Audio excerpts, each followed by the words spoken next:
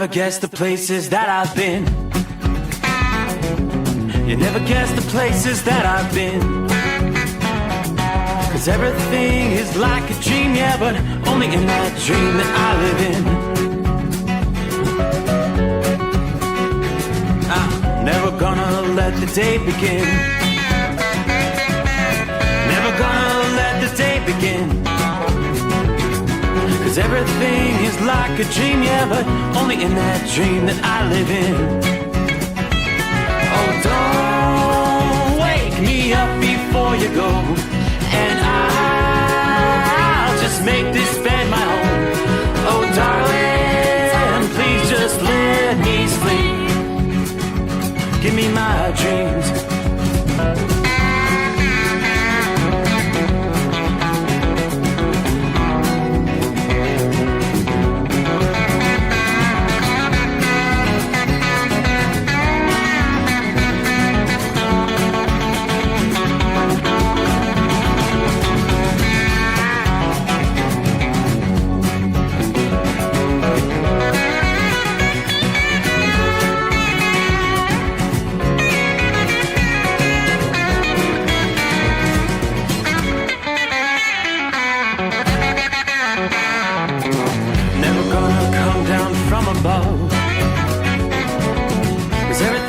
Better from above. Nothing's ever as it seems, yeah, except in that world that I dream of. Never gonna lose the ones I love. Never gonna lose the ones I love. 'Cause everything is like a dream, yeah, but only in that world that I dream of. Oh, don't up before you go, 'cause I can't face this day alone. Oh, darling, please just let me sleep. Give me my dreams. Give me my dreams. Give me my dreams.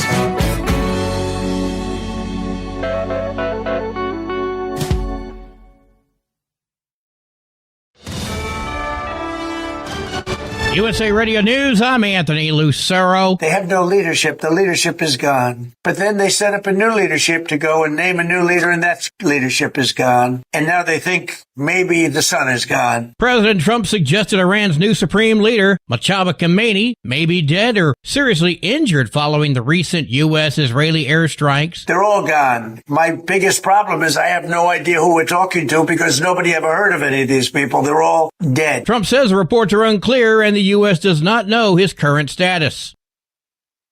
President Trump is calling out the UK for what he sees as its lack of support in the Iran war. Speaking from the White House, Trump included the UK in countries that he said are not helping to secure the Strait of Hormuz against Iranian aggression. Trump said the U.S. has helped the UK for decades in times of war and is our oldest ally. Trump spoke with the British Prime Minister over the weekend, who said they are having ongoing discussions about the strait. Iran has attacked tankers in the vital waterway where about 1/5 of the world's oil passes through, which has led to a surge of gas prices in the U.S. I'm Mark Mayfield. The Save America Act is moving forward in the Senate after Republicans voted to open debate on the voter ID bill. President Trump calls it historic. Debate could last weeks. Passage remains unclear.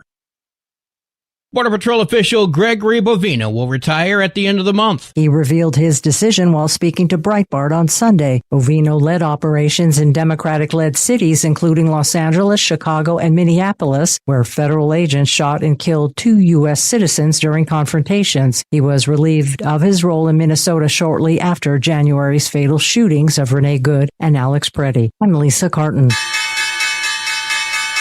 Wall Street closed higher. At the closing bell, the Dow gained 46 points, the S&P 500 added 16 points, and the Nasdaq rose 105 points. I'm Sarah Lee Kessler. From America's News Network USA Radio News. Business owners, are you paying high phone bills for old school systems and lousy service? StrongTel cuts your phone bills in half and turns every phone you own into a feature-rich business system. Sean Roddy, CEO of Hennings Brothers Drilling, had this to say: "We've been a StrongTel customer for over 10 years. It's great. It even includes an intercom with video to our equipment yard. I can watch live from anywhere with my smartphone. I'd recommend StrongTel to anyone.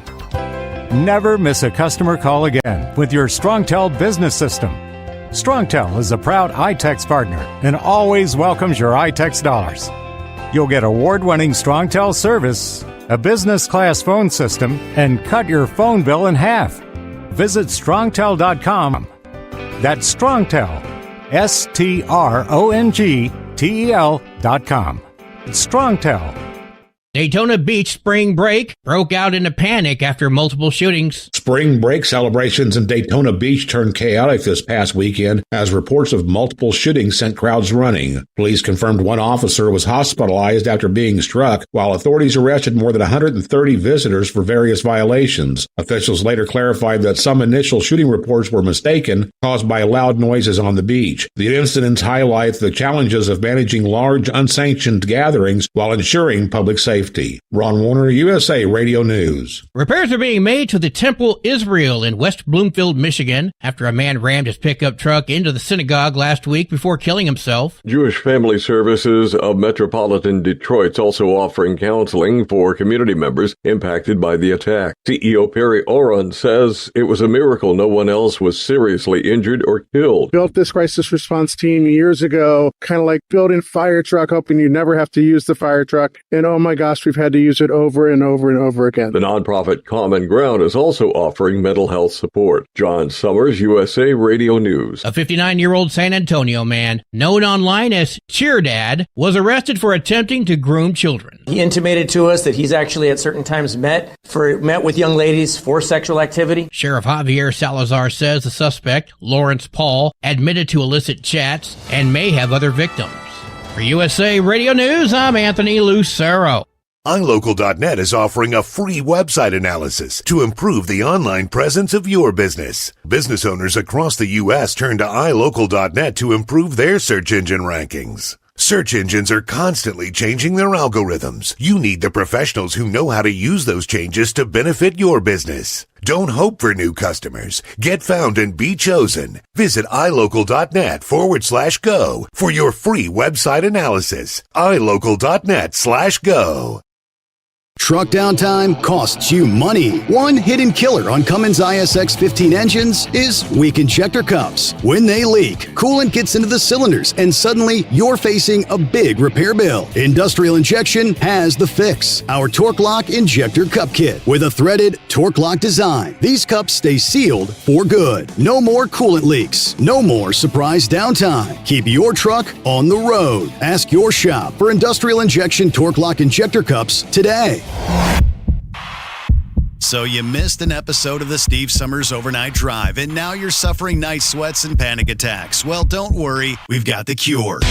Never miss a broadcast of the Steve Sommers Overnight Drive. Consistently ranked as one of the top podcasts and radio shows in America, we've made it easy for you to catch up on past shows. Find the Steve Sommers Overnight Drive wherever you get your podcasts or at overnightdriveradio.com. And never miss an episode of the Steve Sommers Overnight Drive. Another dark night on the interstate. Another 100 miles in the pouring rain. These are worth all the time I've spent away. Another dark night on the interstate.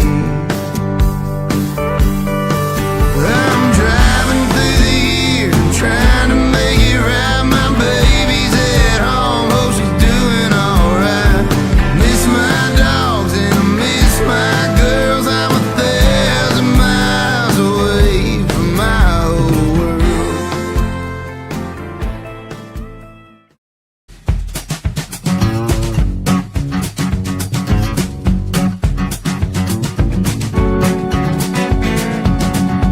All right, here we go. What do you say? Are you ready for a new day?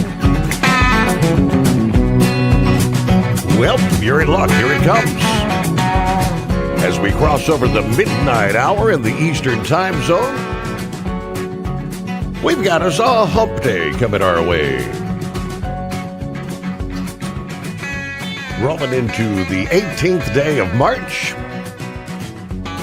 here in 2026. Hey, 1 week from today, we'll be loading up, rolling toward Louisville, Kentucky. Getting ready to kick off the Mid-America Truck Show Thursday, Friday, Saturday, the 26th through the 28th. Yeah, we'll be there live each day, of course. Same booth location we've been in for the last 3 or 4 years at least. So we'll look forward to seeing maybe some new friends. A little bit of a family reunion with others is what the Mid-America Truck Show has become over the years. Opportunity to put a face to some of the voices we might hear. First thing first, though, let's get it started. The Steve Sommers Overnight Drive live from the Hot Shot Secret Studios. Not a whole lot warmer outside the secret bunker, but it feels better because the winds have finally subsided. Not dealing with that big-time wind chill. Southwest Ohio, a little bit of flurry activity may cause some slippery conditions. 24 hours ago, we were talking about some of these snow showers on the backside of that megastorm. And slick conditions, portions of Ohio, Indiana, Kentucky, a lot of jackknifed tractor trailers, black ice was all over the place. Now we've got another little shot of snow showers rolling through much of southern Wisconsin, Minneapolis, still seeing a few flakes falling there. Light snow falling through a good portion of Illinois tonight. Still seeing some snow showers, maybe a little mixed precipitation over toward the Des Moines area. This is all going to continue sliding south and east through Indiana and into western Ohio, northern Kentucky.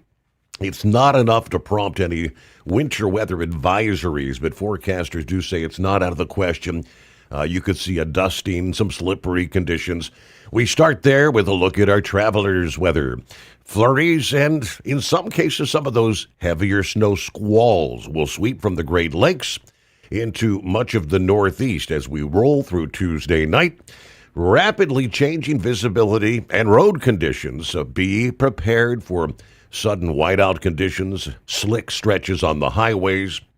Of course, March is a month notorious for all sorts of weather mayhem, as evidenced conditions over the past couple days in the Midwest and the Northeast. The atmospheric setup for overnight, kind of similar to summertime thunderstorms. While the chilly air near the ground, it's much colder high up in the sky. The result is towering cumulus clouds that can wring out some precip in the form of brief, heavy snow rather than torrential downpours. Some areas may experience several snow squalls. Visibility can drop to less than 100 feet in the matter of a couple minutes. Roads, sidewalks quickly turning from wet to slushy or snow-covered. So be aware of rapid changes in visibility that might signal the approach of a snow squall.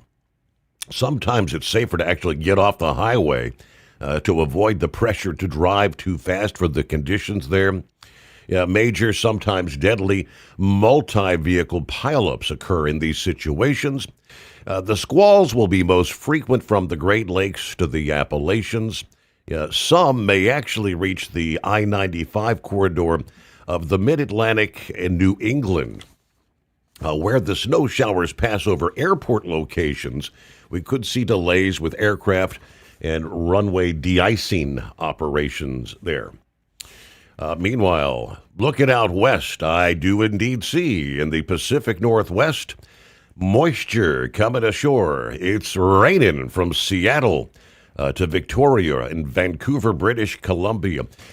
Part of the same storm that brought torrential rain and flooding to much of the Hawaiian Islands over the past weekend.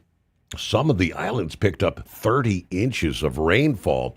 Some of that storm is going to be impacting parts of Washington and British Columbia through much of the week ahead here, resulting in a flood threat along small streams, rivers, and urban areas. It's a plume of moisture. They call it the atmospheric river. Will extend thousands of miles from Hawaii to British Columbia and Washington right through the end of the week. Because the moisture originates near Hawaii, it's often referenced as the Pineapple Express. Rain will be drenching the region through Friday. Waves of moisture moving through during the heaviest periods of rain, ponding on the highways, flooding on some city streets will be possible. As the runoff accelerates down hills and steep mountainsides, small streams and river headwaters in higher elevations could surge and recede multiple times. Larger rivers at the lower elevations near the coast may experience somewhat delayed but longer flood cycles. We'll be looking at 1 to as much as 4 inches of rain across most of the lower elevations in western Washington and southwest British Columbia. On west and southwest, facing slopes of the coastal mountains, the Olympics, the Cascades, we could be talking on the order of 4 to 8 inches of rain between now and Friday. So there's the risk for moderate to major flooding on some rivers in northwest Washington and southwest British Columbia. Snow levels will rise above the mountain passes. We could see some melting of higher elevation snow that would be with the warmer pattern out west. Some rain will spill over the Cascades into eastern Washington. It'll be more sporadic, much less likely to lead to any flooding there. The pattern's being fueled in part by this strong heat dome over the southwestern USA, which is steering the storms and the moisture northward. Around that dome of very warm, dry air. That heat dome is going to be setting daily, possibly monthly, and early season record high temperatures in locations in portions of the southwestern USA. The heat has already begun to build and just intensifies as we head through the rest of the week and even into next weekend here. Some areas will see their first triple-digit temperatures of the year in parts of the southwestern USA. More on that coming up as we roll into a brand new day. Hello, Mary Ann's in the house out of the box. Morning, Steve, the overnight family. All the listening family have a blessed day. She says, is in Cabrera, New Mexico tonight. Headed over to Santa Rosa, then it's back to Banning, California. All right, drivers, truck safe. Have a blessed day. Bob in Michigan on board. Shorty rolling I-75 northbound Dublin, Virginia. A cold night once again, 21 degrees. Columbus bound. Yeah, speaking of another cold night, let me flip up. We've got, again, hard freeze warnings in place for pretty much all of Alabama, Georgia, much of South Carolina and southern North Carolina, reaching on down into northern Florida tonight, a little bit further south than we were seeing the cold air last night. We've got freeze warnings all the way down to Ocala. So Gainesville is all in the mix there. Jacksonville going to be another chilly night. Freeze warnings and frost advisories in portions of northern Florida there. Ice Cream Man, good morning. Running around Ocala, Florida tonight. Told my 9-year-old it was in the 70s today. She said, Dad, you're lucky. It's snowing and freezing in Columbus, Ohio. Yes, it was. Michael on board. What's up, folks? JR, a.k.a. Country Bumpkin, checking in tonight from Waterford, Michigan with 19 degrees. Where did spring go? Norman checks in from north central Kansas. Clear skies, 45 tonight. Not driving much, doing some hot shot trips right now. Still going to therapy twice a week, trying to get the back fixed. Everybody have a great morning. Hello, Crazy Ray, West Michigan, checking in for the best 5 hours on the radio. Morning, Steve, over here in Fort Dodge, Iowa. Hello, Jason. 25 degrees. It's sprinkling. Roads are icy. Headed toward Ohio with a load of alfalfa tonight. All right, that's some of those snow showers, a little mixed freezing precip there. So, yeah, watch for the bridges and overpasses tonight. On down the line we go. There's John Ferguson. Howdy, everybody. I'm pretty pooped tonight. Just got in from New York. Everybody stay safe. It's bedtime. Pray hard for the Delilah law debate that'll be taking place here on Wednesday. Pray that the ATA does not influence these lawmakers. Speaking of Delilah's law, yes, we were talking about, maybe they were listening into our program last evening. We were sharing the breakdown from Freight Waves, the first in-depth of the legislation, Delilah's law, that was calling for a recertification, as you'll recall, of every CDL holder in the country.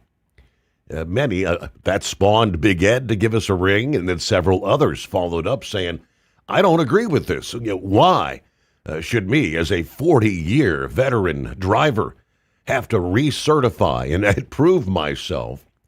Lo and behold, and we'll give you more details on this coming up, this past day, Monday, a revised version of Delilah's law was introduced. It will be coming up for debate today, but the revised version has scrapped that provision of recertification for all drivers. It was a 180-day period they were talking about. So, surprise, surprise. I think the rest of the legislation is still intact, but no recertification for all you veteran legal drivers out there. How about that?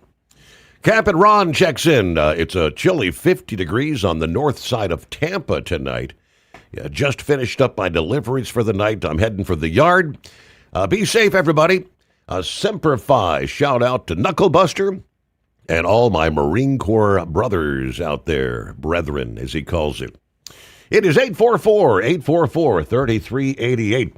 Interesting way to get a new day underway. All the latest on the Mideast developments, Iran, Israel. Where do we stand? How about the Strait of Hormuz? Did you see a bright light in the sky this past morning? Many people did across nearly a dozen states as it all comes to fruition. What was it? And some people actually heard it and felt it big time. The Steve Sommers Overnight Drive. Truck downtime costs you money. One hidden killer on Cummins ISX 15 engines is weak injector cups. When they leak, coolant gets into the cylinders and suddenly you're facing a big repair bill. Industrial Injection has the fix. Our Torque Lock Injector Cup Kit with a threaded Torque Lock design. These cups stay sealed for good. No more coolant leaks. No more surprise downtime. Keep your truck on the road. Ask your shop for Industrial Injection Torque Lock Injector cups today. So you missed an episode of the Steve Sommers Overnight Drive, and now you're suffering night sweats and panic attacks. Well, don't worry, we've got the cure. Never miss a broadcast of the Steve Sommers Overnight Drive. Consistently ranked as one of the top podcasts and radio shows in America, we've made it easy for you to catch up on past shows. Find the Steve Sommers Overnight Drive wherever you get your podcasts or at overnightdriveradio.com. And never miss an episode of the Steve Sommers Overnight Drive. Your factory fuel filter is letting you down. AirDog heavy-duty diesel fuel systems don't just filter your fuel. The AirDog fully optimizes your truck's fuel system for peak efficiency. The factory-provided filter simply removes particulates and water from fuel. The AirDog system removes all contaminants, including entrained air, water, and particulates, and feeds the engine pump with optimal pressure. Check out airdogdiesel.com to learn how you can capture every bit of performance and efficiency from your fuel system. Diesel owners know if you take care of your engine, it'll return the favor. Hot Shot secret formulates additives that help you prevent problems and boost performance. Diesel Extreme cleans internal and external injector deposits, and EDT increases fuel economy by up to 7.3%, scientifically proven by third-party testing. Add Hot Shot Secret at your next fill-up to get the most out of your diesel. Available nationwide at truck stops, farm and automotive stores, and online at hotshotsecret.com. Hot Shot Secret, powered by science.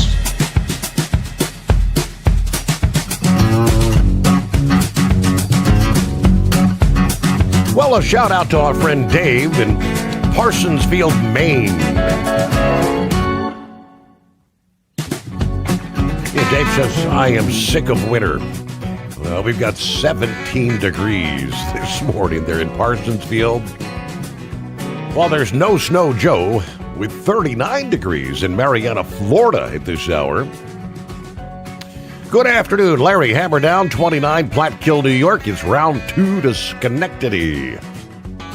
Coffee cups full, nap time's over. It's time to ride. Good morning, Overnight Drive crew. Steve Sommers. There's Kentucky Ken checking in. Hope y'all have safe travels on your journeys across the country. Kentucky Ken and the beautiful Queen are listening in to the best overnight show in the USA. Well, thank you very much, Kentucky Ken. Lauren Weiss, two-time world champion bull hauler. 34 Mount Vernon, Illinois tonight. Got the powerful chrome-plated cow truck pointed south for a high-speed trip to the Volunteer State. My day started very early in Tripp, South Dakota. It'll end very early in Central Tennessee. As always, Steve, it's been an epic day of large car trucking. Lastly, sad news to hear of the passing of the agricultural radio and WGN icon, Orion Samuelson. He was a true pioneer of farm radio. And how about a special shout out to the dingbat from the land of Lincoln tonight? All right, appreciate the update. I hadn't seen that report on Mr. Samuelson there. All right, Kevin's on board. Morning, Steve, the overnight crew. Hello from the Michigan Madman. How about the DTS guy? What day is it, horse feathers? Norman there in north central Kansas said the tulips are actually starting to pop out there. How about it?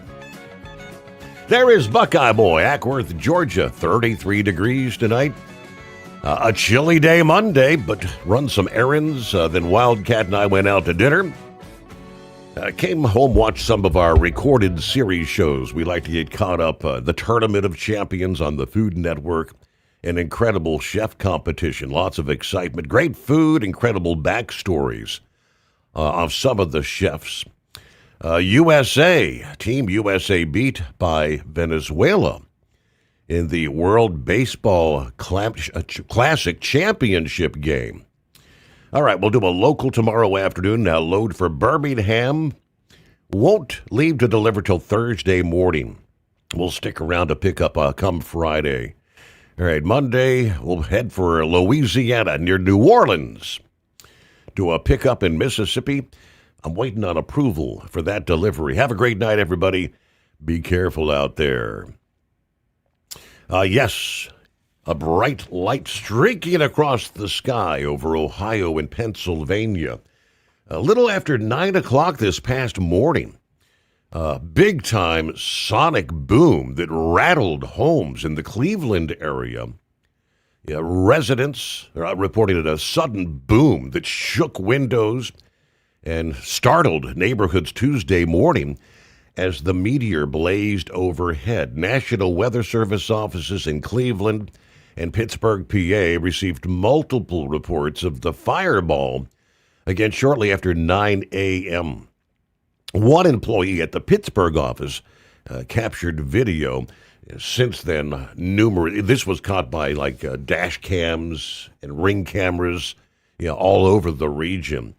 The update, did you hear the big boom? Did you feel your house shaking? The National Weather Service initially said the early data suggested a meteor. The brief explanation posted in a conversation on X about 9:14 a.m., which stated the latest GLM imagery does suggest the boom was the result of a meteor. The post coming in response to a post that says, heard the loudest boom just now in northeast Ohio. People heard it as far as Avon. What was that? A meteor?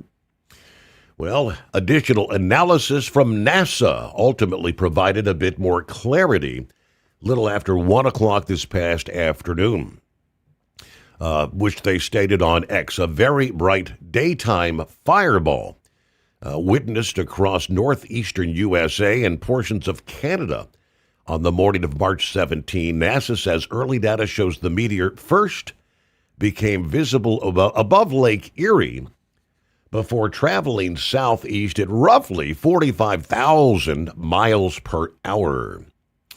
The fireball caused by, well, they describe it as a small asteroid, estimated to be nearly 6 feet in diameter, weighing about 7 tons, according to NASA. They say this object fragmented over Valley City. There probably were some remaining pieces that continued south. NASA went on to say that meteorites may have actually landed in the vicinity of Medina, Ohio. I want to go meteorite hunting. All I know is if you can actually find a fragment of a meteor, they are very valuable. Undoubtedly, there'll be some meteorite hunters out there. All right, news. A service of industrial injection, fuel injectors, fuel pumps, turbochargers, and complete diesel engine kits for the heavy-duty world. If it burns diesel, we can keep it working. Learn more at industrialinjection.com. USA Radio News, I'm Anthony Lucero. President Trump suggested Iran's new supreme leader, Mojtaba Khomeini, may be dead or seriously injured following the recent U.S.-Israeli airstrikes. They're all gone. My biggest problem is I have no idea who we're talking to because nobody ever heard of any of these people. They're all dead. Trump says the reports are unclear and the U.S. does not know his current status. The Save America Act is moving forward in the Senate after Republicans voted to open debate on the voter ID bill. President Trump calls it historic. Passage remains unclear. Border Patrol official Gregory Bovino will retire at the end of the month. Bovino led operations in Democratic-led cities, including Los Angeles, Chicago, and Minneapolis, where federal agents shot and killed 2 U.S. citizens during confrontations. He was relieved of his role in Minnesota shortly after January's fatal shootings of Renee Good and Alex Preddy. I'm Lisa Carton. From America's News Network, USA Radio News. Business owners, are you paying high phone bills for old school systems and lousy service? StrongTel cuts your phone bills in half and turns every phone you own into a feature-rich business system. Sean Roddy, CEO of Hennings Brothers Drilling, had this to say: "We've been a StrongTel customer for over 10 years. It's great. It even includes an intercom with video to our equipment yard. I can watch live from anywhere with my smartphone. I'd recommend StrongTel to anyone. Never miss a customer call again with your StrongTel business system. StrongTel is a proud iTex partner and always welcomes your iTex dollars. You'll get award-winning StrongTel service, a business-class phone system, and cut your phone bill in half. Visit StrongTel.com. That's StrongTel, StrongTel.com. It's StrongTel. Truck downtime costs you money. One hidden killer on Cummins ISX 15 engines is weak injector cups. When they leak, coolant gets into the cylinders and suddenly you're facing a big repair bill. Industrial Injection has the fix. Our Torque Lock Injector Cup Kit with a threaded Torque Lock design. These cups stay sealed for good. No more coolant leaks. No more surprise downtime. Keep your truck on the road. Ask your shop for Industrial Injection Torque Lock Injector Cups today. Come join the Steve Summers Overnight Drive as we broadcast all 3 days from the Mid-American Truck Show in Louisville, Kentucky, March 26th through the 28th. Don't miss your chance to see the latest in trucking tech, gear, and more. Stop by the booth to meet Steve and register for your chance to win a new truck seat or truck seat cover for your big rig from Bostrom Seating. Plus, buy SSOD gear, win survival kits, and pick up your Hotshot secret products to keep your ride on the road. Come see the Steve Summers Overnight Drive in Louisville, Kentucky at the Mid-American Truck Show, March 26th to the 28th. Learn more at overnightdriveradio.com. Your factory fuel filter is letting you down. AirDog heavy-duty diesel fuel systems don't just filter your fuel. The AirDog fully optimizes your truck's fuel system for peak efficiency. The factory-provided filter simply removes particulates and water from fuel. The AirDog system removes all contaminants, including entrained air, water, and particulates, and feeds the engine pump with optimal pressure. Check out airdogdiesel.com to learn how you can capture every bit of performance and efficiency from your fuel system. Like the men and women who power America, The people at Hot Shot Secret work hard and play harder. We're the fastest growing diesel and oil additive brand in the country. We solve problems. We protect engines. We save you money. And more importantly, time. Hot Shot Secret, powered by science. So you missed an episode of the Steve Summers Overnight Drive, and now you're suffering night sweats and panic attacks. Well, don't worry, we've got the cure. Never miss a broadcast of the Steve Summers Overnight Drive. Consistently ranked as one of the top podcasts and radio shows in America, we've made it easy for you to catch up on past shows. Find the Steve Summers Overnight Drive wherever you get your podcasts or at overnightdriveradio.com. And never miss an episode of the Steve Summers Overnight Drive. Dean Michael, the tax doctor here. I have one question for you. Do you want to stop worrying about the IRS? If the answer is yes, then look no further. I've been around for years, I've helped countless people across the country, and my success rate speaks for itself. So now you know where to find good, honest help with your tax problems. What are you waiting for? If you owe more than $10,000 to the IRS or haven't filed in years, call me now at 888-557-4020 or go to mytaxhelpmd.com for a free consultation and get your life back. The Overnight Drive with Steve Summers. Live from the Hot Shot Secret Studios. Call Steve now. 844-844-3388. That's 844-844-3388.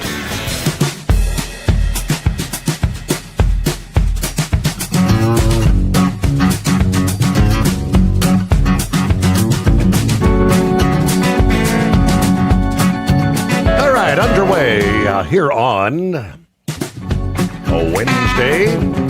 Well, making our way into a new day from time zone to time zone.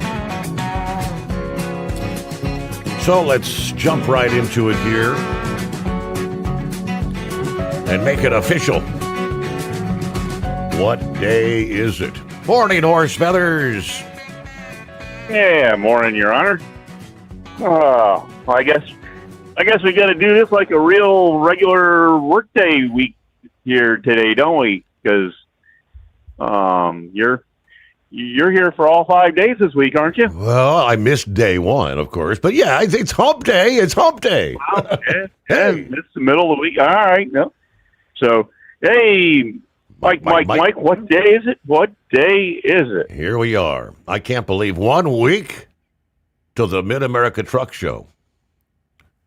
Yeah, you'll be getting all packed up and down there and getting your hotel room all situated and figured out and getting ready to go over there. And now you're going to be down there Wednesday, so you get to go in as exhibitors, so you don't have any problem getting in there with early there for Thursday for the VIPs. You don't have to. Correct. Right. Yeah, we actually start doing our live thing, I think at 11 a.m., 11 Thursday. Okay. Yeah, because the VIPs start flowing through there a little bit. And so I think that's so if you got VIP is what, from 10 to 1, I think, 10 a.m. to 1 p.m. And then the general public, everybody, if you don't have a VIP badge, you get in starting at 1 o'clock. Well, that'll be good then. Everybody will start coming in then, and it'll be the big show. So the only thing we have to wait to find out what's going to happen is the weather. Yes, I kind of wonder. Have you tried looking at any long range forecasts yet, or are you just going to wait until it gets a little closer because we can't change it anyway? Well, at this point, the forecast I'm looking at only goes out to like next Wednesday. But Wednesday is showing maybe partly cloudy, 71 for a high, overnight low of 51. Not a bad way to start the weekend, if that holds true. There you go. Well, we'll have to see what happens then. So, anyways, there. So, I was telling you there, I kind of follow this guy there on. Yeah, I see his posts every now and then. Check out a video. Charles Ewins there.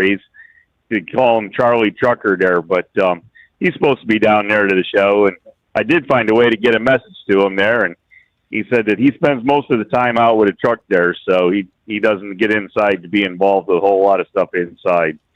But he's kind of an interesting character. If anybody ever wants to take a look at something there, he's pretty down to earth about what he does and puts out a video every day there. But he runs dump trailers there for a company up there out of upstate New York, about 35, 40 miles there from where I'm originally from. So it's kind of interesting to meet know of somebody that does that. And I don't know. Facebook's kind of a strange thing of its own, but hopefully you get to see all the old friends there, and maybe we get to hear something from Cue Ball. Where's Cue Ball been here?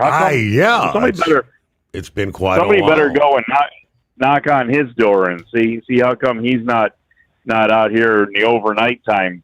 So, anyways, but other than that, just not a whole lot going on right now. We're waiting for 1 o'clock so we can start doing a load, so we can sneak through the sweetest place on earth, and of course, you know where that is. Hershey. There you go. Otherwise known as Hershey, Pennsylvania. And so we got a load to head that way. And other than that, we're just kind of hanging out and just kind of relaxing. I guess things are, I don't know. Hey, I guess I did say last night there that the hours of service, the exemption there has come to an end, and so we're back on to being normal truck driving. And I don't know. We'll have to see how this works out. I've gotten used to my working when I want to work and sleeping when I want to sleep schedule here. We'll have to see what we can do to get back to being a normal truck driver again. But any more on that? Going to retest every truck driver you were saying there? That's been scrapped. The revised version introduced yesterday, and it's going to be brought up, I guess, in the committee today, sometime later this morning, according to the update. So did somebody hear Big Ed, or did Big Ed make a phone call and everybody get scared? I kind of wonder. I said maybe they were listening to us last night. Yeah. So, all right. Well, with that, Your Honor, we'll let you go there and just sit back and see what other people got going. And I don't know. Maybe the new people that are coming to the truck show there, maybe we should have a little discussion for them. Some of the people who have been there, and just make sure they bring comfortable old shoes that are good for walking. Don't go out and get yourself a brand new pair of shiny cowboy boots to wear to the Mid-America Truck Show. So, anyways, Your Honor, we'll let you go with that. All right. Have a good morning. Let me give you the update. It was less than a month ago when President Trump, of course, called for the passage of Delilah's Law during the State of the Union. Efforts to pass the bill, which would tighten CDL standards, are already gaining steam. Representative David Rouser of North Carolina unveiling the amended version of House Resolution 5688, which is now referred to as Delilah's Law, the revised version issued this past day, aiming to ensure CDL holders are properly trained and meet safety standards, including proficiency in English.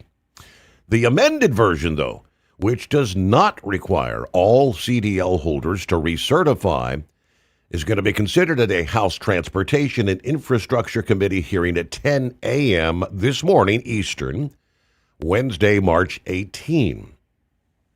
Delilah's Law, referencing Delilah Coleman, who was a 5-year-old when she was severely injured in a crash involving a tractor-trailer driven by Partap Singh, who was later arrested by Immigration and Customs Enforcement.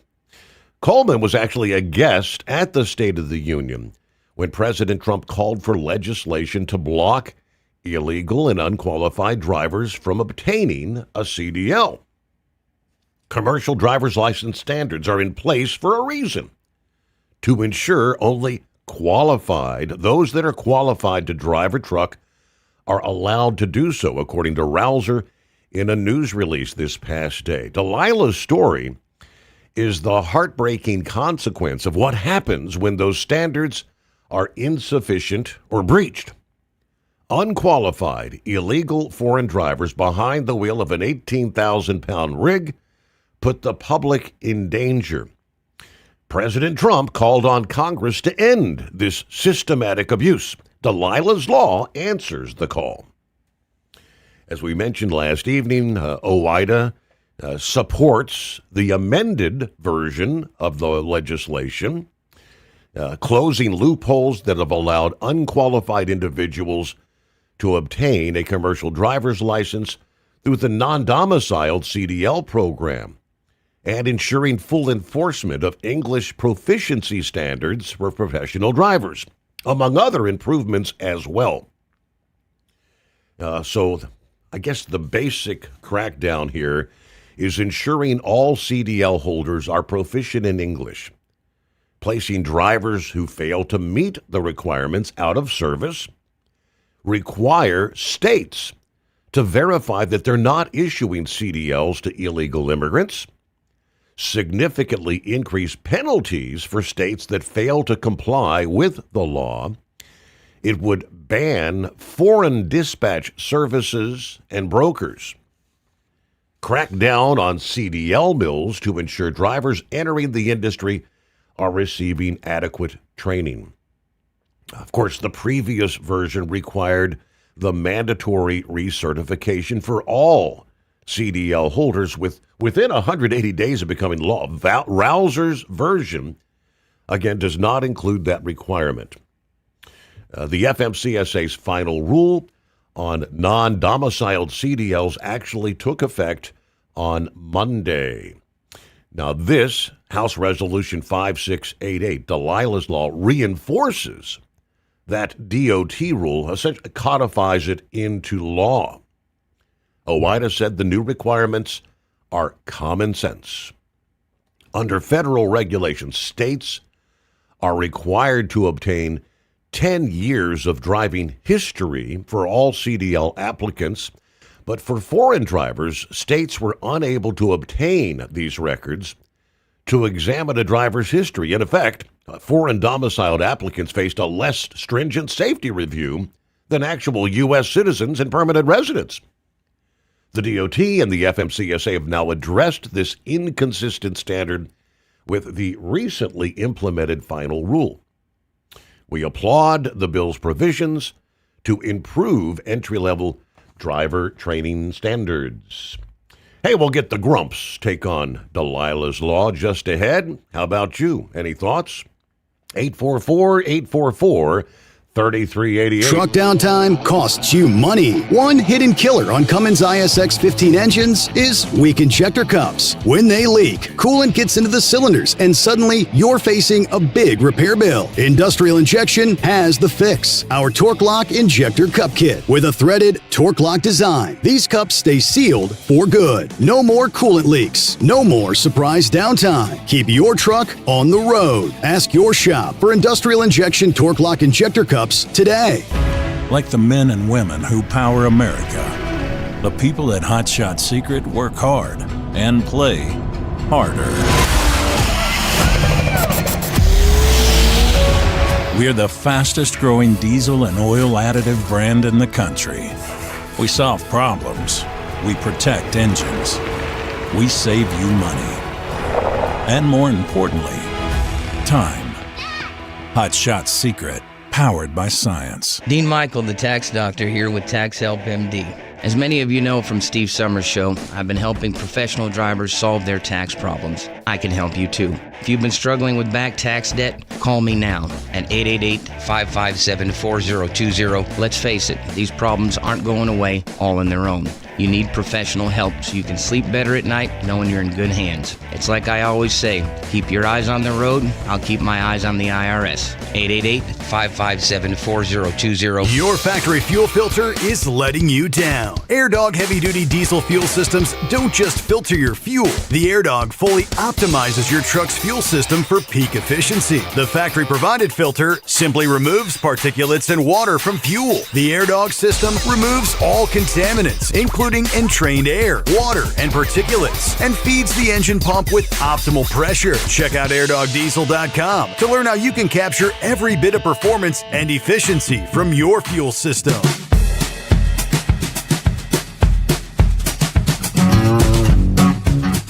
All right, Eskimo Mom checking in. Howdy, Overnight Drive Nation. Happy Hump Day, Wednesday, whatever day it is. Hey, we're 2 days till spring. 18 days to Resurrection Sunday. 48 days till the Ohio primary. I had my mandatory voting location manager training class earlier this past day. We have a Democrat, a Republican, a Libertarian, and in some precincts and communities, there also will have issues-only ballots, and it's going to take a crew of paid volunteers to help voters be able to choose who will run come November. I was warned that our Secretary of State is cleaning up the voter rolls. So if you're missing some information, such as a driver's license number or the last 4 digits of your Social Security number, you may be given a provisional ballot to help get the rolls updated. Meanwhile, roads so far much better tonight than 24 hours ago. We're clear, 30 degrees in Owensboro, Kentucky. As I finish up my drop and hook here. Matthew says, hello. 32 degrees, cloudy in the St. Louis area. He, like many others, are fans of men's basketball, especially March Madness. He says, go St. Louis Billikens. All right, be safe out there, drivers. Thanks for the update. Gilligan, morning, Steve, fellow listeners. Cloudy, cold atop Fancy Gap, Virginia, 21 degrees. Keep it shiny side up there. Buckeye Boy, meanwhile, says, I get calls all the time from people who say they're dispatchers. They have a load for me with those foreign accents. I say, not interested, hang up, block them. So that's part of Delilah's law, I guess. And so you have these so-called brokers and whatnot that are actually trying to dispatch loads here in the U.S., and they may be somewhere in India, if I understand correct. What do you say, Grump? Yep, you're right. And I'm doing good. What do you know there, buddy? Back in the saddle again. Enjoyed the weekend down in Georgia. Yeah, I saw you was out and about. I was at home. This is like the 5th wedding anniversary I've been able to celebrate with my wife in the last, I think, 42 years. I think that's about what it is. Mm-hmm. So, that was kind of, different. So, anyway, I missed Big Ed talking about that last night. I was going to play the replay and see what he had on his mind there. But this is this bill right here, I'm glad they come to their senses and took that one provision out of it. And I think it's still going to have a lot of blowback here because they still keep talking about how it's going to destroy the economy if we remove the 437,000 immigrant drivers out of the driving rolls here in the United States. But I don't see how in the hell it would. They're already cutting the rates down to the bottom, and they said the spot rates, if they remove them, would jump up over $4 a mile, on average. And which, to me, I think that would attract a lot more of these shady brokers. It's right now there is and I've seen estimates up to 25% of the brokered freight is from outside the United States. That's thanks to the good old internet. They can bounce them off servers here in the United States, and it looks like they're here or there or wherever. And within the lower 48, and they're dispatching these loads and stuff, but they're actually set up in India and China and places like that where they're actually taking over the freight. So Congress has its work cut out for it, but I guarantee you there's going to be somebody in the Democrat Party that's going to step up. If it makes it to the Senate, they're going to block it because they're going to look at you. They're going to swear up and down that it's going to destroy the economy. Everything that they've worked for and all this other garbage on immigration and yourself that it's nothing more than their open border views. They don't see a damn thing wrong with illegals over here killing people. They don't see anything wrong with that. You know, in fact, in their view, the person that they just run over shouldn't have been in their damn way to begin with. So this is going to be something right here that's, man, it's going to take some pushing to get through. I think, I hope the Republicans all band together on this and get it done and stop looking at this nonsense that it's going to cripple the economy. It's not. Because once you raise them standards up and you raise the rates up to spot rates and stuff like that, it's going to attract more drivers. It's going to attract good drivers to come in here, and they're going to fill those spots pretty damn quick, and that's something they're not talking about. You know, I know Bill Graves is, he's been kind of pushing this, and I didn't see who put that actual provision in there. I know this has several co-authors of this amendment, or that particular amendment on that 180-day, complete recertification in 180 days. There's no way in hell they could do that. They know that. There's over 10 million CDLs that would have had 180 days to have everybody show up at the DMV to be recertified. No way. And on that recertification, the little fine print of that would also be physicals. I believe that's how that was written. The physical portion of it also, not just skills test, but also the physical portion on recertification. And it was asinine to believe that people that's been out here, like myself, I've got 35 years out here on the highway, no tickets, no accidents, logged over, coming up on 5 million miles in that time. And yeah, it pissed me off to no end. I would not be a happy camper if I had to go into DMV and they would not invite me back. I guarantee you that would be a day right there. But guess who would profit from that?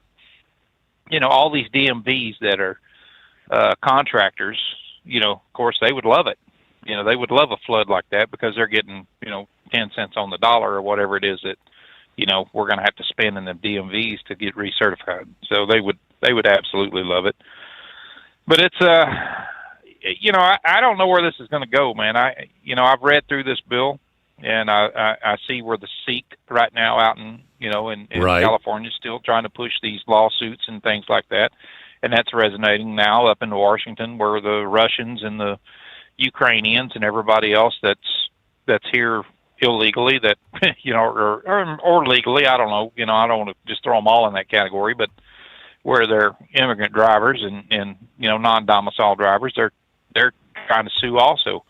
I just think it's odd that this has come to this in this country, Steve, where immigrants, that doesn't really have a legal right to be here anymore. Most of them have overstayed their visas, are raising hell thinking that they have a right to this part of our economy. And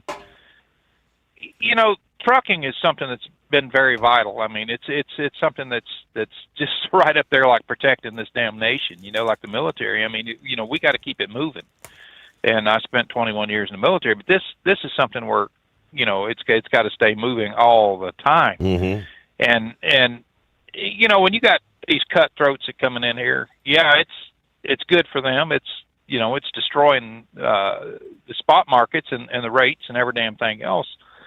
But the one thing it's not destroying is the economic value that is going on. So that's what the Democrats are looking at. Like they're contributing. They don't give a rat's ass what the rates are. They're just outside of that. They don't care about that. That's not what they're looking at. They're looking at the fact that the United States is or that Trump and everybody else, that the American truck driver and all the MAGA stuff, and everything is just anti-immigrant. That's not the reason behind it, and they damn well know it. But I guarantee you, like I said, these Democrats are going to push somehow to block this bill from ever seeing the light of day when it hits the Senate. Well, based on the fact that right now the Department of Homeland Security is not funded because they want to fund everything minus Immigration and Customs Enforcement and the Border Patrol.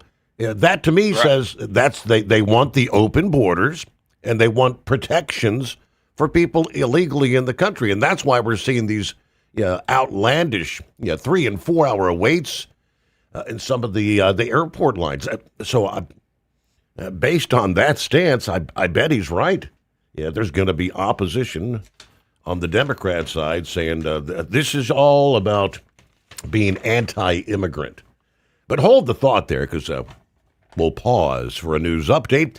Brought to you by Industrial Injection. Since 1985, diesel owners have counted on us for fuel injection, turbochargers, and engine solutions from light-duty pickups to heavy-duty equipment. IndustrialInjection.com to learn more.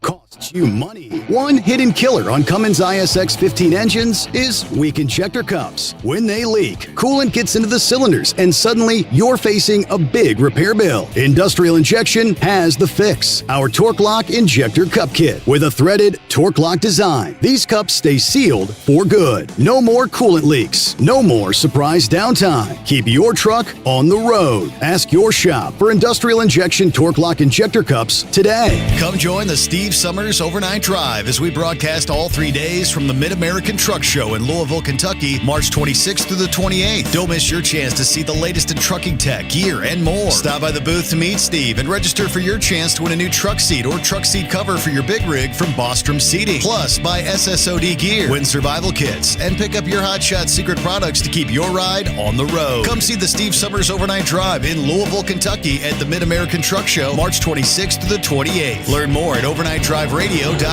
Your factory fuel filter is letting you down. AirDog heavy-duty diesel fuel systems don't just filter your fuel. The AirDog fully optimizes your truck's fuel system for peak efficiency. The factory-provided filter simply removes particulates and water from fuel. The AirDog system removes all contaminants, including entrained air, water, and particulates, and feeds the engine pump with optimal pressure. Check out airdogdiesel.com to learn how you can capture every bit of performance and efficiency from your fuel system. Dean Michael, the tax doctor here. I have one question for you. Do you want to stop worrying about the IRS? If the answer is yes, then look no further. I've been around for years. I've helped countless people across the country, and my success rate speaks for itself. So now you know where to find good, honest help with your tax problems. What are you waiting for?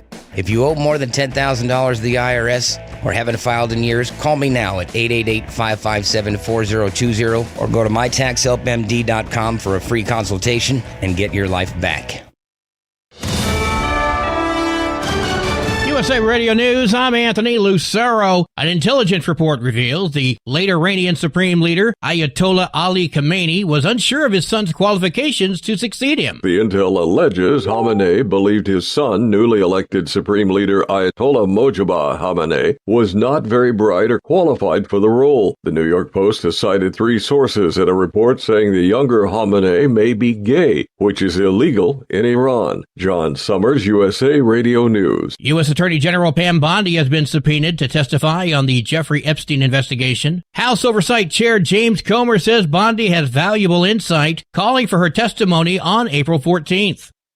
President Trump says he believes he's going to have the honor of taking Cuba. Trump called the island less than 100 miles from Florida a failed nation and said, "I think I can do anything I want with it." I do believe I'll be having the honor of taking Cuba. The president's comments came the same day that Cuba's national electrical grid suffered a total collapse, leaving around 10 million people without power. It's the first major blackout since the U.S. effectively shut off the flow of Venezuelan oil to Cuba. I'm Mark Mayfield. Hannity apologizes to Senator Fetterman over his past criticisms. On a recent episode of his podcast, Fox News host Sean Hannity apologized to Pennsylvania Senator John Fetterman, admitting he had misjudged him during the 2022 Senate race. I had you all wrong. Everything I thought about you, and I really believed it, was wrong. The two discussed their first meeting at Mar-a-Lago, Fetterman's independent approach to politics, and the importance of putting country over party. Fetterman emphasized he holds no grudges and values open conversation across the political aisle. Ron Warner, USA Radio News. At the closing bell, the Dow gained 46 points, the S&P 500 added 16 points, and the Nasdaq rose 105 points. I'm Sarah Lee Kessler. From America's News Network, USA Radio News. No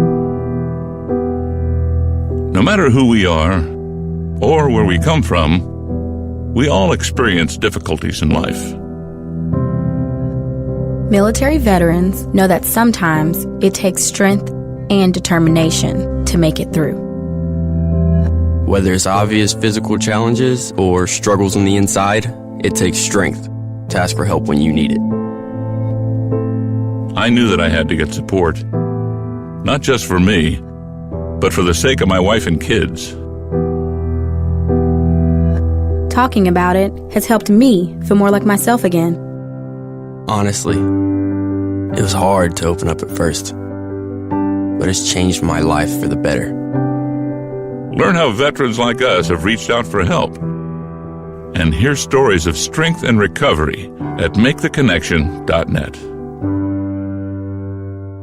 A high-flying tax could put millions of dollars in L.A. County's bank accounts at the expense of airplane owners. Los Angeles looking to cash in by taxing plane owners. L.A. County Assessor Jeff Prang says his office has been digging into the data and has found a way to tax almost 1,000 commercial and private planes valued at around $3.5 billion last year and this year. That'll generate about $38 million for the county. Prang says accurately identifying taxable planes has been tricky in the past, but new software has made it easier. I'm Jason Nathanson. The death penalty will be sought in the shooting death of a Greensboro, North Carolina police officer. A judge heard from prosecutors, family members, and many others regarding whether prosecutors should be able to seek the death penalty for Terrell McMillan. He is accused of shooting police officer Michael Horan inside of a Food Lion on Christmas Eve of 2024. Fox 8 reports a judge agreed, but has not yet set a trial date. I'm Scott Kimbler. Pending home sales unexpectedly rose in February. The National Association of Realtors cited improved affordability for driving the 1.8%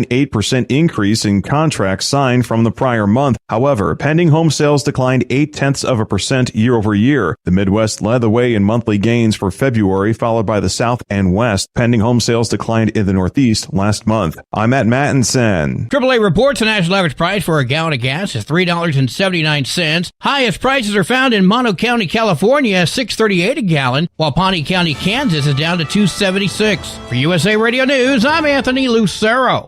Would you know where to turn if you or a loved one became paralyzed? For thousands of families, the National Paralysis Resource Center has been that lifeline. But now federal funding's at risk. Sherman Gillums Jr., a partially paralyzed Marine veteran with the Christopher and Dana Reeve Foundation, explains why. This is about more than just a budget line. It's about veterans, caregivers, and families, real people who need these resources to live more productive and independent lives. Learn more at ChristopherReeve.org. Truck downtime costs you money. One hidden killer on Cummins ISX 15 engines is weak injector cups. When they leak, coolant gets into the cylinders and suddenly you're facing a big repair bill. Industrial Injection has the fix. Our Torque Lock Injector Cup Kit with a threaded Torque Lock design. These cups stay sealed for good. No more coolant leaks. No more surprise downtime. Keep your truck on the road. Ask your shop for Industrial Injection Torque Lock Injector Cups today. Like the men and women who power America, the people at Hot Shot Secret work hard and play harder. We're the fastest growing diesel and oil additive brand in the country. We solve problems. We protect engines. We save you money. And more importantly, time. Hot Shot Secret, powered by Sommers. Keep the bugs off your glass and the smokies off your ass. This is the Overnight Drive with Steve Sommers.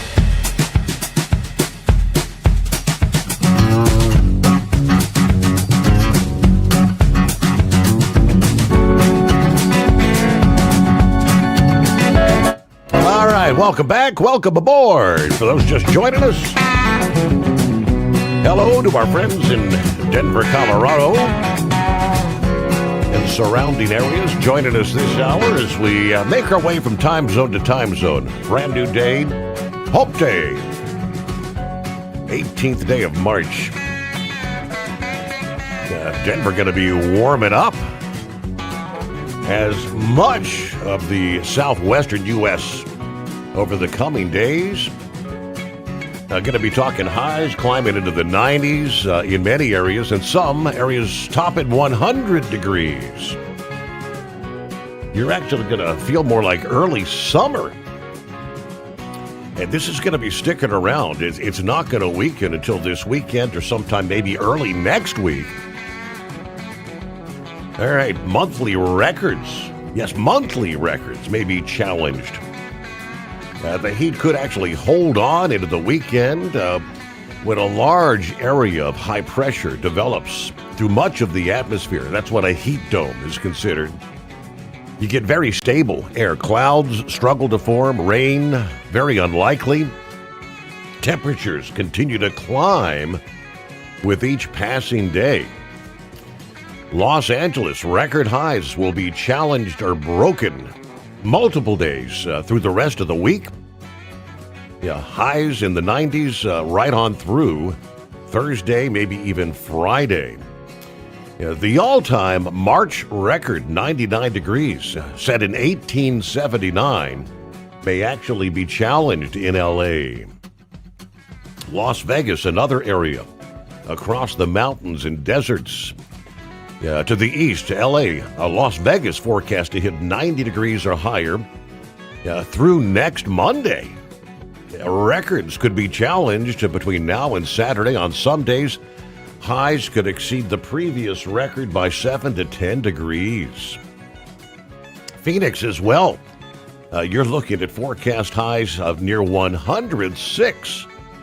Thursday through Saturday this week. You'd be breaking daily records by about 10 degrees.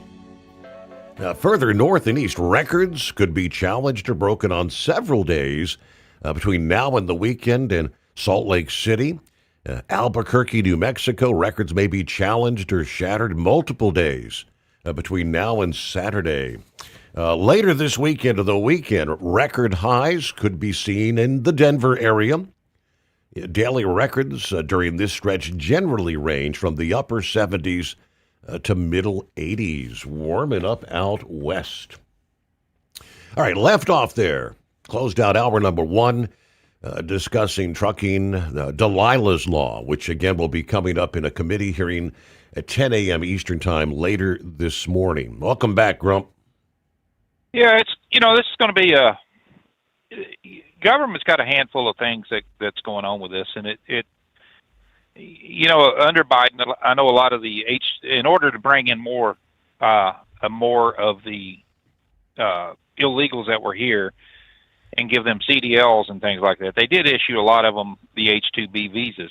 We've always had a clearance for up to 66,000 a year coming in here under H-2B, but that's every job. Well, they diverted most of that over to the trucking industry. And the way they kept manipulating that was some of these people would be bumped up to what's called an EB-3 visa, which is a permanent resident visa. That's completely different. They're unlimited, basically. Mm-hmm. They can show proof that they can open a business here, and that's when all the Indian, drivers that flooded California were getting these lease trucks, that was provided for them. And they were getting these EB-3s, and the way I'm understanding that is once you're issued an EB-3, when you change your status off an H-2B visa, then it opens up that slot again. So they just kept, cycling these damn drivers in here like that. But it's, we're still, the internet's still full, Steve, of all these big ATA companies that are pushing for more visa drivers here, and why I have no idea. It's, we've been in kind of a freight recession here, for a little while here. It hadn't been good. It hadn't been good anywhere, even in the food industry, in the beef and stuff like that. But, NAFTA kicked a lot of this in the butt when it started, got it going here. We didn't really have that many problems with any kind of visas until NAFTA, got going. And then they just decided how in the hell they're going to, bring all these workers in because we exported so many jobs out. I think it was around 7 million jobs left this country. And, they were bringing crap back in, from Canada and Mexico and stuff like that. So they come out, Mexico, of course, they come up with that B1 and B2 visa, which is it's a visitor visa for like if you just want to come across to work. They actually got it issued through their passports and stuff now. It's kind of authorized on it. So all they do is look at that, and they look at that fast card or the laser card or whatever the hell they got now, and they're like, oh, come on up. Well, how many of them people are staying? That's always been a problem here in this country is a lot of these visa drivers that come up here out of Mexico just get out of that truck and getting a truck here in the United States and start driving and making more money, and tell them come get the truck that's here. You know, I think Trump's got his hands full, and I don't think he's looking at the big picture of this. You know, or Duffy's not. Maybe he's doing everything that he possibly can, but until they shut down a lot of this activity that's coming in and get these Democrats to open up. When you got a group of people, Steve, that won't even stand up for a 5-year-old that got damn near killed by an illegal immigrant, and they sat there like potted plants, what does that tell the country? You know, people don't look at that and say, well, hell, look at them sorry-ass Democrats. You know, they don't look at it like that.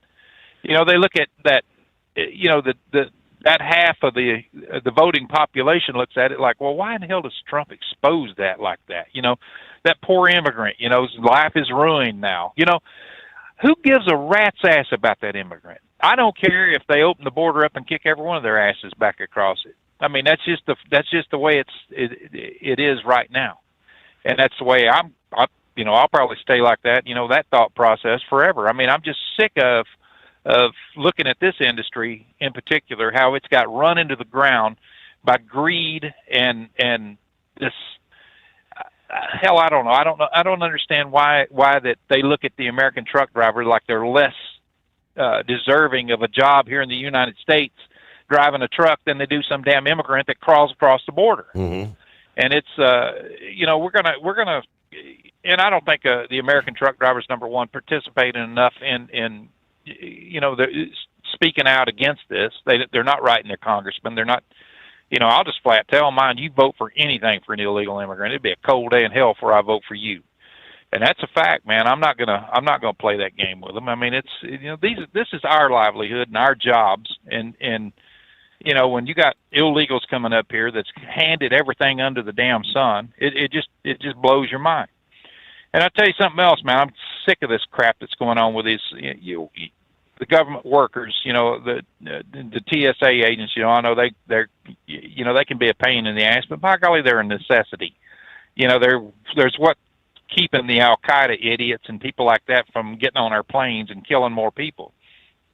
And it's always the worker that suffers in these damn shutdowns. You know, when they close the government up like this, and this particular thing here. Now, I get it.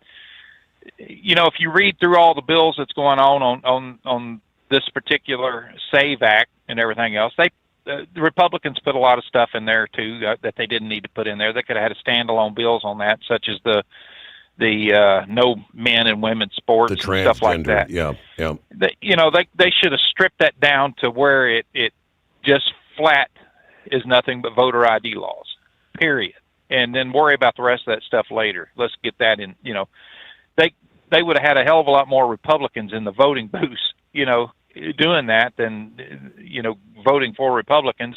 It would probably shut the Democrats out, because people are crazy. They're sick of this craziness.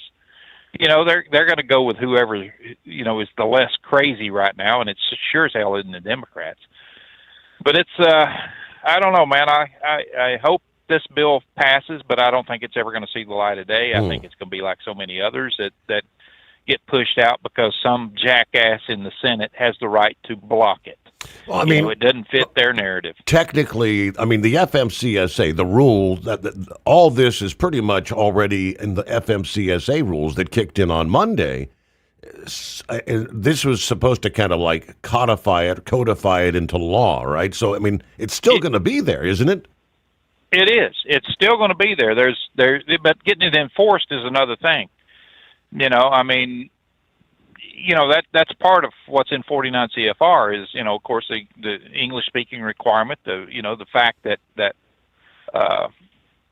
you know, I think right now what they're trying to do, though, for the most part, is clean up these visas, you know, that's been handed out. And another thing was the fact that so many of them coming over here was seeking asylum. Well, as soon as they get a court date, they get work papers. They got work papers. California was just handing out CDLs. Right. Look at New York, you know, no name issued on a CDL. How in the hell can that happen? You know, I mean, it's just, yeah, and I've talked to a lot of different, you know, DOT officers, and I'll pull into a scale. I mean, hell, you know, I'll pull around back and go ahead and talk to them, and we'll, you know, get their views on things. And Missouri and Iowa and Nebraska, they're all saying the same thing. It's yeah, we can shut them down, but when they call a tow truck and they spend $1,000 pulling that damn truck off the scale, we have no control over that, and they don't. They have no control over that whatsoever. They can't control that freight. When they pull it off, they take it to a truck stop. His ass is back behind the wheel because he gets in the truck with the record driver, and boom, he's back out on the highway until he gets caught again. And so, there got to be something different happening. I mean, especially, maybe get some stricter laws that's an arrestable offense instead of just a 10-hour shutdown until they figure out what the hell they're going to do with them. Right now it's not an arrestable offense, but I don't know, man. I tell you, this industry has just gotten so crazy over so many little piddly laws that really don't matter. But when you look at the big picture of it, there's a lot of things that they could have done different that does matter, and that's one of them is get people that does not have a right to be in a truck off the trucks. You know what's else surprised me, Steve, is the amount of truck drivers that is under the influence during these damn road checks and things like that. Right.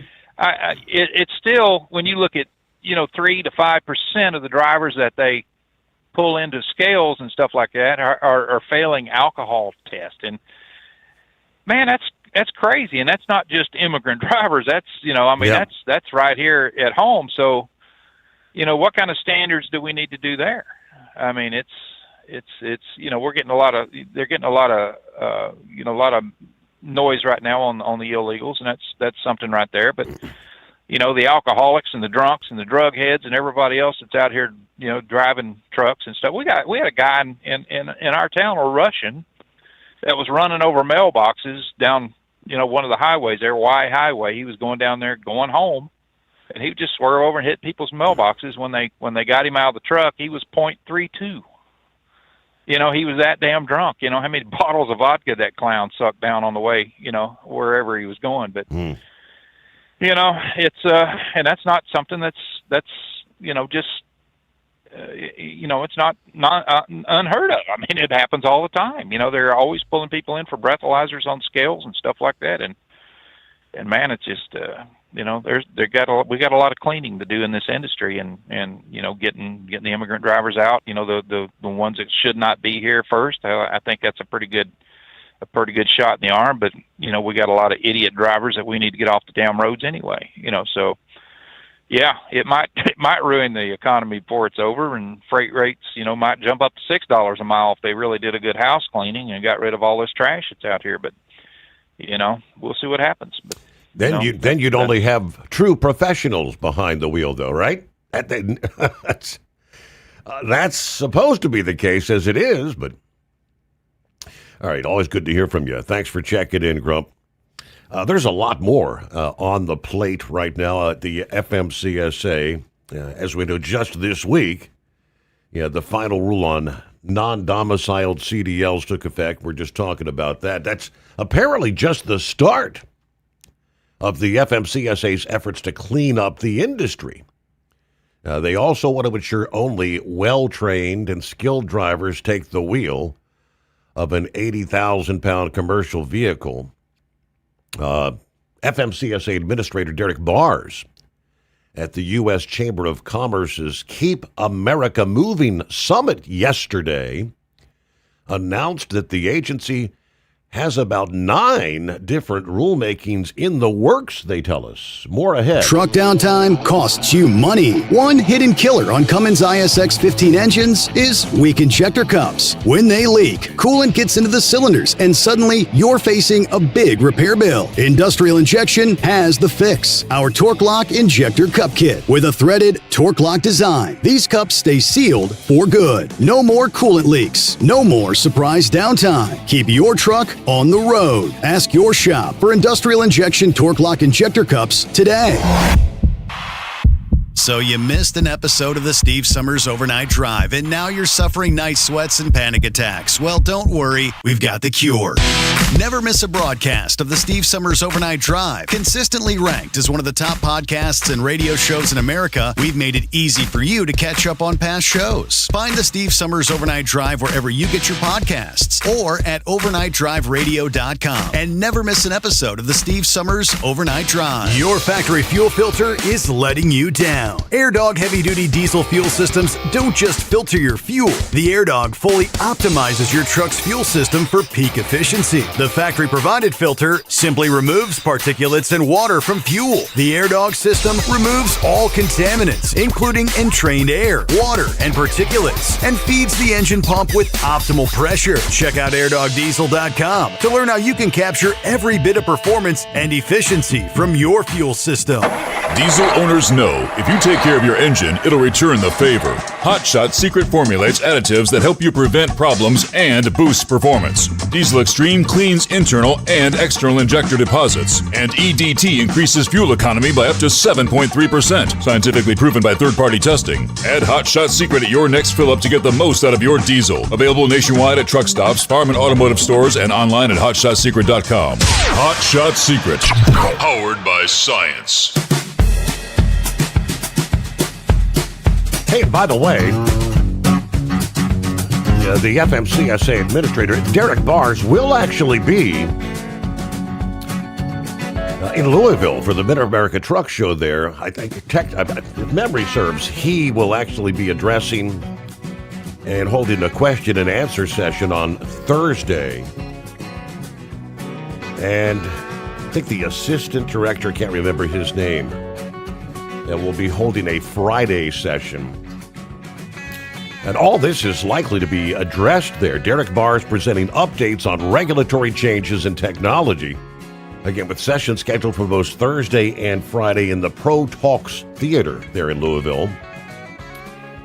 Discussions covering improvements to agency systems and technology that impact carrier compliance. They do say they will provide opportunities for attendees to ask questions directly to FMCSA leadership.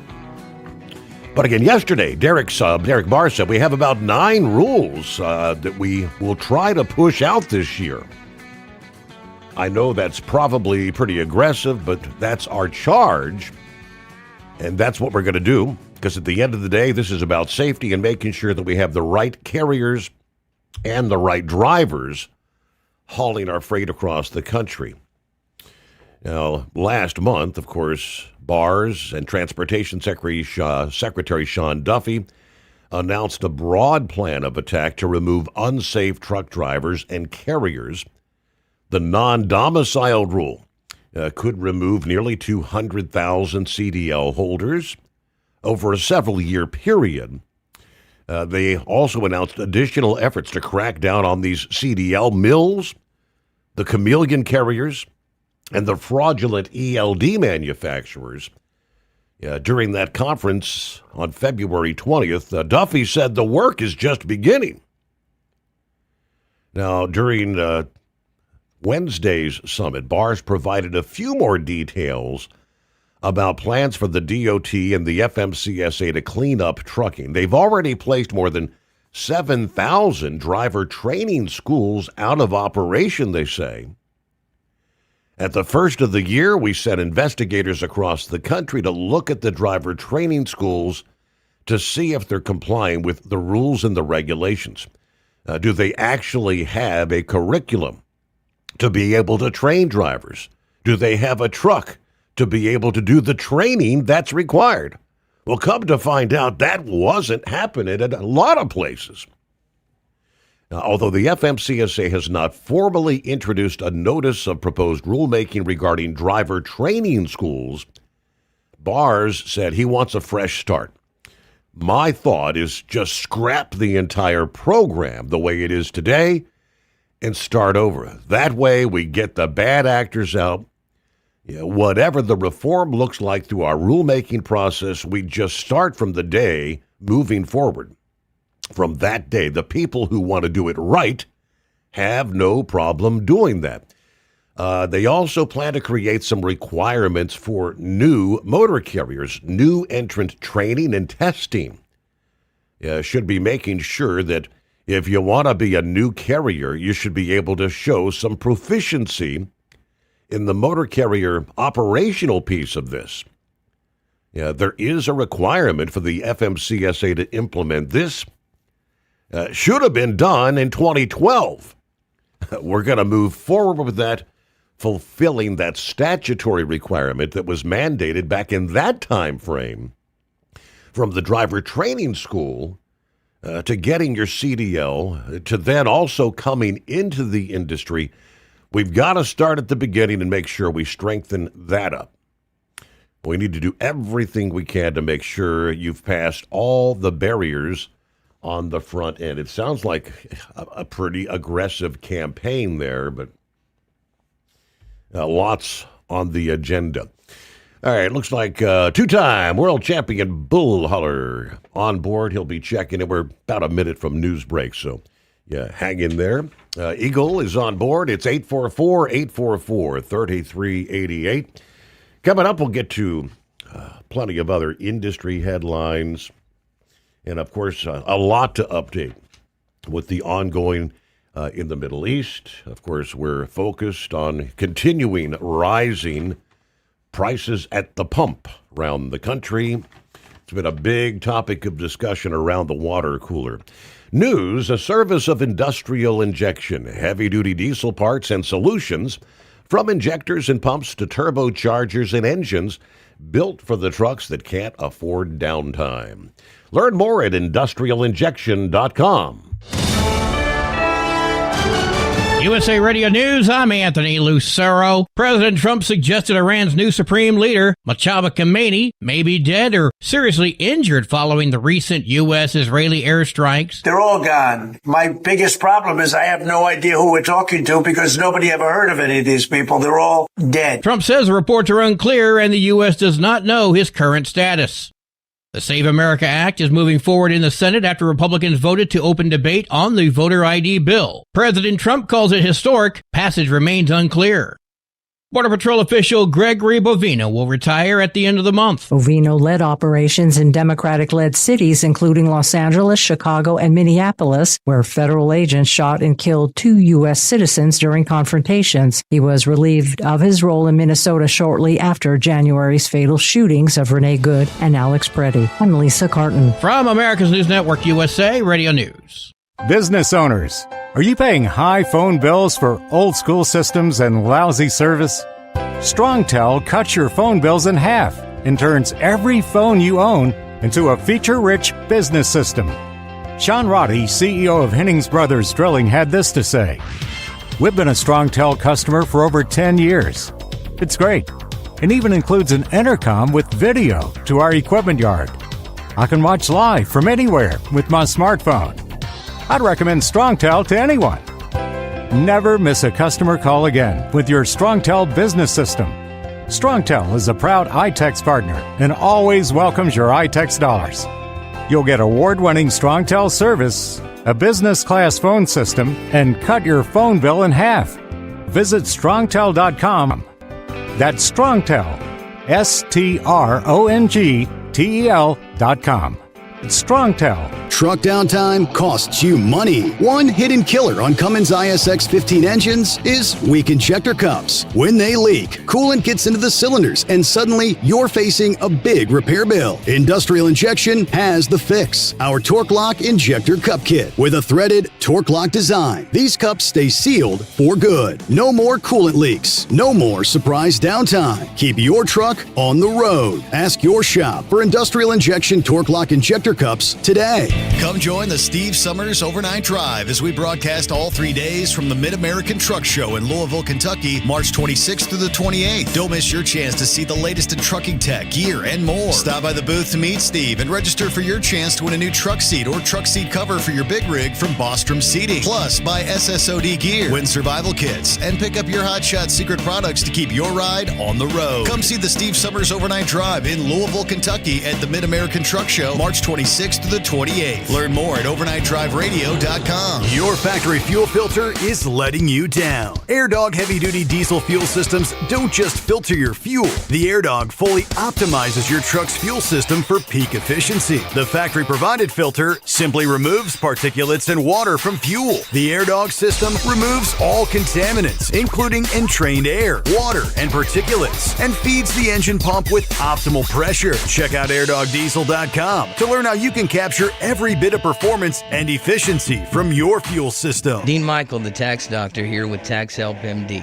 As many of you know from Steve Sommers' show, I've been helping professional drivers solve their tax problems. I can help you too. If you've been struggling with back tax debt, call me now at 888-557-4020. Let's face it, these problems aren't going away all on their own.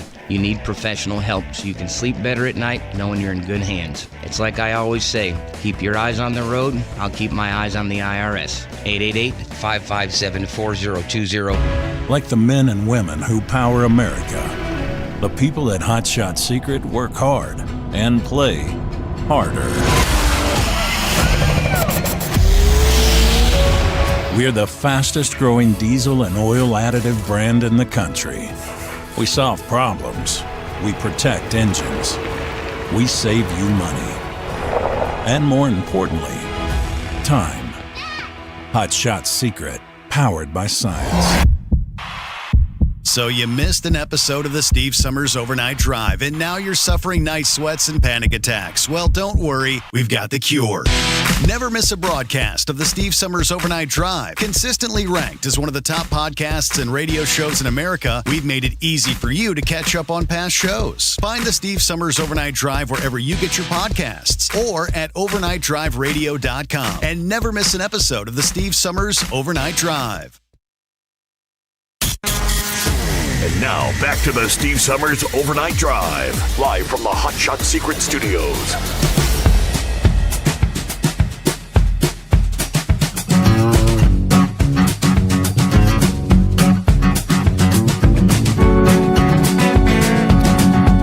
All right, moving forward at 844-844-3388. Going back to the Grump referencing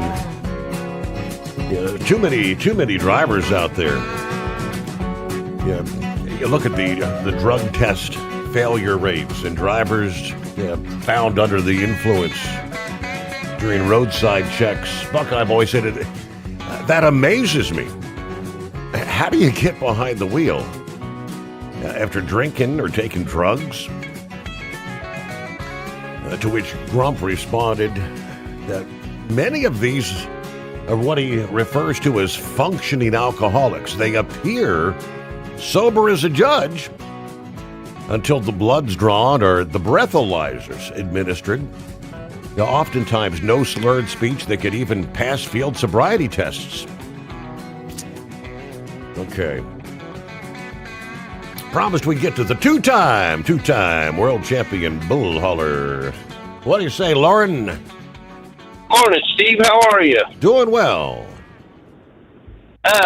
Steve, I wanted to ask, I didn't hear the beginning of Grump's call there, but I know that a lot of these drivers are in opposition to this recertification in this Delilah's bill, and what I heard Grump talk about, that's the very reason that we need to do the recertification, is because of you get 50% of these trucks out here off the road overnight, and it clean the industry up overnight, and you get only the cream of the crop drivers out here.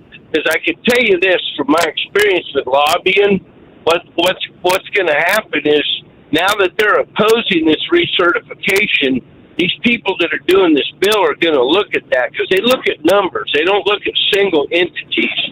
They look at numbers. And if all these drivers were opposing having recertification, what they're going to do is they're going to go in and water down the rest of the bill then because they can get away with it. And they just need to. It just blows my mind that these guys come on here and they complain about guys that are illegal here, that are immigrants, everything else, but yet they don't want to do the, go through a little bit of a hassle that it would be required to get recertified and get the right people out here on the road. So it just kind of blows my mind that, you know, we're saying one thing, but then we're doing another thing. And so I was just trying to get that figured out with why there's that opposition to that recertification, but then everything I hear them talk about would be solved by that. Mm-hmm. Well, I mean, what do you think? The whole prospect of, I mean, there's like, what, 3.5, maybe, you know, somewhere 3.5 to 4 million, I think, you know, commercial drivers.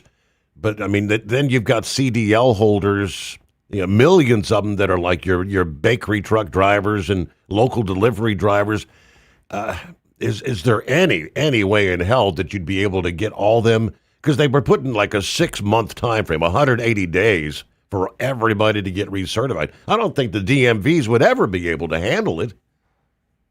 Well, you'd have to, I think 180 days would be too short, but there's always there's this old saying that I like that I heard a long time ago, and that's you can if you will. And so if they could come up with the right kind of plan, they could go through there and they could weed a lot of these guys out of there, you know, because there's guys out here driving that shouldn't be on the road. We all know that. And now that there's been opposition to this recertification, you know, because what I'm hearing is we don't want a recertification, but we're real happy that they're going to go in here and kick these non-domiciled drivers off the road. Well, why are they going to do that? Because that's, you know, you're against the recertification. So why would they get hardcore about it? Because, like I said, they listen to volume. You know, and I know this from the lobbying that I'm doing. I've had those guys tell me that when you got one little group like an OIDA goes in there, and OIDA represents a lot of people, okay? Mm-hmm. If a lot of those people rely on OIDA to go in there, and OIDA's got a voice in that, but that's just one entity. But if all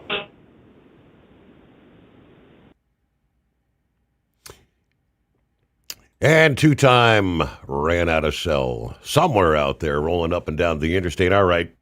So different take. A little bit of pain for everybody, in his opinion, to get the job done right. There you go. 844-844-3388. Let's jump over to a couple of Middle East updates here as we move forward. From the New York Post this evening, reporting that the U.S. military dropping 5,000-pound bunker buster bombs on underground Iranian missile sites near the Strait of Hormuz this past day. According to authorities, the massive attack announced by Central Command as the war has staunched the flow of shipping through the strait. A statement posted via X around 7 p.m. Eastern, stating hours ago, U.S. forces successfully employed multiple 5,000-pound deep penetrator munitions on hardened Iranian missile sites along Iran's coastline near the Strait of Hormuz. The Iranian anti-ship cruise missiles in these sites posed a risk to international shipping in the strait. Now, a U.S. official told CNN the munitions were the GBU-72 Advanced 5K Penetrator, an explosive first released by U.S. aircraft in 2021. The massive bomb was developed to overcome hardened, deeply buried target challenges and designed for both fighter and bomber aircraft, according to the U.S. Air Force press release in 21. As we know, the Strait of Hormuz effectively closed by the Iranian blockade, mines, drones, ships, halting 27% of global maritime energy, oil prices surging above $100 per barrel. President Trump, both publicly and via social media, has lashed out at European allies, including France and the UK, for their refusal to help reopen that crucial waterway. Now, In a video statement this past Monday, Admiral Brad Cooper, commander of CENTCOM, said the U.S. will continue to rapidly deplete Iran's ability to threaten freedom of navigation in and around the strait. Our progress remains steady, and we remain vigilant against the enemy. Next headline, Iran panic, showing apparently Chinese satellite imagery tracking the USS Tripoli, LHA-7, carrying 2,500 troops across the Luzon Strait at high speed.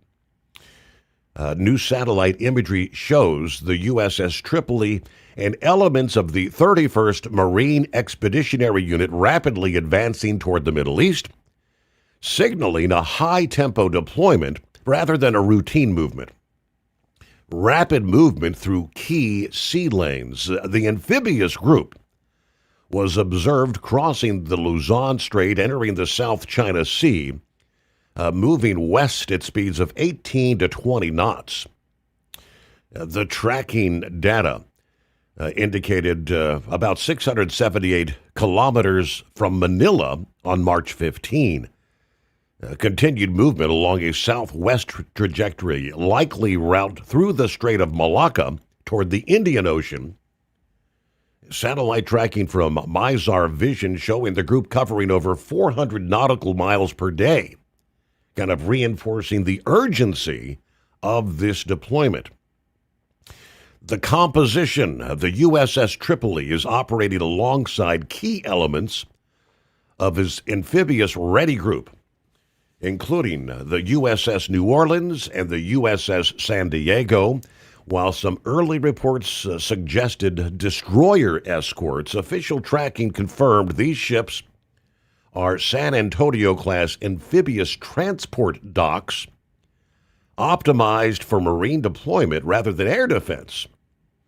Air power and Marine Force on board. The ARG carrying approximately 2,500 Marines and a powerful aviation component, including F-35B Lightning II stealth fighters, Bell Boeing V-22 Osprey tilt-rotor aircraft, attack and utility helicopters. This mix allows the force to conduct air support, rapid troop insertion, amphibious operations.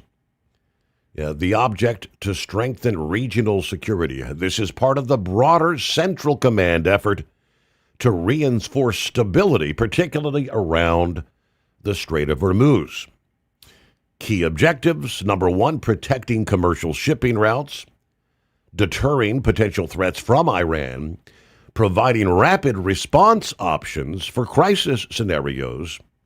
The amphibious ready group offers flexible capabilities from sea-based operations to limited ground missions if required.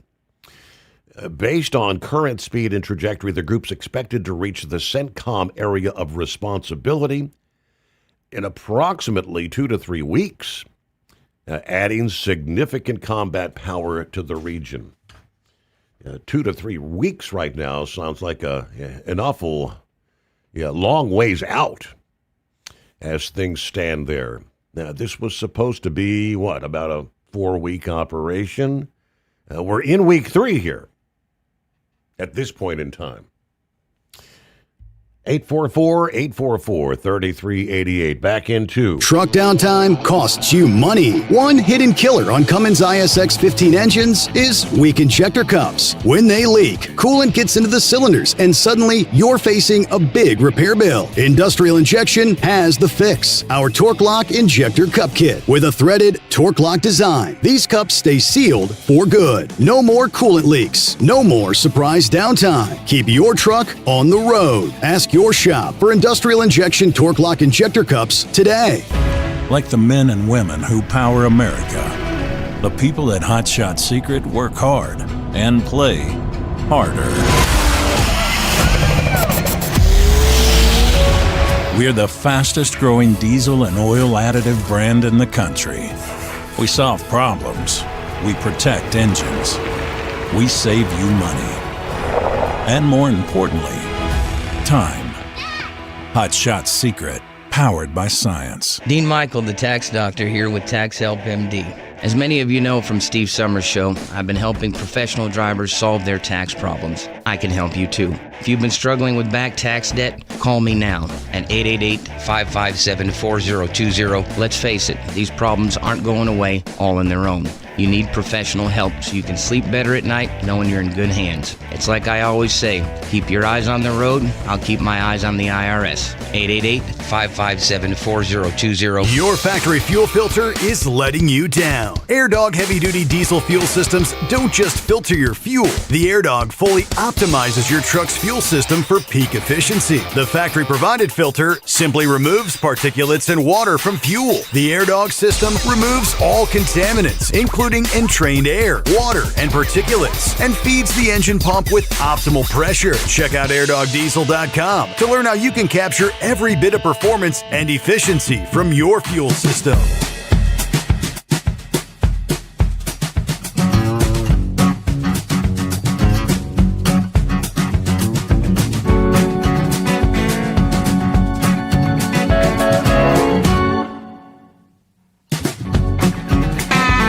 Yeah, in portions of the Midwest, it was a very ugly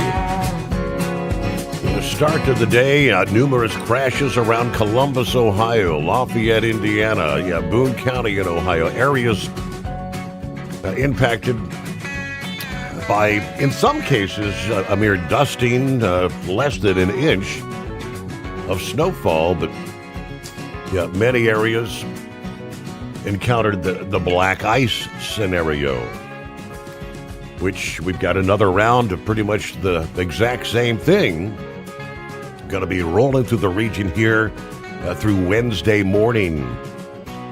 Take you through the heart of Indiana, where they issued a special advisory. Light snow developed after midnight in portions of central Indiana, reaching the remainder of central Indiana in the pre-dawn hours this Wednesday morning. That snow will continue into the morning rush hour before gradually ending by about noon. So again, exercise caution, be prepared for slick spots, especially bridges, overpasses, and untreated surfaces. I mean, it's going to be one of those, maybe a few tenths to maybe an inch at best. The highest amounts expected generally north of I-70, according to that statement. Then on down to the Weather Service office in Louisville, Kentucky. Maybe a dusting possible Wednesday morning. Light snow expected across southern Indiana, north central Kentucky from pre-dawn through mid to late morning. It's going to be light accumulation, but with the temperatures in the upper 20s, we could see some light accumulations, mostly half an inch or less. So, and that's all it takes to cause some real problems on the roadways there. Just be aware what's coming in. All right, promise we'd get to Eagle. What's happening, Eagle? Good morning. Yeah, can you hear me? Yeah, we got you. Pick up the phone. Yep. Okay. There you are. Yeah, I had the phone laying on the table. Okay. Yeah, I got some things I didn't get to talk about last night. It looked like he was pretty busy, so I didn't get a chance to call in. A lot of callers last night. Yeah, I want to talk about this situation before I get to the Iranian situation with Trump. I want to talk about what's going on with the Democrats, Steve. I already know we're going to be talking about this for the next 2 or 3 years, as long as Trump is in power. We're going to keep having the same conversation about issues in America. Okay? Now, but this issue here, the Democrats are totally out of line and totally ridiculous what these people are doing, because it's only being done because they don't like Donald Trump and they want to make his life miserable. And the main guy, that Chuck Schumer piece of garbage, the Democrat, he's nothing but a backstabber.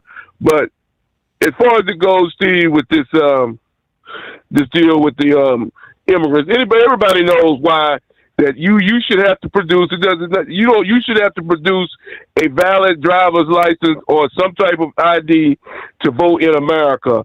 To be able to vote in, I don't give a damn what state you live in, from California to New York, every state you should have to prove that you're a U.S. citizen.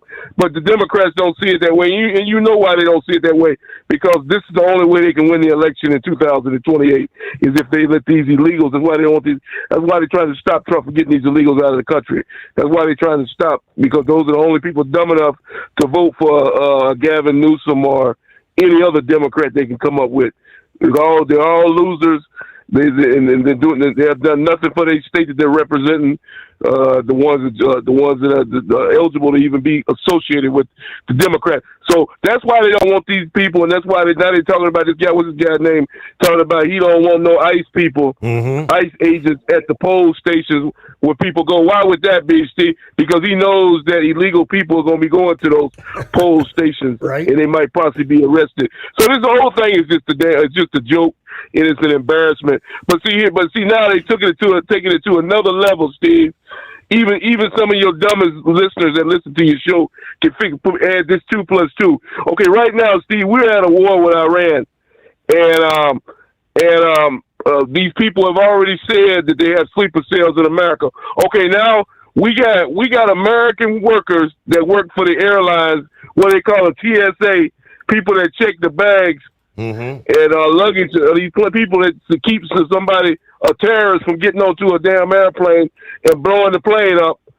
They got the government shut down, so now we got thousands and thousands of TSA agents that are not being paid, and so some of those guys, and I don't blame them, I do the same thing, because I'm not going to go to work if I know I'm not going to get a paycheck on Friday. It's just that simple. I'm not working and not getting no paycheck. So that they're asking these people to go to work without pay, and I don't blame them. So a lot of guys are quitting, so they're down on people, Steve.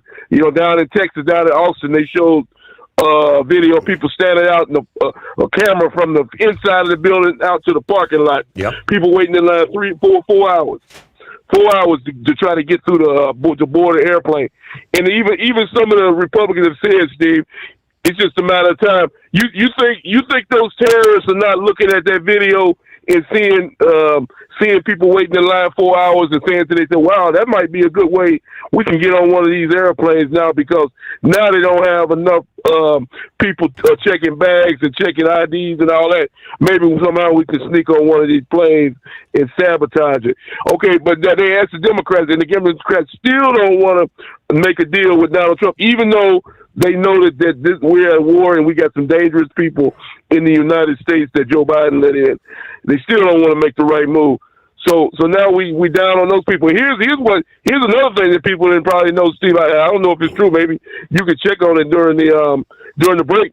They're saying that some of the people that are supposed to protect Donald Trump, the Secret Service agents, are not being paid. Now, can you believe that? That's hard to believe it, because they've already said the Iranians want to take Donald Trump out. So now Donald Trump has to worry about Secret Service agents. Are they going to be available? Maybe get his own protection. So the Democrats have taken it to a whole nother level, Steve, when it comes to the hatred of America or either the hatred of Donald Trump. We already know they're not going to support this war with Iran. Anything he's associated with is not going to. I've never seen a country of the people that live in the same country wish bad luck, Steve. You actually got people making videos saying that they hope that they lose, that the United States lose the war, and these are people, U.S. citizens, that are saying this, that they, just because Donald Trump is running things, they actually hope that things go bad for Donald Trump. That's really sad. If you I hate saying it's the same thing, but if you hate America that bad and you hate Donald Trump, you need to go ahead and get the hell out of the USA. If you hoping that Iran win the war or if the U.S. come up short in this deal, you got a serious problem. You need to get the hell out of America, as far as I'm concerned, because we don't need you. Now, as far as the war goes, Steve, with Donald Trump is as they like to say, he's kicking ass and taking names. He's getting the job done. He's put all these ships under the water. He's deleted all of their factories, missile factories, drones, you name it. He's done everything. Eliminated all their leaders. Donald Trump has done everything that needs to be done. The only thing that needs to be done now, Steve, is to get the Strait open. And I found out last night. I told you I didn't know why he was sending the Marines. He might be sending the Marines. They say now, Steve, to take over the area that surrounds the Strait. Correct. Because they say they got people that eliminate those losers, and then they can control the ship. The ships will be able to make their way through the Strait of Hormuz. Is like they should be. Once he eliminates them guys, them losers, then everything will go according to plan. So hopefully they can go ahead and take them out and get things under control again. Because these people, Steve, these Iranians, they for some reason, some guy on TV, they claim he took out another leader today. For some reason, they say they're not going to give up. They're not going to give in. But before it's all said and done, they'll be begging and pleading for the United States to go ahead and get the hell out of Iran. Yes, they will. And right there, we got to pause for a news update. Brought to you by Industrial Injection, serving Cat, Cummins, Detroit, and more with fuel injection turbochargers, complete engine solutions. IndustrialInjection.com. Truck downtime costs you money. One hidden killer on Cummins ISX 15 engines is weak injector cups. When they leak, coolant gets into the cylinders and suddenly you're facing a big repair bill. Industrial Injection has the fix. Our Torque Lock Injector Cup Kit with a threaded Torque Lock design. These cups stay sealed for good. No more coolant leaks. No more surprise downtime. Keep your truck on the road. Ask your shop for Industrial Injection Torque Lock Injector Cups today. Like the men and women who power America, the people at Hot Shot Secret work hard and play harder. We're the fastest growing diesel and oil additive brand in the country. We solve problems. We protect engines. We save you money. And more importantly, time. Hot Shot Secret. Powered by science. Dean Michael, the tax doctor, here with Tax Help MD. As many of you know from Steve Sommers' show, I've been helping professional drivers solve their tax problems. I can help you too. If you've been struggling with back tax debt, call me now at 888-557-4020. Let's face it, these problems aren't going away all on their own. You need professional help so you can sleep better at night knowing you're in good hands. It's like I always say, keep your eyes on the road, I'll keep my eyes on the IRS. 888-557-4020. Your factory fuel filter is letting you down. AirDog heavy-duty diesel fuel systems don't just filter your fuel. The AirDog fully optimizes your truck's fuel system for peak efficiency. The factory-provided filter simply removes particulates and water from fuel. The AirDog system removes all contaminants, including entrained air, water, and particulates, and feeds the engine pump with optimal pressure. Check out airdogdiesel.com to learn how you can capture every bit of performance and efficiency from your fuel system. USA Radio News, I'm Anthony Lucero. They have no leadership. The leadership is gone. But then they set up a new leadership to go and name a new leader, and that leadership is gone. And now they think maybe the sun is gone. President Trump suggested Iran's new supreme leader, Mojtaba Khamenei, may be dead or seriously injured following the recent U.S.-Israeli airstrikes. They're all gone. My biggest problem is I have no idea who we're talking to because nobody ever heard of any of these people. They're all dead. Trump says the reports are unclear and the U.S. does not know his current status. President Trump is calling out the UK for what he sees as its lack of support in the Iran war. Speaking from the White House, Trump included the UK in countries that he said are not helping to secure the Strait of Hormuz against Iranian aggression. Trump said the U.S. has helped the UK for decades in times of war and is our oldest ally. Trump spoke with the British Prime Minister over the weekend, who said they are having ongoing discussions about the strait. Iran has attacked tankers in the vital waterway where about 1/5 of the world's oil passes through, which has led to a surge of gas prices in the U.S. I'm Mark Mayfield. The Save America Act is moving forward in the Senate after Republicans voted to open debate on the voter ID bill. President Trump calls it historic. Debate could last weeks. Passage remains unclear.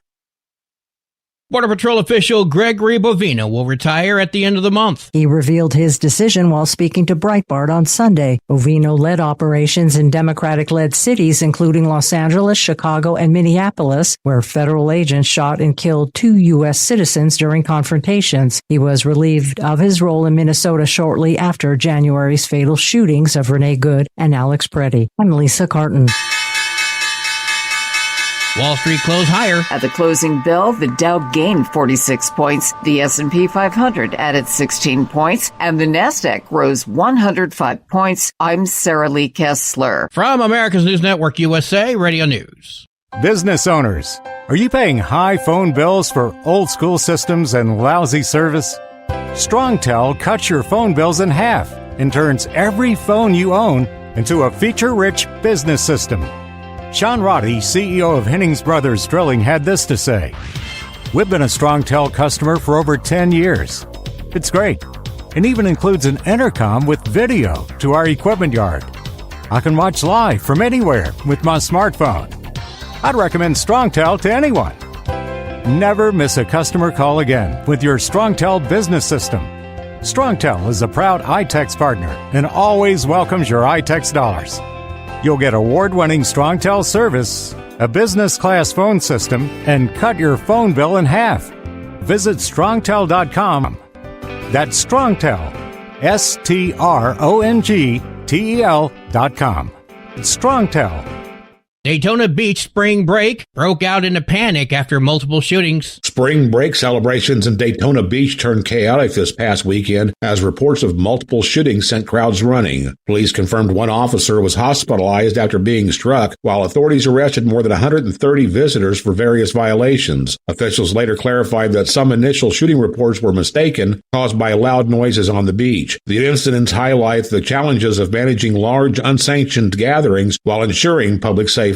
Ron Warner, USA Radio News. Repairs are being made to the Temple Israel in West Bloomfield, Michigan, after a man rammed his pickup truck into the synagogue last week before killing himself. Jewish Family Services of Metropolitan Detroit's also offering counseling for community members impacted by the attack. CEO Perry Oron says it was a miracle no one else was seriously injured or killed. Built this crisis response team years ago, kind of like building a fire truck, hoping you never have to use the fire truck. And oh my gosh, we've had to use it over and over and over again. The nonprofit Common Ground is also offering mental health support. John Sommers, USA Radio News. A 59-year-old San Antonio man, known online as Cheer Dad, was arrested for attempting to groom children. He intimated to us that he's actually at certain times met with young ladies for sexual activity. Sheriff Javier Salazar says the suspect, Lawrence Paul, admitted to illicit chats and may have other victims. For USA Radio News, I'm Anthony Lucero. iLocal.net is offering a free website analysis to improve the online presence of your business. Business owners across the U.S. turn to iLocal.net to improve their search engine rankings. Search engines are constantly changing their algorithms. You need the professionals who know how to use those changes to benefit your business. Don't hope for new customers. Get found and be chosen. Visit iLocal.net/go for your free website analysis. iLocal.net/go. Truck downtime costs you money. One hidden killer on Cummins ISX 15 engines is weak injector cups. When they leak, coolant gets into the cylinders and suddenly you're facing a big repair bill. Industrial Injection has the fix. Our Torque Lock Injector Cup Kit with a threaded Torque Lock design. These cups stay sealed for good. No more coolant leaks. No more surprise downtime. Keep your truck on the road. Ask your shop for Industrial Injection Torque Lock Injector Cups today. Dean Michael, the tax doctor here.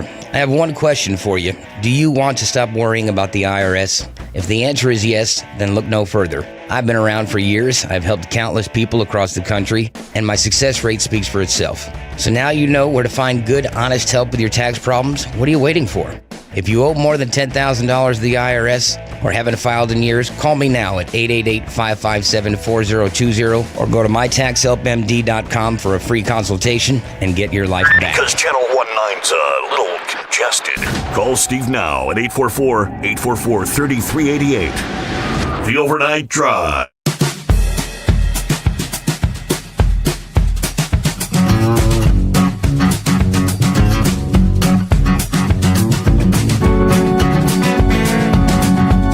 Let's roll into a brand new day from coast to coast.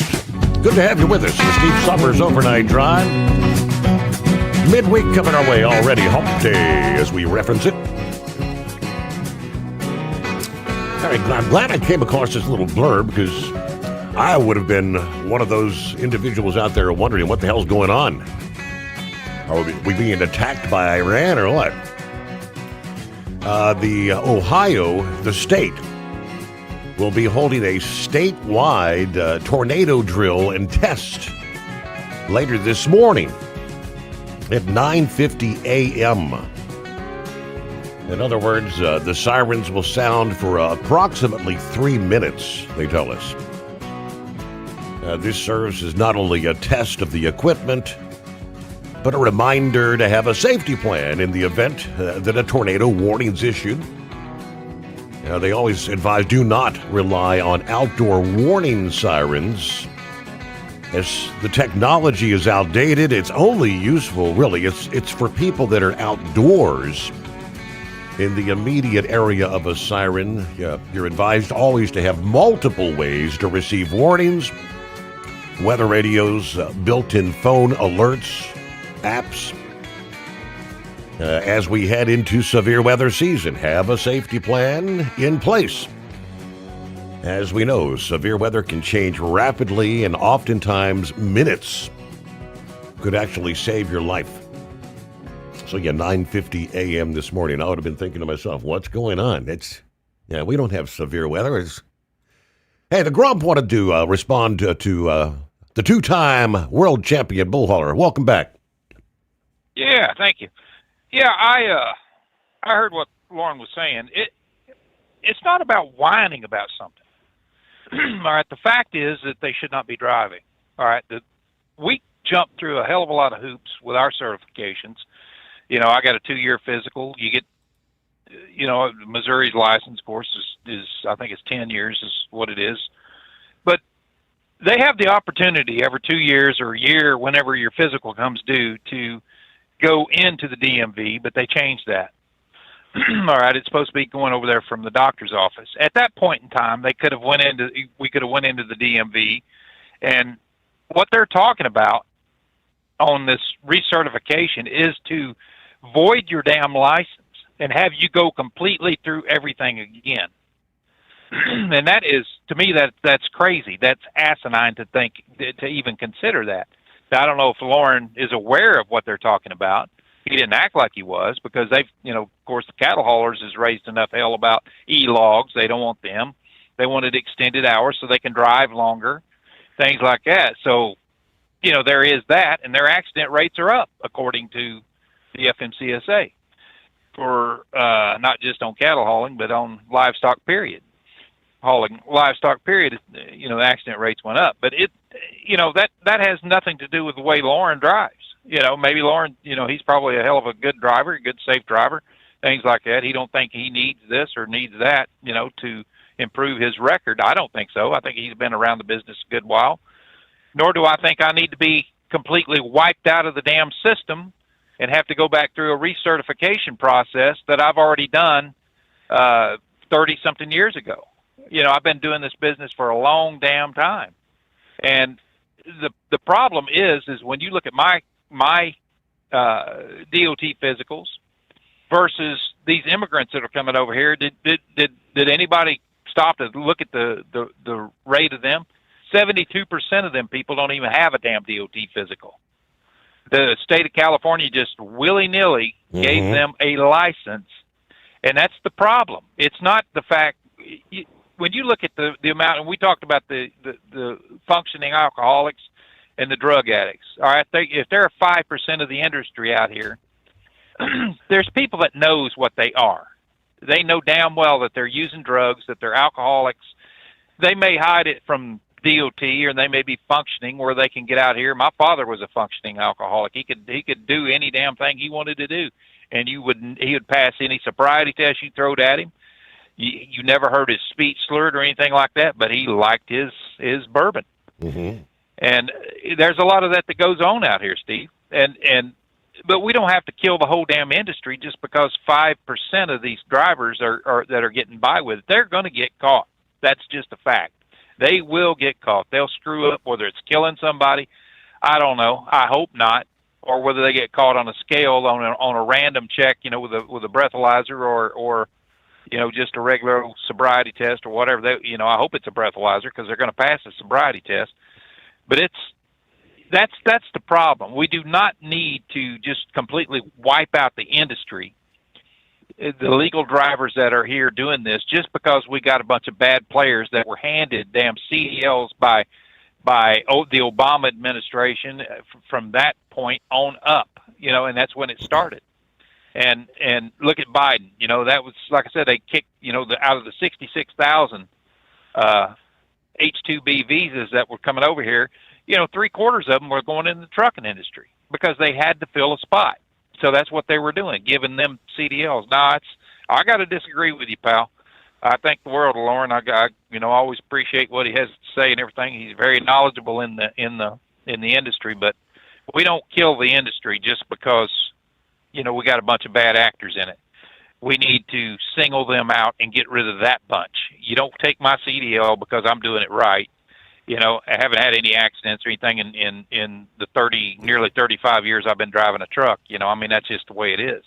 That's my thoughts on it, or anybody else. I wouldn't expect them to take Lawrence either. He's been in it a long time, to screw his certification up or anything else and make him jump through hoops because you got bad actors in the, cattle hauling business or still chewing on the toothpicks and taking the drugs and crap like that to stay awake. He needs to go back over some of the stuff that's happened in the state of Missouri, over the years, like out at Harrisonville when they had that guy had that wreck out there and, killed all them cows and stuff.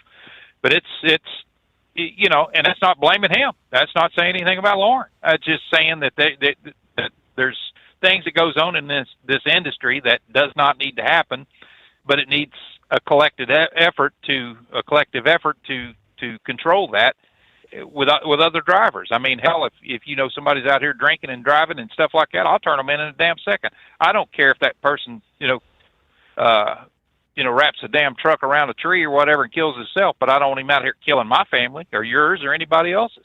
So yeah, I'll say something about it, but that's not the problem. We don't know what's going on with these immigrants. We don't know a damn thing about what's going on how they got their license, whether they went through the same kind of process that we had to go through. I'm guessing that the answer is no, they did not. They were just handed a driver's license, their butt stuck in a damn truck, and the next thing you know, they're able to lease that truck and have their status bump from an H-2B up to an EB. Yeah, that's ridiculous. Hell, that's just giving them, more of what they don't need, and it's just putting us in danger, man. It just, we've allowed this industry to go to hell in a handbasket just for stuff like that. And I don't think for 1 second that we need to everybody be wiped off the driving rolls and then have to go back through this whole process. Number one, six months for all of that, that's ridiculous.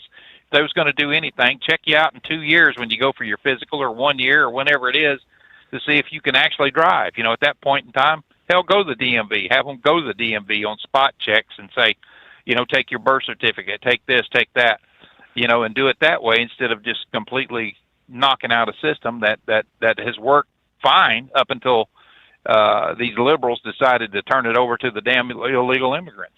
And that's my 2 cents on it. All right. Very good. Differing opinions in some cases. Hello, Spaceman.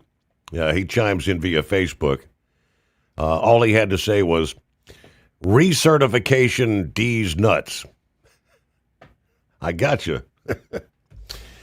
We were talking this ongoing Homeland Security shutdown, right? Where the Democrats are pulling their little political stunt, fighting. They want to offer no money for Immigration and Customs Enforcement or the Border Patrol, which anyone with a lick of common sense would see clearly. They're supporting open borders, and they're supporting those that are already illegally in the country. They don't want ICE out there getting them out. But the trade-off is you've got all the air traffic workers, the transportation security workers there that are supposed to be screening Trying to make sure the bad actors don't get on a plane and kill several hundred people or more. Now, the acting Deputy Transportation Security Administrator, Adam Stahl, warned this past day that we're seeing these incredible lines, hours and hours, people waiting to get to the security points. In cases, people are missing their flights. I got to the airport 2 hours early, and I didn't get through security. Now, he said this past day that we could be facing smaller airports actually being forced to shut down if more security workers begin calling out or quitting amid this ongoing Homeland Security shutdown. They're not getting their paychecks. Stahl said the TSA has already depleted their National Deployment Office of all available workers, spreading their resources as thin as they could go. At this point, we are fully stretched.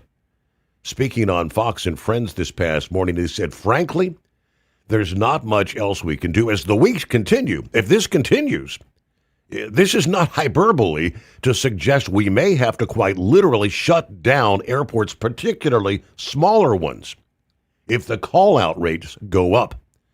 A lot of these officers can't afford to come in. Union leaders representing TSA workers warned on Monday that every available financial option has been exhausted. Agents are now coping with eviction notices, vehicle repossessions, empty refrigerators, overdrawn bank accounts. Stahl said some TSA workers are living paycheck to paycheck, sleeping in their cars, or even having blood drawn to afford their expenses. I spoke to one officer who couldn't afford care for her child with special needs.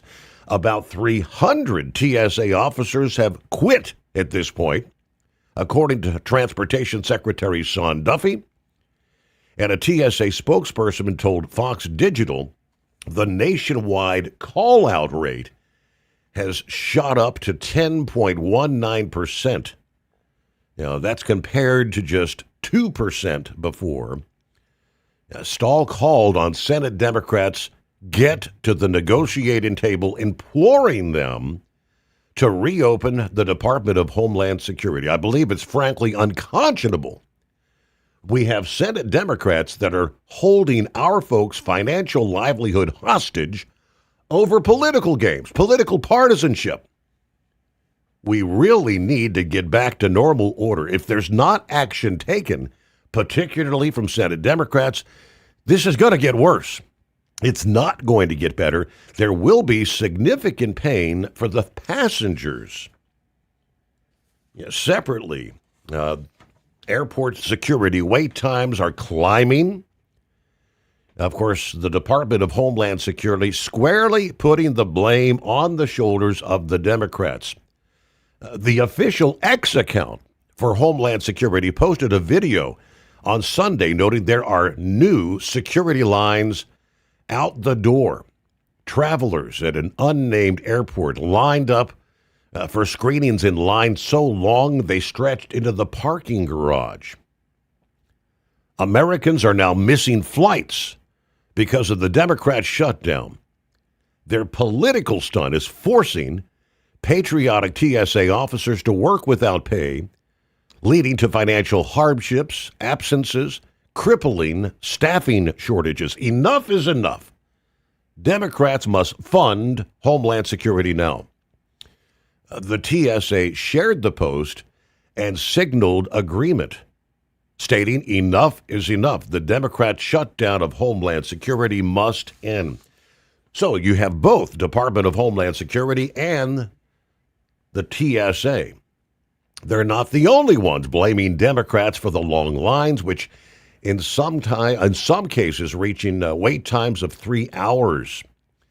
Senate Majority Leader John Thune from South Dakota contended the Democrats have been refusing to compromise on Homeland Security funding. They keep telling us they're serious about funding the agency, but their actions speak louder than their words. Negotiations have been going now for well over a month. asserting that the two offers the Democrats have put forward were basically the same. That was no money for Immigrations and Customs Enforcement, no money for Border Patrol. If Democrats are really serious about taking action on this issue, they'd be working overtime to arrive at a compromise. But they're not. They don't even want to sit down, says Thune. Truck downtime costs you money. One hidden killer on Cummins ISX 15 engines is weak injector cups. When they leak, coolant gets into the cylinders and suddenly you're facing a big repair bill. Industrial Injection has the fix. Our Torque Lock Injector Cup Kit with a threaded Torque Lock design. These cups stay sealed for good. No more coolant leaks. No more surprise downtime. Keep your truck on the road. Ask your shop for Industrial Injection Torque Lock Injector Cups today. Come join the Steve Summers Overnight Drive as we broadcast all 3 days from the Mid-American Truck Show in Louisville, Kentucky, March 26th through the 28th. Don't miss your chance to see the latest in trucking tech, gear, and more. Stop by the booth to meet Steve and register for your chance to win a new truck seat or truck seat cover for your big rig from Bostrom Seating. Plus, buy SSOD gear, win survival kits, and pick up your Hot Shot secret products to keep your ride on the road. Come see the Steve Summers Overnight Drive in Louisville, Kentucky at the Mid-American Truck Show, March 26th through the 28th. Learn more at overnightdriveradio.com. Your factory fuel filter is letting you down. AirDog heavy-duty diesel fuel systems don't just filter your fuel. The AirDog fully optimizes your truck's fuel system for peak efficiency. The factory-provided filter simply removes particulates and water from fuel. The AirDog system removes all contaminants, including entrained air, water, and particulates, and feeds the engine pump with optimal pressure. Check out airdogdiesel.com to learn how you can capture every bit of performance and efficiency from your fuel system. Dean Michael, the tax doctor here. I have one question for you. Do you want to stop worrying about the IRS? If the answer is yes, then look no further. I've been around for years. I've helped countless people across the country, and my success rate speaks for itself. So now you know where to find good, honest help with your tax problems. What are you waiting for? If you owe more than $10,000 to the IRS or haven't filed in years, call me now at 888-557-4020 or go to mytaxhelpmd.com for a free consultation and get your life back.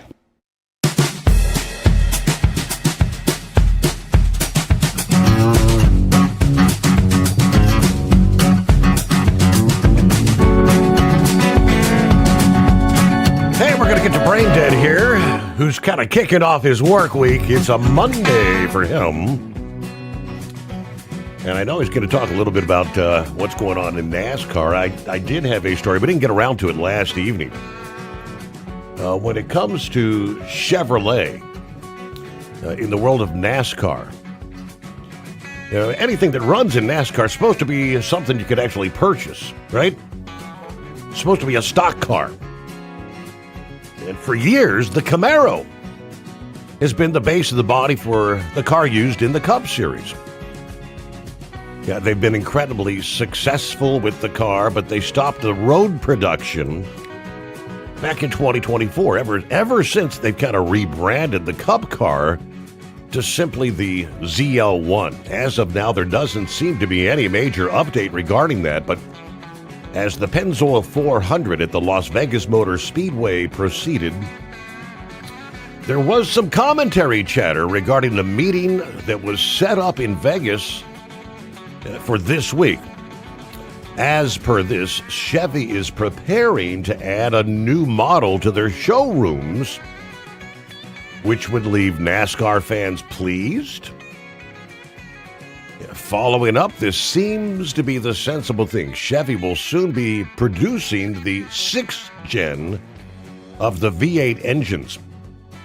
Considering they've been using the Camaro since 2018, it might be time for an upgrade. A new car could potentially have slightly upgraded aerodynamics. Right now, there's 17 charters running in the Cup Series signed with Chevrolet. Of course, the most successful team, Hendrick Motorsports, also runs Chevy. So any change that the manufacturer's planning would be a massive change for almost the entire field. Yeah, this could be huge as Chevy rolled out with a new body design for the 2026 season.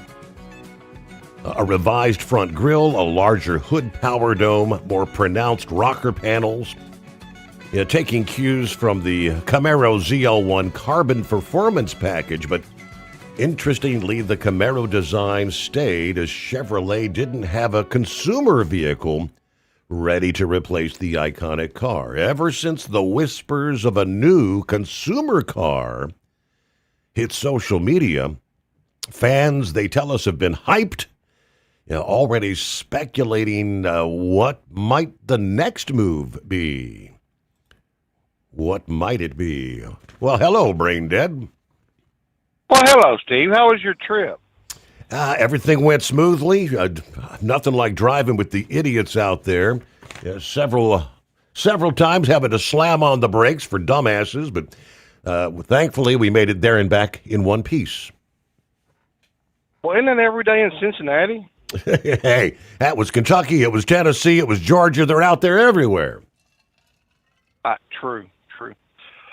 Oh, where do you begin, buddy? Yeah, that Chevrolet body, that really's not worked this year. I mean, if you go look at, like I said, at the Phoenix race, they've only led one lap during the whole race, and that's been their whole problem with this package they've got is the intermediate package. It just can't get, just really can't get traction. And there's supposedly, and I'm using the air quotes here, supposedly all these AI pictures and renderings of the El Camino and the Camaro and all of that. That's all just AI generated crap. Nobody knows. GM has kept this way under lid. They've showed this off to the dealers. They had a big dealer convention, I think, out there. I think it was like you were saying. But they showed the car off, but nobody will comment or say exactly what it looks like. And it's going to be interesting to see how this car performs too, because see they got that 750 horsepower package, and the one thing that really got them out here in the Phoenix and the Vegas tracks was tires and pit and tire management and pit strategy. I mean, when you go look at what happened with Kyle Larson in Vegas and Ryan Blaney, they had tire issues, went back and forth. Same thing kind of with, the pit strategy. I mean, Ty Gibbs finished third. I mean, he's getting there. Ty Gibbs is getting there and knocking on the door to get a win, but, he's always coming up the bridesmaid, which kind of leads me into the whole, have you heard the new NASCAR update, Steve-O? NASCAR? No, what do we got? Well, you know what? Hold that thought there. We got to get a news break in here. Be right back. USA Radio News, I'm Anthony Lucero. President Trump suggested Iran's new supreme leader, Mojtaba Khomeini, may be dead or seriously injured following the recent U.S.-Israeli airstrikes. They're all gone. My biggest problem is I have no idea who we're talking to because nobody ever heard of any of these people. They're all dead. Trump says the reports are unclear and the U.S. does not know his current status. The Save America Act is moving forward in the Senate after Republicans voted to open debate on the voter ID bill. President Trump calls it historic. Passage remains unclear.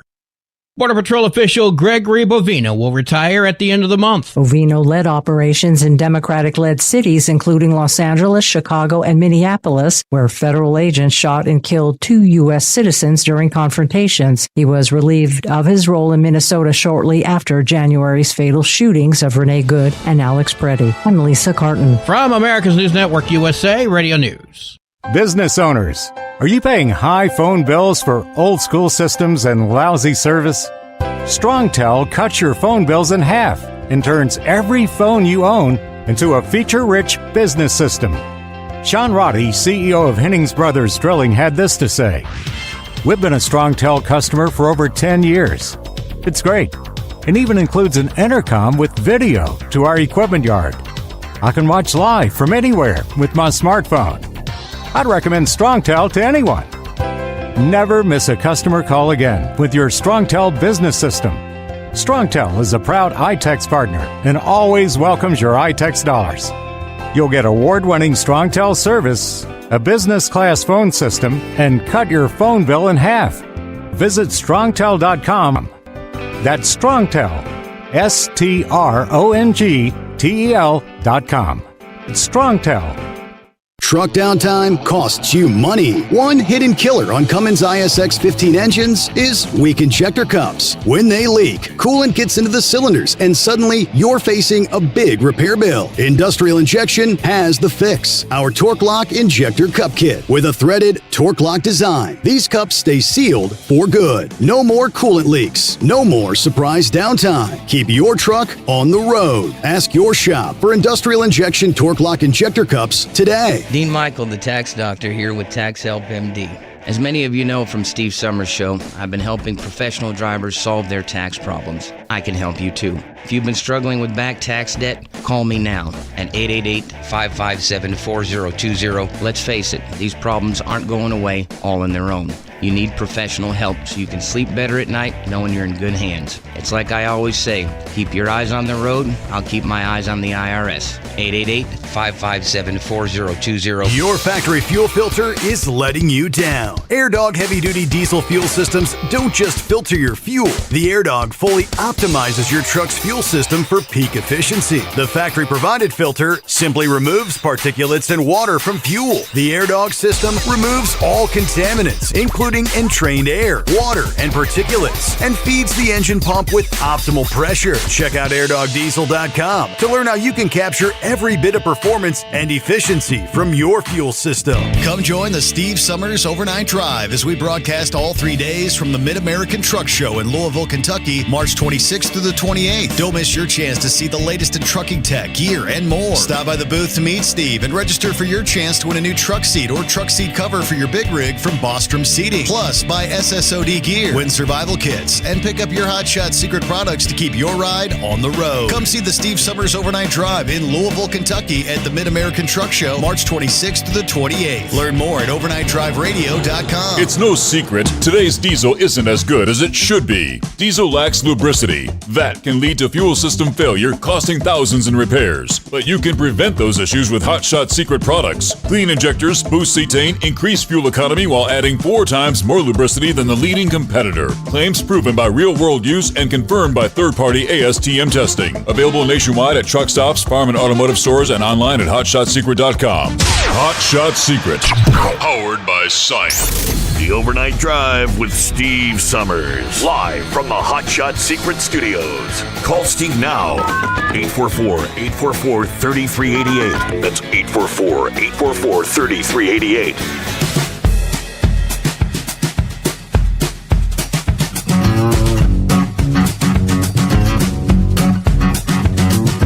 Picking up where we left off, which was the very latest in NASCORT. What's going on now? Oh, well, this is the whole Joe Gibbs Racing, Chris Gabehart, stealing secrets. Joe Gibbs Racing needs to quit living in the past. I mean, come on now. You have a single source supplier for all of your engines, all of your transmissions, all your body parts, your panels. You have single source supply. What secrets are there? Number one. Number two, you can go and look at any of the SMI data and go pull up and how to tweak things from this race to this race. Because a bunch of these tracks, like Vegas, Phoenix, Charlotte, etc., you're going back twice. So if this setup doesn't work, tweak it a little bit and see what happens. Because every driver has a different driving style. But you have because you've seen over the years all of these crew chiefs that get fired and go to this team. Well, what's to say they're not stealing secrets as well? Mm-hmm. What's to not say they're not taking their notebook with them as well? This, to me, is a bogus BS lawsuit that it should not even be remotely entertained in the courts. I mean, come on now. This is garbage. But now let's get back to the Vegas race. It was really good to see Denny Hamlin win that race for many reasons. Because his parents were not there when he won number 60. And yes, his dad passed away over the holidays. And yes, his mom was there to celebrate number 61. So, yes. But now we're coming up to some of the tracks that he likes to run. And what's to say he can't do 4 in a row, Steve? What's to say it? Because you've got Darlington, Martinsville, and Bristol coming up. Say he couldn't do 4 in a row. I think he probably could if given a chance. Mm-hmm. If given a chance. So, but F1 did cancel their races in Bahrain and Saudi Arabia. I knew that was coming all day long. I get why they did it. They're not going to replace it on the calendar because, like we've said before in the past, it takes so long to plot and plan these races. It's just feasibly not enough time to get something prepared. Because when they were setting the schedule down last year, none of this was going on. The Iran was just the last 3 weeks, 4 weeks, something like that, if I remember right. Mm-hmm. So there's no time to really prepare. So it really is kind of. I mean, it is what it is. So, but other than that, Steve, we're getting ready for opening day, buddy. And you know what? I'm gonna be on vacation that week, so I'm gonna be able to catch the Cardinals home opener there. How about that? Yeah, can you believe it's almost baseball season, buddy? Righto. Is it going to be one of those baseball seasons that kicks off with maybe snow at some of the stadiums? Let it snow, let it snow, let it snow. Could be. It could be. Hey, I would give anything to see a snowball game. I mean, honest and truly. But you know, our good friend Rick Friend, you know, we need to have a discussion with him. I think he's finally drinking the Kool-Aid and coming over to the dark side, Steve. I think he is a closet Cardinals fan. He just don't want to admit it. He's a closet Cardinals fan. Yeah, I'm proud of Rick. You know, he's finally coming over, buddy. But I got to go do that nasty 4-letter word. We'll holler at you later. All right, off to work you go. Yeah, Rick, I can hear him now. He's out there cussing you. Ain't no Cardinals fan. It is 844-844-3388. All right, Senor Heatwave coming up momentarily. First, will you head down somewhere in the Sunshine State? What's going on this morning, Philip? Oh, not much, man. I'm getting a little heat there between Lauren and Grump, man. What do you think there, Steve? Awesome, differing opinions. That's what it's all about, right? Absolutely. But there's arguments on both sides of the deal. My chime in on it is there's a lot more than these over-the-road truck drivers that are going to be affected by a CDL reset. You think about all the guys that do the maintenance work on the trucks. You think about all the folks that work in other industries that involve a CDL, like, say, for instance, the people that work for the folks that have trains, that have to maintain rails, that have to have a CDL to drive their truck, that they have to help, you know, that carries the equipment to maintain rails. It's not just the over-the-road truck driver that's going to be affected by this. I will say this much, and this is kind of the same thing with what's going on now with the TSA. If these people had to pay for this out of their pocket, like, say, their physicals or anything that takes to maintain a CDL, and Grump and a lot of the owner-operators do that, and there's a lot of us that maintain their CDL out of their pocket, I think that would change a little bit of the industry as well. They wouldn't be these massive carriers paying for somebody's physical when they hire on. You know, they have to make sure that all that stuff's legit before that person is even hired, and that person themselves would have to maintain it. If we did that, that would thin out the herd as well. Okay? And as far as the TSA thing goes, I think that we need to get all of our congressmen, anybody that's, if we've got a government shutdown right now, Steve, right, and we pay for their travel costs, I think we need to let them pay for their own travel costs because, hey, the government shut down. We don't have enough money to pay for stuff. You're not going to be flying in a private jet to Washington. You're going to be flying on Southwest or any of the common carriers out there, the air carriers, just like all the rest of us regular Joes do. And you're going to stand in the line when that TSA guy isn't there, right? Mm-hmm. I think that's a side that we need to put into our legislation. Let's make it to where all these folks have to fly with all the rest of us here. And then they will understand. Like, Steve, if this thing goes bad, right? Now, let me ask you this. Is it air traffic controllers going to be affected in this one if it keeps going the way it's going? Not to my knowledge. I think that, they passed government funding, everything but Homeland Security, right? Okay. Well, let's say, for instance, if this got down to the air traffic controllers, as well as TSA, that, like, these people are not making any money and they're working, that's fine. Let's just pull all that stuff out. Let's just have people walk into the airport, get on their airplane, and go where they needed to go. Okay? And then let's see how people would understand what the deal is about safety and all this other stuff. Let's just pull it all out.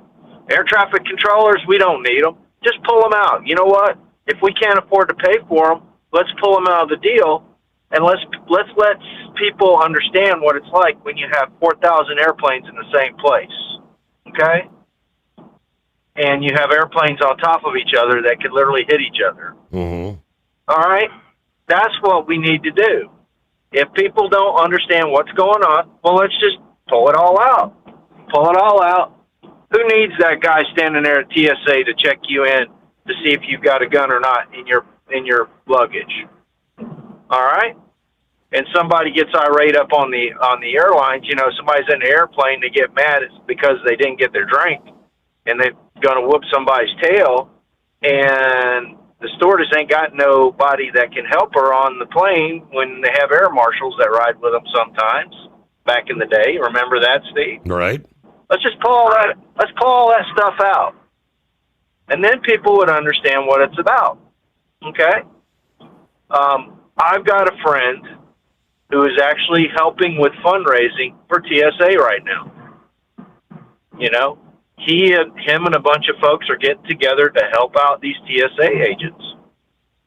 Because in Orlando, that airport has got a ton of them. They've got a ton of them that it's on the news every day down here that they're just quitting and pulling out because they can't afford to work there no more. I mean, right. When your gas jumps 50 cents in 2 days, which it's done with us down here, in 2 days we've jumped 50 cents in price. Do you got to make a choice? Do I eat? Do I buy the gas to go to work to not make a paycheck? What are you going to do here, folks? Right. It's one of them deals. And there's a lot of us that are out there that are like that. It's like, okay, when do I pull the plug? And as far as Iran goes, I heard that we dropped some bunker busters out there. 5,000-pound bunker busters. That's a good thing. I am kind of understanding it more now. Steve, everybody has been up and down about Zelensky from Ukraine, right? Correct. Hasn't everybody been up and down about him? Did you by chance catch any of his speech he gave yesterday to the folks in London and the UK? I saw a headline, something akin that he's ready to try to help us, but what's he going to have to offer? That's what I'm not understanding. What's he got? Okay, here's what he's got. This little thing that Iran is using a lot of called drones. You're hearing a lot of this drone. That's all you're hearing about? Absolutely. Okay, so what he and the Ukraine have done is they have developed a system that takes out drones. Just like, how we have that system that takes out missiles that we gave Israel and everybody over there. We even actually gave Ukraine some of that stuff for Russia to take out missiles. They call them the Patriots. Well, he has a system that's kind of the same thing, but it concerns drones. Okay? Mm-hmm. And he explained yesterday in his speech that Ukraine had to step up the plate with Russia when they started getting more into drone warfare. So then Ukraine said, hey, we see something here we need to get into. Let's get into this drone warfare thing. And what they've got, essentially, is drones fighting drones. Okay? It's like Top Gun without nobody flying the plane. Okay? And they are using it against Russia. And they want to make a deal out of it and come in to help us with it. They talked to UK yesterday about it. They've talked to a lot of countries about it. They want to get there to make their country money. They want to get into this drone technology that's out there. And he said it yesterday. AI is everywhere. And when it gets into drones, it's going to be even bigger than what it is now, Steve. A lot bigger. And he did have a good, valid point that he made in his speech. Once this AI gets into the system, fully into the system, you know, we all talk about Terminator and all that kind of stuff. Well, this is going to be like the beginning of that, okay? And it's something that we got to pay attention to. And he did have a valid point on it. Now, do I care about that guy? Not all the way in the sense. I'm telling you, I mean, there's some lines with money that has been thrown around Ukraine that's been kind of strange. But the one thing that he did make a point of yesterday, and he showed his system. He showed how it works and what they're doing over there against Russia.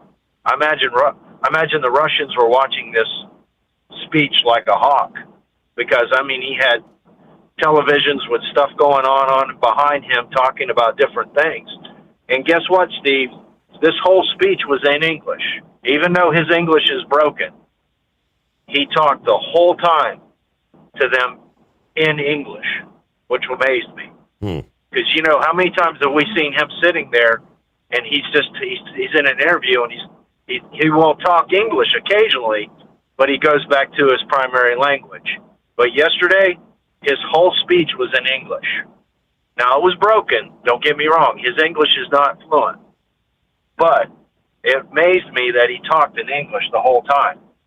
So, kudos to him. Now, Steve, there's something else I want to go. Before I go, I want you to take a look at. And I'm still doing research on it. I know I talk a lot about Grady Judd on this show. I heard that Grady Judd and a bunch of the sheriffs are taking a different stance on illegals now. I'm still researching the story. I've still got to check it out. If you can and you have time, could you research it as well? And then also, Steve, have you heard about all this rumbling with spring break down here in Daytona? Yeah. Four separate shootings over the weekend. Chaos. Okay, dude, it's like almost like a Super Bowl down here now. We've got a zone that you go into, and if you get busted in this zone, it's like 4 times what you're going to face normally, okay? What they're having a problem with these people that are going on the internet and setting up these things that are these takeovers and these different things on their internet. They're not planned events, and they're going in and they're bringing in a ton of people, and they're causing chaos. And Sheriff Chitwood, he's going nuts with it. He's tired of it. I mean, you can see some of the pictures of all these people on the beach running around doing crazy stuff. You know, they don't want that. So they're watching you, though, if you do come down here. So, but that's all I got today, bud. You have a good one, and thanks for having me. Appreciate you checking in there. All right, spring break, Daytona Beach. Gunfire. 4 separate shootings under investigation.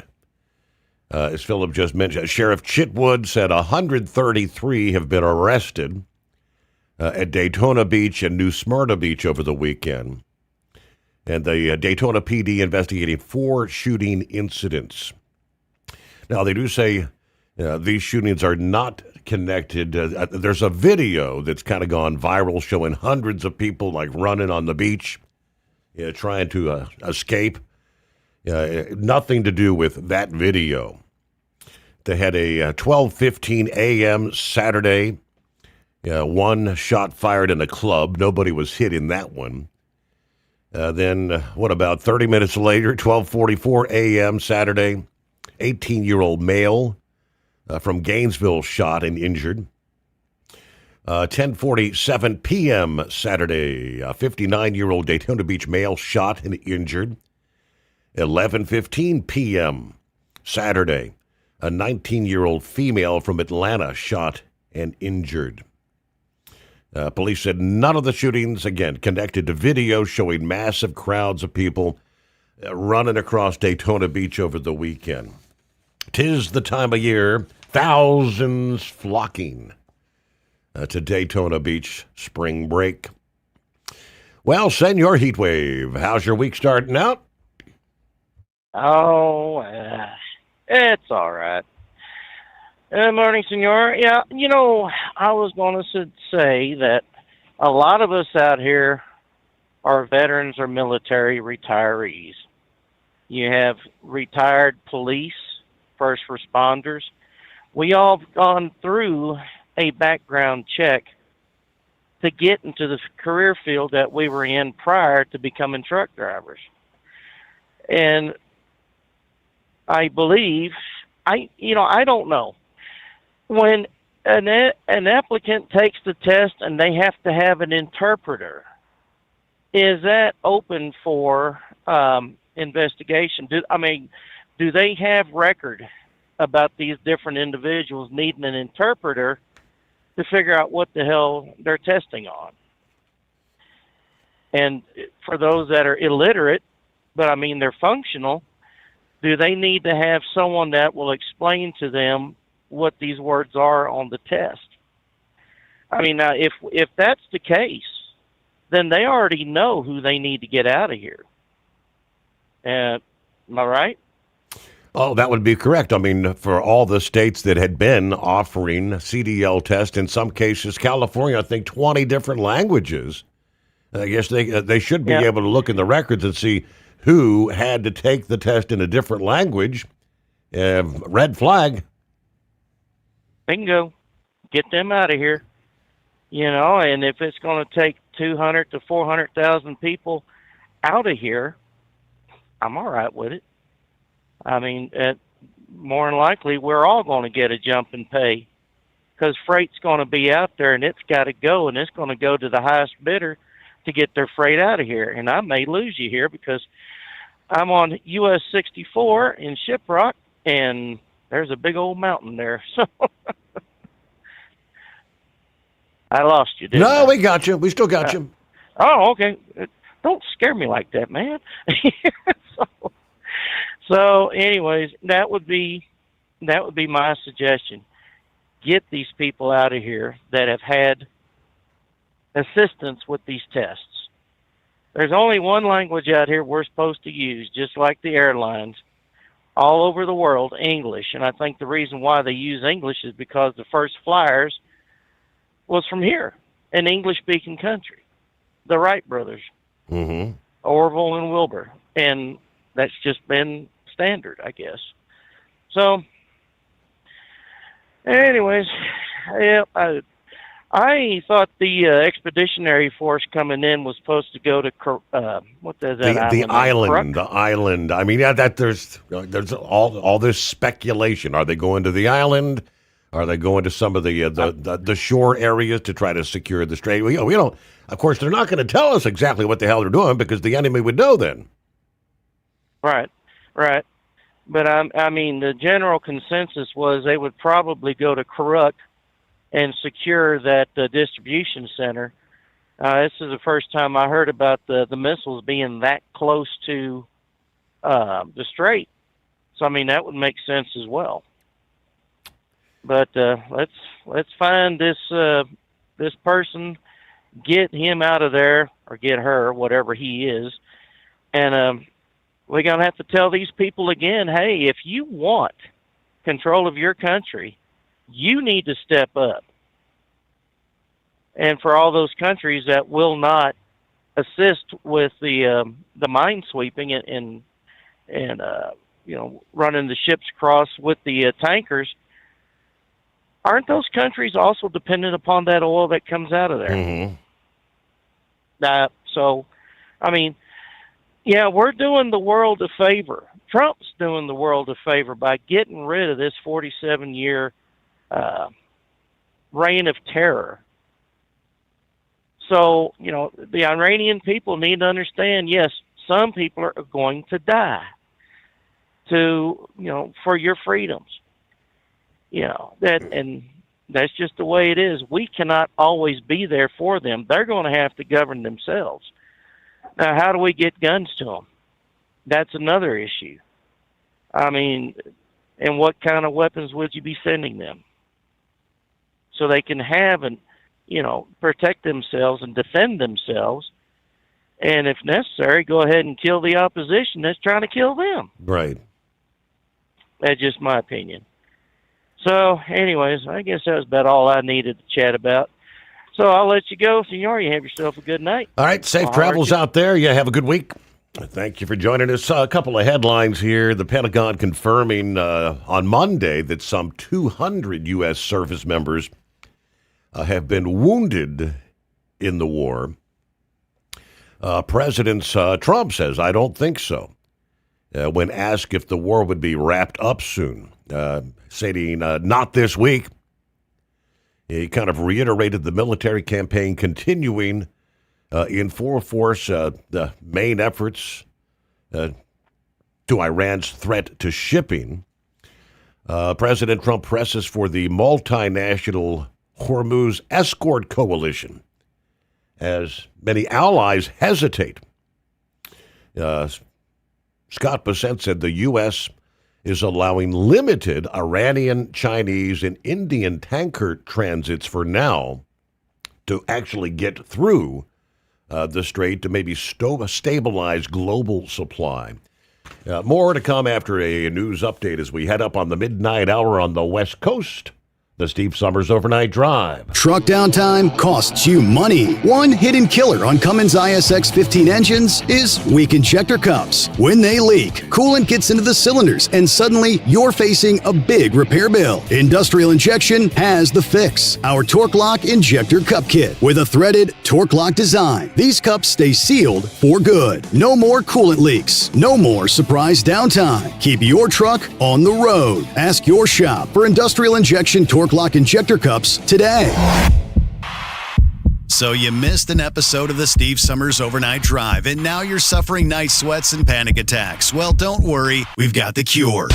Never miss a broadcast of the Steve Sommers Overnight Drive. Consistently ranked as one of the top podcasts and radio shows in America, we've made it easy for you to catch up on past shows. Find the Steve Sommers Overnight Drive wherever you get your podcasts or at overnightdriveradio.com. And never miss an episode of the Steve Sommers Overnight Drive. Your factory fuel filter is letting you down. AirDog heavy-duty diesel fuel systems don't just filter your fuel. The AirDog fully optimizes your truck's fuel system for peak efficiency. The factory-provided filter simply removes particulates and water from fuel. The AirDog system removes all contaminants, including entrained air, water, and particulates, and feeds the engine pump with optimal pressure. Check out airdogdiesel.com to learn how you can capture every bit of performance and efficiency from your fuel system.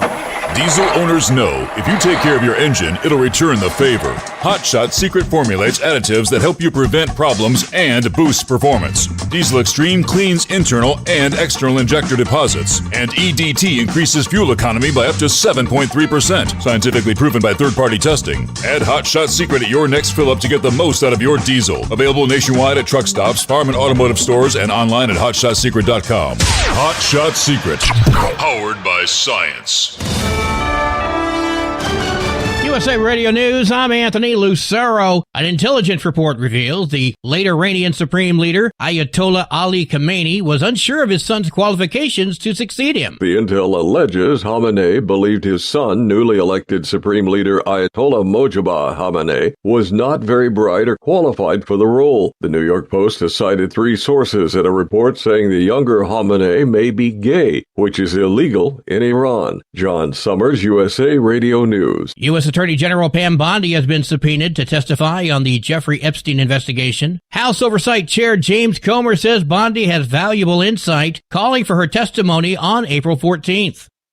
President Trump says he believes he's going to have the honor of taking Cuba. Trump called the island less than 100 miles from Florida a failed nation and said, I think I can do anything I want with it. I do believe I'll be the honor of having the honor of taking Cuba. The president's comments came the same day that Cuba's national electrical grid suffered a total collapse, leaving around 10 million people without power. It's the first major blackout since the U.S. effectively shut off the flow of Venezuelan oil to Cuba. I'm Mark Mayfield. Hannity apologizes to Senator Fetterman over his past criticisms. On a recent episode of his podcast, Fox News host Sean Hannity apologized to Pennsylvania Senator John Fetterman, admitting he had misjudged him during the 2022 Senate race. I had you all wrong. Everything I thought about you, and I really believed it, was wrong. The two discussed their first meeting at Mar-a-Lago, Fetterman's independent approach to politics, and the importance of putting country over party. Fetterman emphasized he holds no grudges and values open conversation across the political aisle. Ron Warner, USA Radio News. At the closing bell, the Dow gained 46 points, the S&P 500 added 16 points, and the Nasdaq rose 105 points. I'm Sarah Lee Kessler. From America's News Network, USA Radio News.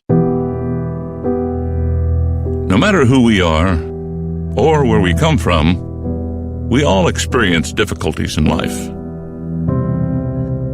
Military veterans know that sometimes it takes strength and determination to make it through.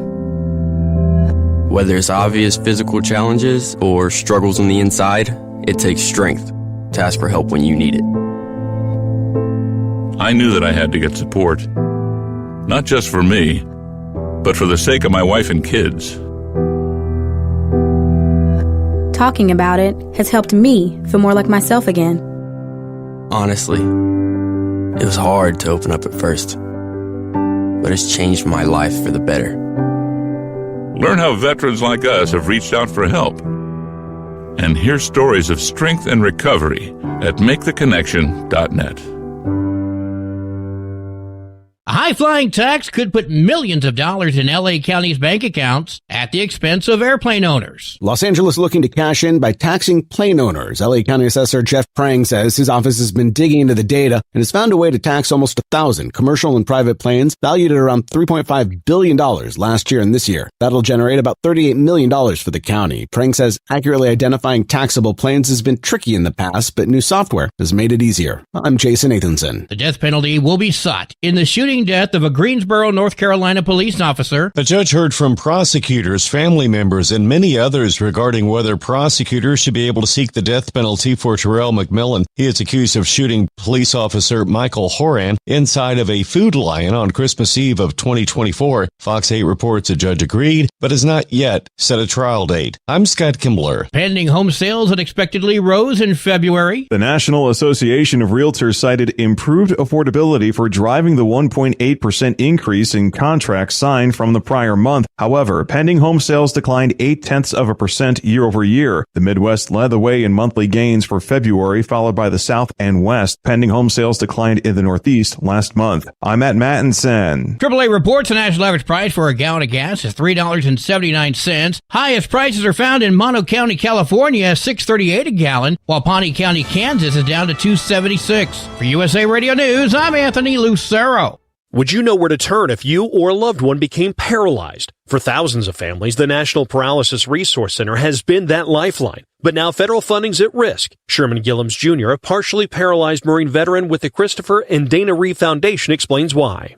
This is about more than just a budget line. It's about veterans, caregivers, and families, real people who need these resources to live more productive and independent lives. Learn more at ChristopherReeve.org. Truck downtime costs you money. One hidden killer on Cummins ISX 15 engines is weak injector cups. When they leak, coolant gets into the cylinders and suddenly you're facing a big repair bill. Industrial Injection has the fix. Our Torque Lock Injector Cup Kit with a threaded Torque Lock design. These cups stay sealed for good. No more coolant leaks. No more surprise downtime. Keep your truck on the road. Ask your shop for Industrial Injection Torque Lock Injector Cups today. So you missed an episode of the Steve Summers Overnight Drive, and now you're suffering night sweats and panic attacks. Well, don't worry. We've got the cure. Never miss a broadcast of the Steve Summers Overnight Drive. Consistently ranked as one of the top podcasts and radio shows in America, we've made it easy for you to catch up on past shows. Find the Steve Summers Overnight Drive wherever you get your podcasts or at overnightdriveradio.com. And never miss an episode of the Steve Summers Overnight Drive. Keep the bugs off your glass and the smokies off your ass. This is the Overnight Drive with Steve Summers. We waited patiently, and finally we have Grand National polls in the books. And we have more coming.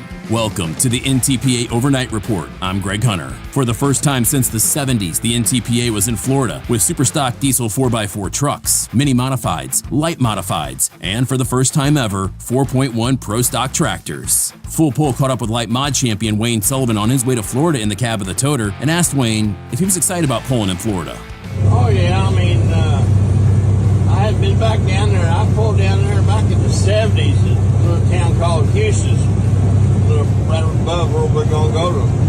So, yeah, it's going to be exciting. I used to love to go to Florida from NTPA years ago, but it's going to be a long ways to go. If fuel prices this high, it's scary, but we're going to go down and give it a try. Last weekend in Zellwood was the first of two for the Southern Swing, and it did not disappoint. Only two classes were able to hook on Friday, but they put on a show. The Mini started off the night and the season with Grant Theobald and the Wicked Polling team taking the top spot with Lil Wicked going 329, followed by Adam Bauer and Iron Tour at 328, and rounding out the top three, Cody Singletary and Carolina Night Train 2 going 322. The only other class to hook were the new 4.1 Pro Stock tractors. Running in the red took the win with a hook of 303. Second was Kevin Lindstrom and Hyper Harvester going a distance of 295, and rounding out the podium was Brian Miller and Diggin' Bone going 294. On to Saturday, with an earlier start time, all four classes were able to hit the track. In the 4.1 Pro Stocks, Kevin Lindstrom aboard Hyper Harvester took the win going 324. In second was Cody Doss and Plow Tractor 4.1 going 323. And rounding out the top three was John Deere 5020, piloted by Jerry Martin going a distance of 322. On to the Superstock Diesel 4x4s, totally out of control with Kevin Armstrong took the top spot on the podium going 318. Blake DeBrew took Flammable to 301 for second, and Jaden Littman took Something to Prove to 301 for third. On to the Superstock Diesel 4x4s. Totally out of control with Kevin Armstrong took the top of the podium going 318. Blake DeBrew took Flammable to 301.22 for second, and Jaden Littman took Something to Prove 301.12 for third. The Minis were back with Adam Bauer and Iron Toy improving from Friday night going first at 332. In second, Grant Theobald stayed on the podium with a hook of 326.93, and Cody Singletary and Carolina Night Train went 326.92 for one of the closest finishes I've ever seen, 0.01 feet separating second and third. The light mods rounded out the show with David Richardson aboard Tag Team taking the win with 318. Wayne Sullivan went 306, which was good enough for second, and Chase Smith with Outclass getting a pull of 305 on the sled for third. Remember, the Southern Swing continues this weekend in Satsuma, Florida with the same classes hooking, streamed live on Full Pull Live. This has been the NTPA Overnight Report. I'm Greg Hunter. Remember, pull hard.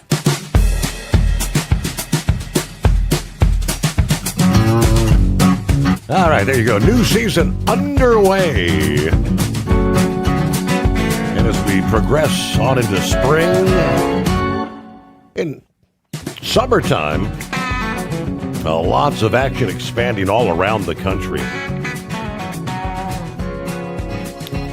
Kicking off another hour here, some frightening moments for passengers aboard an Amtrak train that was carrying more than 100 people. That struck an 18-wheeler this past morning in Texas.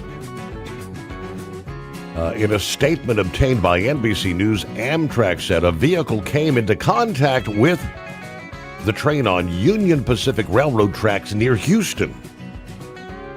The train, traveling from Los Angeles to New Orleans, with 93 passengers and 11 crew members aboard, according to the company.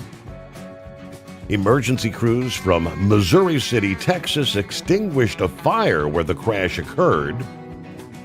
Fire chief said firefighters were dispatched to the southwest side of Houston about 11 a.m. local time. Amtrak said there were no reports of serious injuries. Reports indicated 2 were treated for minor injuries at the scene. No crew members, the conductor, or the driver of the 18-wheeler were hurt. Fortunately, the train did not derail, but fuel was spilled. Hazmat team contained the spill, so passengers were evacuated from the train, taken to the next station by bus. As a precaution, customers were moved off the train. According to Amtrak, they will continue east aboard chartered buses. Missouri City, by the way, is about 20 miles southwest of Houston there. Meanwhile, yes, the prices at the pump, the Iran war rattling the global flow of oil. Yeah, steeper fuel cost already straining household worldwide, as we're now facing some of the highest prices we've seen in 2.5 years. According to AAA, the national average for a gallon of regular jumped to $3.79 as of Tuesday, up from $2.98 we were paying before the U.S. and Israel launched the attacks on Iran. The last time gas prices were where they are now was back in October of 2023. One Louisiana resident said it's pretty hard. Times are tough for everybody right now. I'm getting way less gas, paying way more money. She's not alone. Paying at the pump, they say, one of the most immediate economic impacts of this conflict because of the price of crude. Yeah, the main ingredient in gas has soared, swinging rapidly over the last couple of weeks. Brent crude, the international standard, was trading at over $102 per barrel on Tuesday, up from roughly $70 per barrel several weeks ago. The U.S. benchmark now trading at close to $96 per barrel. I checked it here about an hour ago. It was down to about $92 per barrel. Some of the headlines saying oil prices actually dropping this morning due to, I guess we had some stockpile numbers released here in the U.S., and our oil inventories had a surprise build. So oil prices dropping a couple dollars per barrel. Yeah, a quick $92.77 a barrel at this moment. Again, that's the West Texas Intermediate. So following the prices at the pump, and of course, the trucking industry, you're paying much higher prices in most, about in excess of $5 per gallon now for diesel. All right, I think we've mentioned it a time or two in recent weeks, freight waves, highlighting Dolly Parton rebranding the Tennessean travel stops, partnering with Saks Capital Group and CTK Enterprises to rebrand the Tennessean Travel Stop Network, starting with the flagship there in Cornersville, Tennessee, relaunching early summer this year as Dolly's Tennessean Travel Stop. The I-65 location will remain open during renovations. Planned features include ample semi-parking, Southern-inspired quick-service dining, and local Tennessee retail. A possible nationwide rollout is penciled in for this year. Dolly stating, "I've spent the bulk of my life on the road and more specifically on a bus. I think we're going to fill a void out there on the highways, all while bringing the heart and soul of Tennessee." Of course, parking shortages are a documented, persistent problem for professional drivers out there. The industry's going to watch as more locations open, whether maybe a celebrity brand can drive real investment in truck-accessible infrastructure out there. One other industry headline, UPS has been in the news. United Parcel Service, their cost reduction program. They tell us it's not shrinking the company, but rather positioning it for profitable growth as it navigates a glide down in Amazon volumes to chase higher margin business. higher margin business than short-distance courier service, according to one top executive. Analysts are giving UPS solid marks so far in executing the largest network consolidation in history without a noticeable impact on service levels. As we come out of the second quarter, we'll have a more agile, more profitable network that we can grow off with the right type of volume, according to the chief financial officer. Less e-commerce, more small and medium business, more B2B, more healthcare. That really sets us up for the growth trajectory as we go forward into the back half of 26 into 2027. The significance of his remarks, not so much in new revelations, but the level of detail and color he gave about the shift that's underway at UPS. FedEx last month similarly outlined how they are prioritizing high-value B2B segments and premium e-commerce over what they call the last-mile delivery.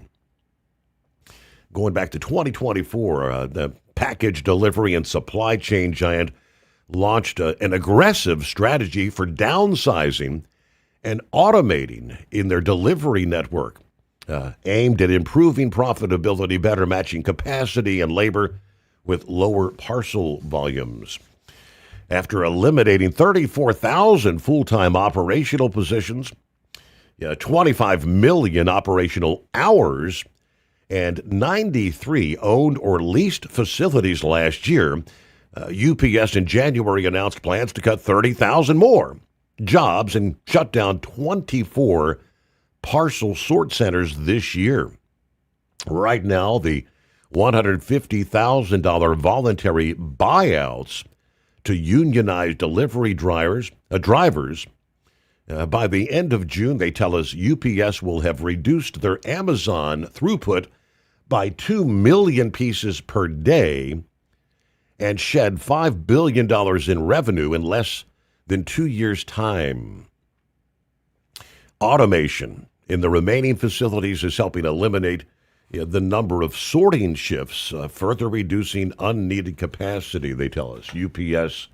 All right, Vic, got you coming up here. We'll see. I think he's talking about trying to clean up the trucking industry. And looks like Eagle had some final comments as well. The Steve Sommers Overnight Drive. Truck downtime costs you money. One hidden killer on Cummins ISX 15 engines is weak injector cups. When they leak, coolant gets into the cylinders and suddenly you're facing a big repair bill. Industrial Injection has the fix. Our Torque Lock Injector Cup Kit with a threaded Torque Lock design. These cups stay sealed for good. No more coolant leaks. No more surprise downtime. Keep your truck on the road. Ask your shop for Industrial Injection Torque Lock Injector Cups today. Come join the Steve Sommers Overnight Drive as we broadcast all 3 days from the Mid-American Truck Show in Louisville, Kentucky, March 26th through the 28th. Don't miss your chance to see the latest in trucking tech, gear, and more. Stop by the booth to meet Steve and register for your chance to win a new truck seat or truck seat cover for your big rig from Bostrom Seating. Plus, buy SSOD gear, win survival kits, and pick up your Hotshot secret products to keep your ride on the road. Come see the Steve Sommers Overnight Drive in Louisville, Kentucky at the Mid-American Truck Show, March 26th to the 28th. Learn more at overnightdriveradio.com. Your factory fuel filter is letting you down. AirDog heavy-duty diesel fuel systems don't just filter your fuel. The AirDog fully optimizes your truck's fuel system for peak efficiency. The factory-provided filter simply removes particulates and water from fuel. The AirDog system removes all contaminants, including entrained air, water, and particulates, and feeds the engine pump with optimal pressure. Check out airdogdiesel.com to learn how you can capture every bit of performance and efficiency from your fuel system. Dean Michael, the tax doctor here. I have one question for you. Do you want to stop worrying about the IRS? If the answer is yes, then look no further. I've been around for years, I've helped countless people across the country, and my success rate speaks for itself. So now you know where to find good, honest help with your tax problems. What are you waiting for? If you owe more than $10,000 to the IRS or haven't filed in years, call me now at 888-557-4020 or go to mytaxhelpmd.com for a free consultation and get your life back.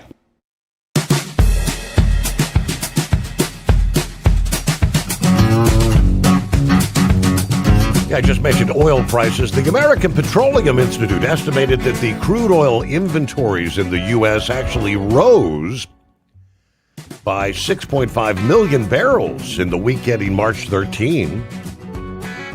A surprise build of pretty significant magnitude. In the week prior, crude oil inventories shed 1.7 million barrels. Analysts had expected a draw of about 600,000 barrels for that current reporting period. Inventories in the U.S. Strategic Petroleum Reserve have stayed at 415.4 million barrels for multiple weeks in a row as of the week ending March 13. Now, that's about 310 million barrels shy of maximum capacity.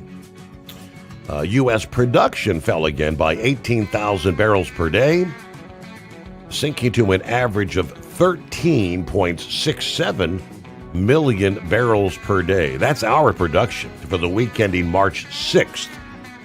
According to the latest EIA data, even with that drop, it's still 103,000 barrels per day more than the same time we were producing last year. Gasoline inventories fell this week, shrinking by 4.6 million barrels. For the week ending March 13 and the week prior, inventories fell by 1.8 million barrels. As of last week, gas inventories were about 5% above the 5-year average for this time of year. Meanwhile, distillate inventories sank by 1.4 million barrels after decreasing by 2.3 million barrels the week prior. Distillate inventories are about 2% below the 5-year average as of the week ending March 6. Numbers are in pretty decent shape at this point. All right, John, let's get to Vic this morning. What's happening out there? Well, I haven't been out too much lately. My wife had to have an appendectomy a couple of weeks ago, so I've kind of been sticking close by, and I had my tickets for the truck show there next week, but I won't be there.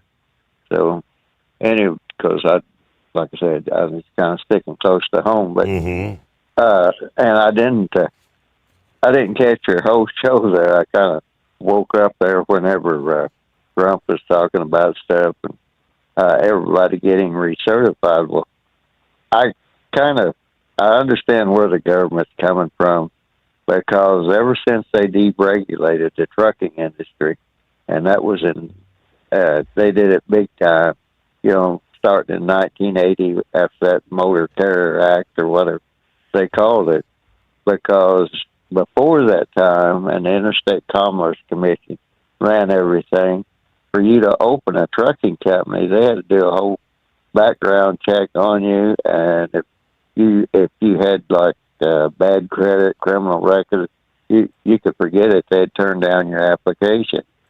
And the whole deregulation thing, it got totally off track because it did need cleaned up, because you had to have a license to run like certain roads and everything, and you could carry like fresh produce one way, but you couldn't carry frozen produce. I mean, it was an absolute mess. But somehow, some way, as things usually go, it evolved into the lowest common denominator when they started allowing people to, get their own DOT numbers and everything else. And that just opened it up to a whole lot of people that all they were interested in was how cheaply can we run freight. And they hired a lot of people, and I know your dad and you and all the trucking shows are talking about how people that were coming into the trucking industry, they were being government subsidized, and when they ran through all those people, they started looking around for other people, and that's when they started bringing people from foreign countries over here. And the particular company that I was running for at the time, that I started with, it's gone now, but it was the Red Star out of Morton, Illinois. And they brought a bunch of Russians over there. and they literally had a Russian interpreter that was helping them get their CDLs and everything. And the trainers with Star, they weren't very happy, because what would happen is they would bring those Russian people over, and they'd say, "Oh, I drove so many years in Russia," and they really had no way of confirming that. But they were giving them like, if they said they drove, 10 years, 20 years, whatever, they were giving them the top pay. And the other thing, too, that the trainers weren't very happy about was their hygiene had a lot to be desired. So, and they went through that whole bit of stuff. We drove the 377 Peterbilt, the anteaters. And I used to go back and forth between Illinois and New Jersey for hauling case parts before it went to the Case IH. And there was a Russian there. He was pretty well educated and everything. Lots of times we'd run back and forth together. And whenever I left and was delivering new trailers, I pulled into his truck stop one day. I seen one of those old trucks there, and I kind of walked in there, and lo and behold, it was the guy I used to run with there. And I said, "Well, what'd you do?" And he said, "I bought one of their old trucks, and I'm hauling mail now." And he had 2 or 3 other drivers that was doing that too. So I don't think, so I know he had to go through a lot of background checks, or he should have be hauling the mail. But I don't think very many of those people that came over here, and I know really rose to that standard. But the deal that, a lot of people have been talking about is after the Congress passed all those laws and allowed, the deregulation of the trucking industry, bringing the people over here to drive trucks and all that. Then we had these recent high-profile accidents and all that. Well, in typical government fashion, it's like, "Oh, we got to pass a law, or we got to do this, or got to do that." And essentially, I believe what they've done is, and they've looked and seen what the trucking industry has become. It's like, okay, we've got to pass a law, so we'll just pass a law and do away with everything that, make everybody get recertified regardless of what their safety record is, or, whatever. I don't know what they call the DAC report anymore, but all of this stuff was freely available. And I don't understand why they went to this whole wholesale thing, other than I believe they just looked at it and said, it's the transportation secretary said, we've got to clean up almost 40 or 50 years of mismanagement. Mm-hmm. And right there, we got to pause. News update, a service of Industrial Injection. Since 1985, diesel owners have counted on us for fuel injection, turbochargers, and engine solutions. From light-duty pickups to the heavy-duty equipment, it's industrialinjection.com. USA Radio News, I'm Anthony Lucero. An intelligence report reveals the late Iranian Supreme Leader, Ayatollah Ali Khamenei, was unsure of his son's qualifications to succeed him. According to reports from CBS News, the intel alleges Khamenei believed his son, newly elected Supreme Leader Ayatollah Mojtaba Khamenei, was not very bright or qualified for the role. The New York Post has cited 3 sources in a report saying the younger Khamenei may be gay, which is illegal in Iran. John Sommers, USA Radio News. U.S. Attorney General Pam Bondi has been subpoenaed to testify on the Jeffrey Epstein investigation. House Oversight Chair James Comer says Bondi has valuable insight following a bipartisan committee vote calling for her testimony on April 14th. At the closing bell, the Dow gained 46 points, the S&P 500 added 16 points, and the Nasdaq rose 105 points. I'm Sarah Lee Kessler. From America's News Network, USA Radio News. This is Denny Gillum, host of Frontlines of Freedom, here to tell you about an amazing new book, The Miracle Man, written by a good friend of mine. It's a remarkable, true account of faith, healing, and restoration in the face of impossible odds. Through a harrowing series of events and miraculous answers to prayer, Bill receives a donor's heart with only hours left to live. His rapid recovery and return to normal life is a story that shows God's power to heal and his faithfulness in answering prayers. The Miracle Man is available online through Amazon, Barnes & Noble, and other booksellers. Lisa Wolf here to tell you about our newest website for old-time radio lovers. It's 100radioshows.com. At this site, there are 5 old-time radio shows waiting for you to download free as our gift to you. And be sure to browse the additional 700 old-time radio shows available to you for 70% off by using the promo code RADIO at checkout. This is a limited-time offer, so log on to 100radioshows.com. That's 100radioshows.com.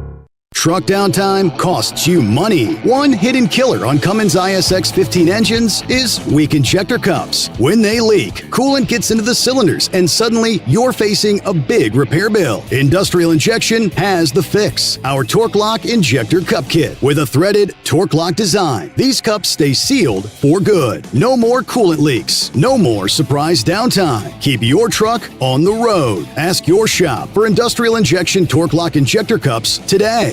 Come join the Steve Summers Overnight Drive as we broadcast all 3 days from the Mid-American Truck Show in Louisville, Kentucky, March 26th through the 28th. Don't miss your chance to see the latest in trucking tech, gear, and more. Stop by the booth to meet Steve and register for your chance to win a new truck seat or truck seat cover for your big rig from Bostrom Seating. Plus, buy SSOD gear, win survival kits, and pick up your Hot Shot secret products to keep your ride on the road. Come see the Steve Summers Overnight Drive in Louisville, Kentucky at the Mid-American Truck Show, March 26th through the 28th. Learn more at overnightdriveradio.com. Your factory fuel filter is letting you down. AirDog heavy-duty diesel fuel systems don't just filter your fuel. The AirDog fully optimizes your truck's fuel system for peak efficiency. The factory-provided filter simply removes particulates and water from fuel. The AirDog system removes all contaminants, including entrained air, water, and particulates, and feeds the engine pump with optimal pressure. Check out airdogdiesel.com to learn how you can capture every bit of performance and efficiency from your fuel system.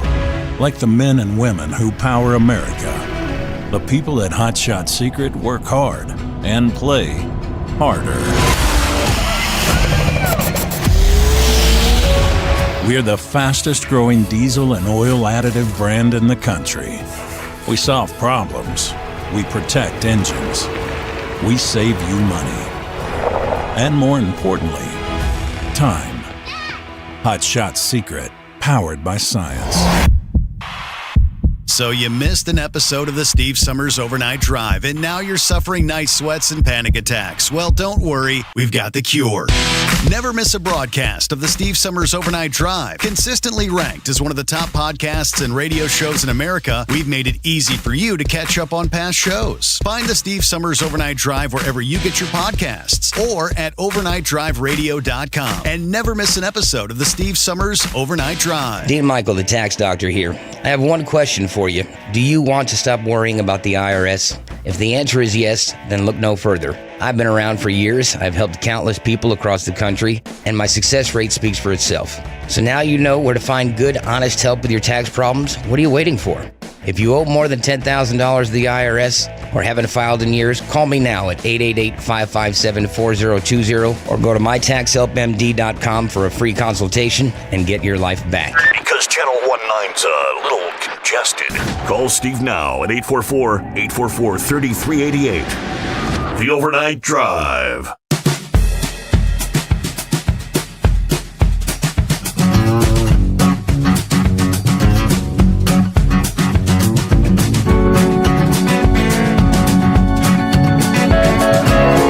Back at it once again here at 844-844-3388. Already rolling into midweek hump day.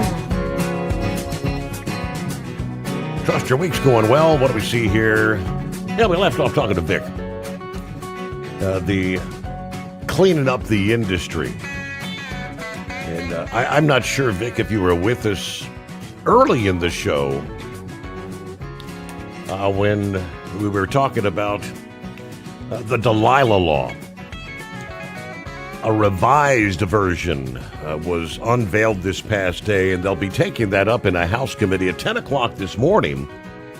In this revised version, though, they have removed the whole requirement for all CDL holders to kind of go back through the recertification process. All right, welcome back, Vic. I caught the tail end of that discussion, and that was the point was, I think, that whenever Transportation Secretary Duffy and other people looked at that, it's like they had to cover like 50 years of mismanagement, essentially. Mm-hmm. And that in true government fashion, it's like, well, we got to make the public think that we're doing something about how all these different incompetent drivers got here, and a lot of them are, from foreign countries. So that's when they come up. Okay, we'll just make everybody get recertified, rather than do it. It that was the best solution in the first place. It wasn't very orderly because if the foreign drivers in certain groups and everything else kept coming up, that would have been the first place to look. And I know Philip was mentioned about that with the railroads and stuff. I had a kid that I grew up with. He became a section boss, and the Southern Railway, Norfolk Southern, whenever they changed some of the requirements a long time ago on getting a CDL, they just wanted to hand them out to anybody and everybody, and Mike refused to take any of those people on his particular crew because as a crew that he covered, the section he covered also included area around Louisville, Kentucky. And he said, the only way I'm going to take one of those, I'm going to give them a pole trailer. If they can go down there and not have an incident or anything, I'll take them. But otherwise, don't send me any of those people. So that was his attitude way back when. So a lot of large corporations, they played a big role in this too, because they wanted to get people in and get cheap help. And that's, there's just a whole lot of things that have to happen to it. And usually where there is an opening somehow, some way, basically crooks will find a way. And I don't know if you got that thing I sent you that exactly came from Freightways. Yes, I did. And it listed. Okay, well, you've seen all the corruption that was going on, and I think, by and large, the people that has been assigned in the Trump administration to try to clean all that up, they were overwhelmed, and I guess whatever Congress just decided, well, we'll just make everybody do it. And actually, making people that have a good driving record and everything else, that's really going to clog up. That would have really clogged up the works, because then they wouldn't have been getting to the people that they really need to get to. And a lot of the states, they weren't cooperating much either, as far as, getting different drivers off the road. And a lot of it had to do with they had their all these different industrial parks and everything else, and they were trying to get those going. So all I'm saying is that basically they tried to cure a 50-year problem in about 6 months. It's just not management. It's just not possible management wise. It's something that the problem are growing so big. But again, the driving school I went to, the guy used to always get on to these people when they were trying to back in. He said, just do it a little bit at a time. Just think of it as eating a pie. You eat a pie, one piece at a time. You don't eat the whole thing. So you can't eat the whole thing. And that's kind of what I guess that's what I'm trying to say here. Right. That they had a big problem at hand, and they were just overwhelmed, essentially, is the way I see it. And why these states won't cooperate, I'm thinking primarily California with the Trump administration. I don't know if Gavin Newsom's planning to run for president or something, or if he just wants to give Trump grief or whatever. But there comes a time that you don't destroy the whole country or the whole program just because you don't like a certain person, because you have to look at the main goal. And I that's all I was talking about there. Whenever all this, that one article they had there for Freightways, it had it all in there. Mm-hmm. The double brokering and all that stuff in there, and some of the people, they were hijacking trucks, and anybody spoke up, really, they'd wind up in a graveyard someplace. Right. And that makes you, the whole, snitches get stitches, that old adage. Yeah, and in some cases, these bad actors wouldn't hesitate to kill somebody to cover up their, the fraud, the theft. The SAVE Act. I think the right-wing nut has some thoughts on that. Did you catch Hakeem Jeffries this past day? Yeah, pretty much came right out and said it. He admitted what we've always known, that the Constitution is crystal clear. Only American citizens get to vote in our elections. No ifs, ands, or buts. He came out and admitted that. He said, we don't need the SAVE Act because the Constitution already makes it crystal clear, right? So if that's the case, so why?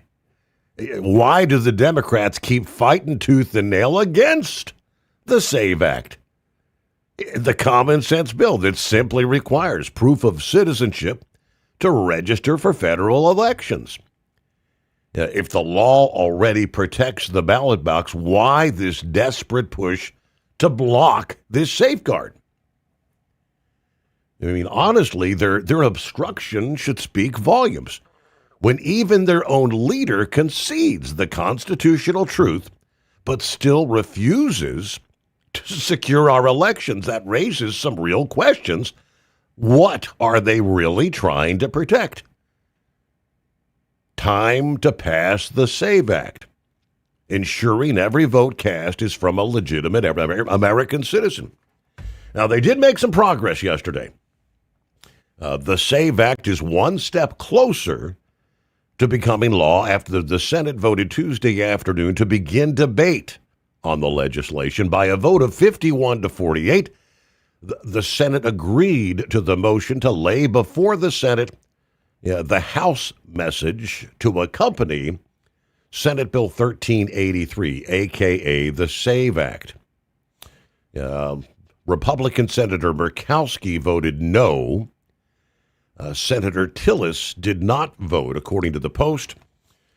The SAVE Act.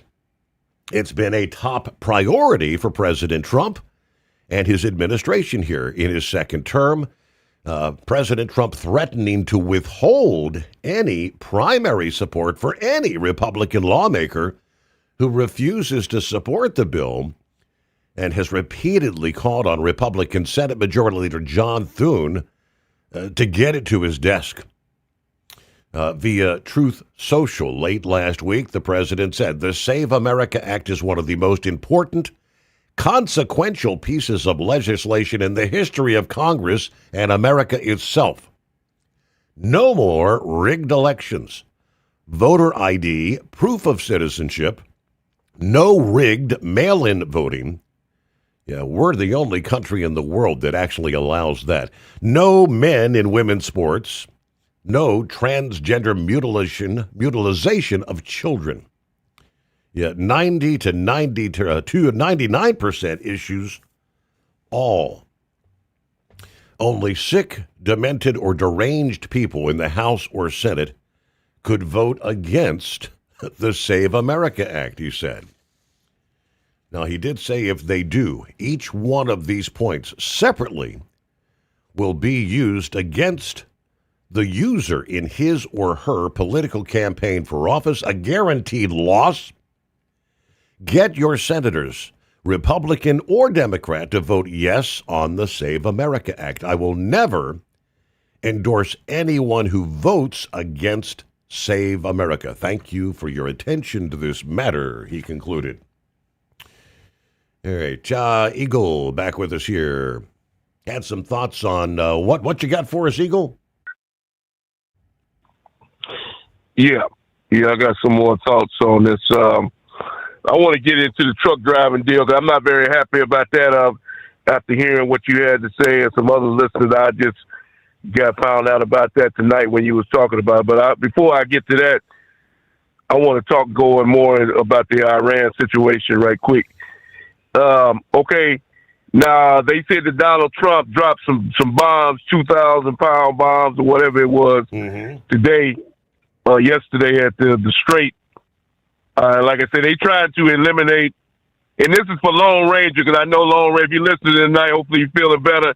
I know he likes it when I call people losers, so this is for him. This is for them losers, Steve, that's in them speedboats and all them people that's hanging out over the cliffs over there on the Strait of Hormuz.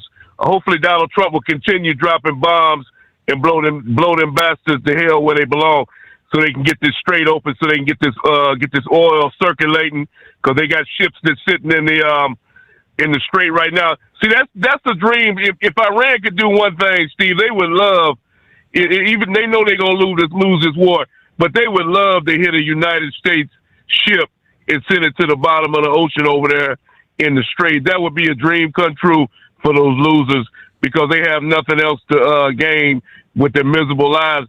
It was because they know that this is a lost cause. Everything they've tried has blown up in their face. So it's just a matter of time before it's all over with. It's, this so-called, it's not even a war. This is just basically a walkover of Iran. They never posed a threat. It's military-wise. This is like a David versus Goliath type deal, Steve.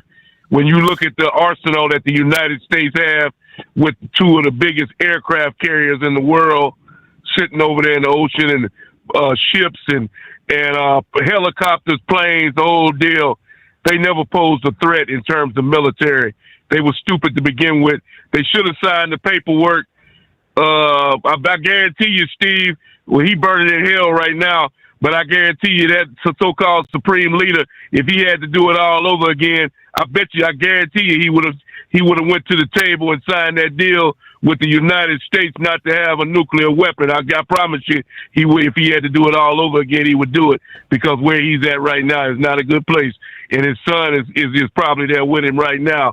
And as a matter of fact, they saying that during your news break, not that it really matters.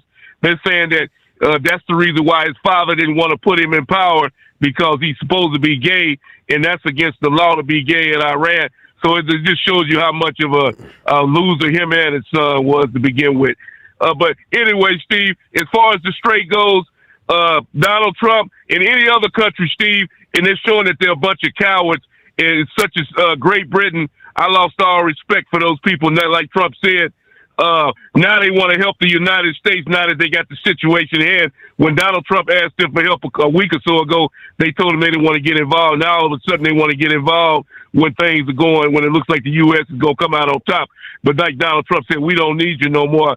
We don't need your help no more. We got our things under control. And all these other countries in NATO that turn their back on Donald Trump, like Donald Trump said, I got a memory, and he shouldn't forget about it, the way those people decided not to help Trump get that strait open back up, because it takes other countries to help out in the deal too. The United States shouldn't have to do all the work. So it's just a matter of time before they get it back open, Steve. And because Iran, the losers that they got fighting for them are losing. They don't have no more ammo. They don't have no more shots. Only thing that can help them is if they get help from Russia or China. But it looks like those people are not going to get involved either. So Iran is basically out in the cold by themselves. And as of right now, as far as we know, Steve, like Trump said today, they have no leader. They have nobody in command in Iran, and that's the way it should be. So hopefully the people can have an election in the coming weeks, and they can elect a man that will be give these people the rights and the freedoms that they deserve. And I'm just going to say this, Steve, I don't like talking about people that's already dead, but this all could have been avoided way back before I was even born, back in 1980. It all started with good old Jimmy Carter, which is probably the dumbest president we ever had in the U.S. besides Joe Biden. If he would have done the right thing in 1980, we wouldn't even be talking about Iran and that so-called supreme leader. And Mr. Barack Obama is another guy who contributed to them almost having a nuclear weapon when he sent pallets full of money Or why Obama's not in jail for that, I still don't know. But selling pallets full of money over there to Iran to try to so-called buy them off and not so they wouldn't have a new. All he did was contribute to them the nuclear program, and he should be arrested for it as far as I'm concerned. Now, getting to this other situation with the truck driving deal, Steve, I don't agree with it. I agree with Grump. People like me that's been out here driving for over 20 years, we shouldn't have to be recertified. I've more than proved myself who I am and who I know how to drive this truck. I've been through the background checks, the drug checks, and any other check they want to do on me. And I shouldn't. And I've been a U.S. citizen my whole life, and I'm proud to be a U.S. citizen. I shouldn't have to prove nothing to them because the only people they need to prove it are these losers that. What's his name? Gavin Newsom and all these other bogus states gave these licenses to these people. Those are the ones that have to prove who they are and who their identity is and why they're driving a tractor trailer down the interstate. I've been doing this for over 20 years, and I don't have a damn thing to prove to the U.S. government or anybody else because, like I say, I've driven mile after mile and state after state around this country and delivered my freight and delivered it on time. And I take offense that they would even want to pass a law like that to where truck drivers should have to prove who they are.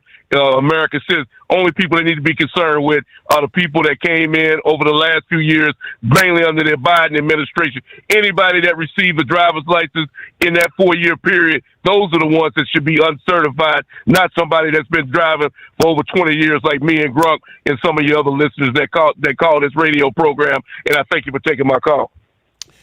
Eagle, have a good morning. We'll be right back. Truck downtime costs you money. One hidden killer on Cummins ISX 15 engines is weak injector cups. When they leak, coolant gets into the cylinders and suddenly you're facing a big repair bill. Industrial Injection has the fix. Our Torque Lock Injector Cup Kit with a threaded Torque Lock design. These cups stay sealed for good. No more coolant leaks. No more surprise downtime. Keep your truck on the road. Ask your shop for Industrial Injection Torque Lock Injector Cups today.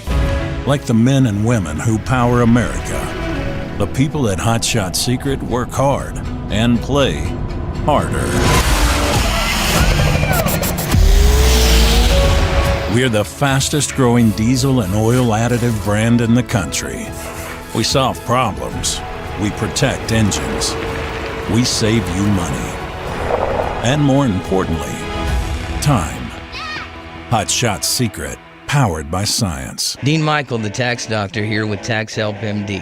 As many of you know from Steve Sommers' show, I've been helping professional drivers solve their tax problems. I can help you too. If you've been struggling with back tax debt, call me now at 888-557-4020. Let's face it, these problems aren't going away all on their own. You need professional help so you can sleep better at night knowing you're in good hands. It's like I always say, keep your eyes on the road, I'll keep my eyes on the IRS. 888-557-4020. Your factory fuel filter is letting you down. AirDog heavy-duty diesel fuel systems don't just filter your fuel. The AirDog fully optimizes your truck's fuel system for peak efficiency. The factory-provided filter simply removes particulates and water from fuel. The AirDog system removes all contaminants, including entrained air, water, and particulates, and feeds the engine pump with optimal pressure. Check out airdogdiesel.com to learn how you can capture every bit of performance and efficiency from your fuel system.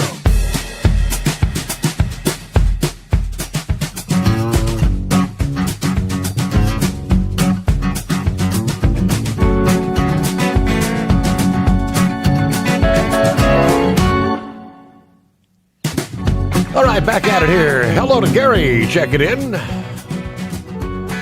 Underway on a new day. Good to have you on board there. Now, there's our friend Rick in Columbus. Any truth to that rumor, Rick? You're actually a closet Cardinals fan? Uh-huh. That's what I heard. I missed Brother Rambler last evening. I knew you were holding there, but we ran out of time. What do you say, Rambler? Good morning. Well, good morning, Stephen. Praise God. Hey, am I coming in pretty clear? Because I'm getting every other word you're saying, brother. Yeah, you're clear on our end. All right, good deal. Well, praise God. I'm glad to be on the air with you. I know you're about to be going to break here soon. But, man, I tell you what, about mid 2025, I reached 2 million safe driving miles, and my company I work for recognized me this past Thursday, and they acknowledged me for finally making 2 million safe driving miles right here where I work at. So they're a little bit behind. They gave me a pocket watch showing my 1.5 million, but now they had to get my ring size. They're giving me like a class ring that's got my name on it and 2 million miles and got the green stone and all that stuff in it. So man, I give all the glory to God. You know, during the 2 million long safe driving miles I've got here where I work at, I've only had one incident. And y'all can all go to Determined Ministries Church on our Facebook page. You can see the pictures of that accident. That was not my fault, but it's got a great story behind it of how the very hand of God reached in the cab of that truck that night and snatched me clear out of the way. But Steve, I know we're going to break here soon. You want to just hold me over? I got a lot I want to say. And sure. Shout out to my old buddy Chris Cooper, who's listening tonight also. Let's take care of that. All right, about a minute from news break. It's 844-3388. Final hour just ahead. Wow, night's just flying by. In our final hour, give you more details. The Owner-Operator Independent Drivers Association actually backing an exemption request that would allow you to continue using paper copies of your medical certification. This whole rollout has been a debacle, a complete failure. June of last year, the FMCSA announced they would be implementing the Medical Examiner's Certification Integration Rule, commonly known as NR2, originally published in April of 2015. Yes, they've had well over 10 years to be prepared for this, where medical examiners would electronically submit results from your medical exam to the FMCSA and your state licensing agencies. Even in states that have implemented it, case after case where drivers are finding the information wasn't transmitted and your license has been suspended. More on that next hour. News, a service of Industrial Injection, serving Cat, Cummins, Detroit, and more. The knowledge you trust, the quality you depend on. IndustrialInjection.com. Truck downtime costs you money. One hidden killer on Cummins ISX 15 engines is weak injector cups. When they leak, coolant gets into the cylinders and suddenly you're facing a big repair bill. Industrial Injection has the fix. Our Torque Lock Injector Cup Kit with a threaded Torque Lock design. These cups stay sealed for good. No more coolant leaks. No more surprise downtime. Keep your truck on the road. Ask your shop for Industrial Injection Torque Lock Injector Cups today. So you missed an episode of the Steve Summers Overnight Drive, and now you're suffering night sweats and panic attacks. Well, don't worry, we've got the cure. Never miss a broadcast of the Steve Summers Overnight Drive. Consistently ranked as one of the top podcasts and radio shows in America, we've made it easy for you to catch up on past shows. Find the Steve Summers Overnight Drive wherever you get your podcasts or at overnightdriveradio.com. And never miss an episode of the Steve Summers Overnight Drive. Your factory fuel filter is letting you down. AirDog heavy-duty diesel fuel systems don't just filter your fuel. The AirDog fully optimizes your truck's fuel system for peak efficiency. The factory-provided filter simply removes particulates and water from fuel. The AirDog system removes all contaminants, including entrained air, water, and particulates, and feeds the engine pump with optimal pressure. Check out airdogdiesel.com to learn how you can capture every bit of performance and efficiency from your fuel system. Diesel owners know if you take care of your engine, it'll return the favor. Hot Shot secret formulates additives that help you prevent problems and boost performance. Diesel Extreme cleans internal and external injector deposits, and EDT increases fuel economy by up to 7.3%, scientifically proven by third-party testing. Add Hot Shot Secret at your next fill-up to get the most out of your diesel. Available nationwide at truck stops, farm and automotive stores, and online at hotshotsecret.com. Hot Shot Secret, powered by science.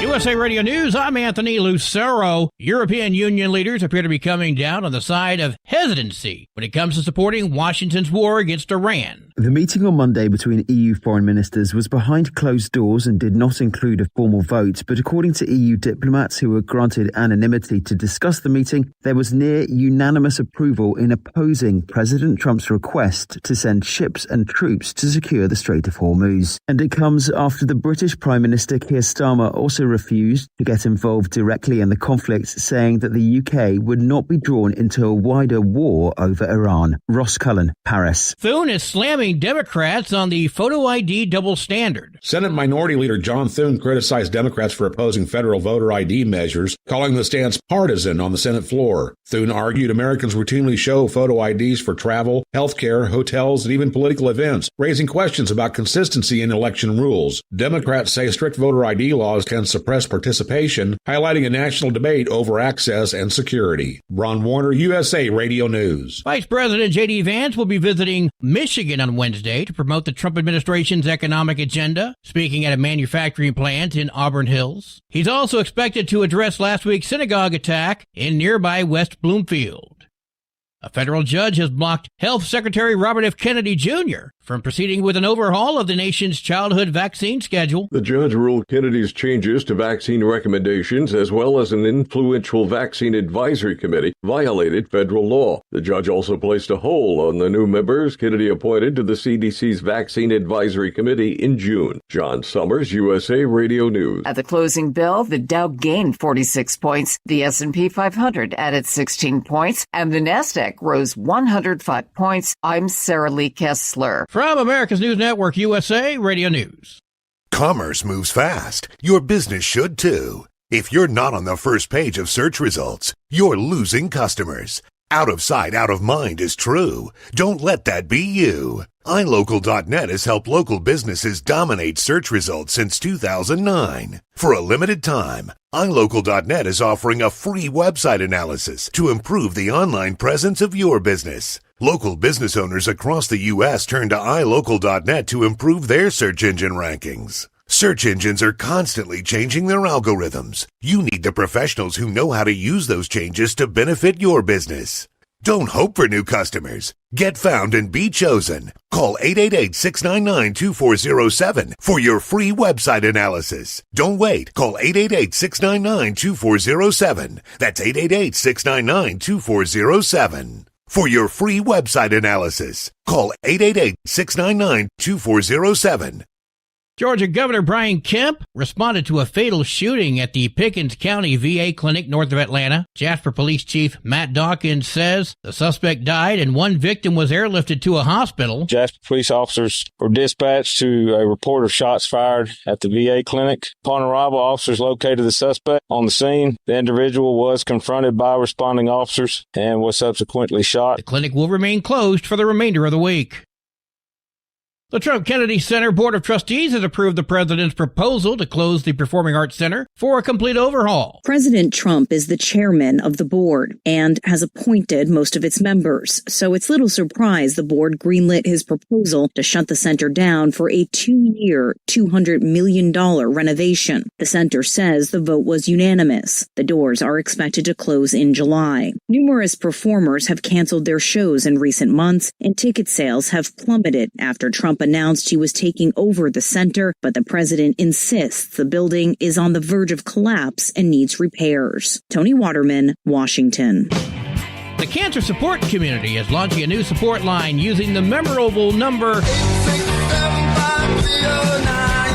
The line offers advice and support for those affected by cancer through trained specialists in partnership with Gilda's Club and Click Health. CSC 867-5309.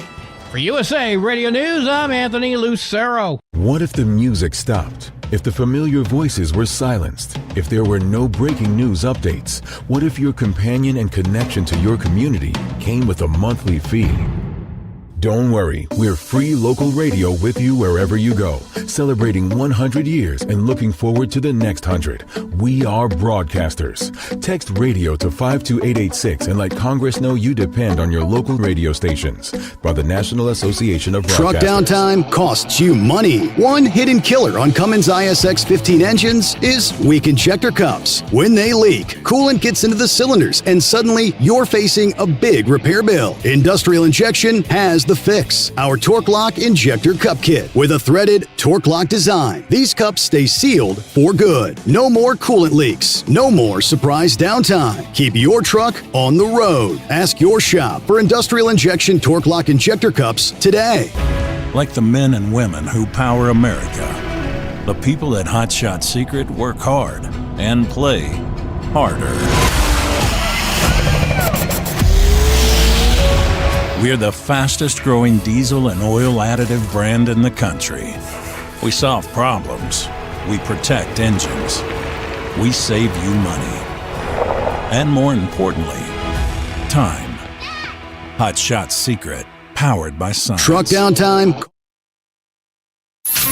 Keep the bugs off your glass and the smokies off your ass. This is the Overnight Drive with Steve Sommers.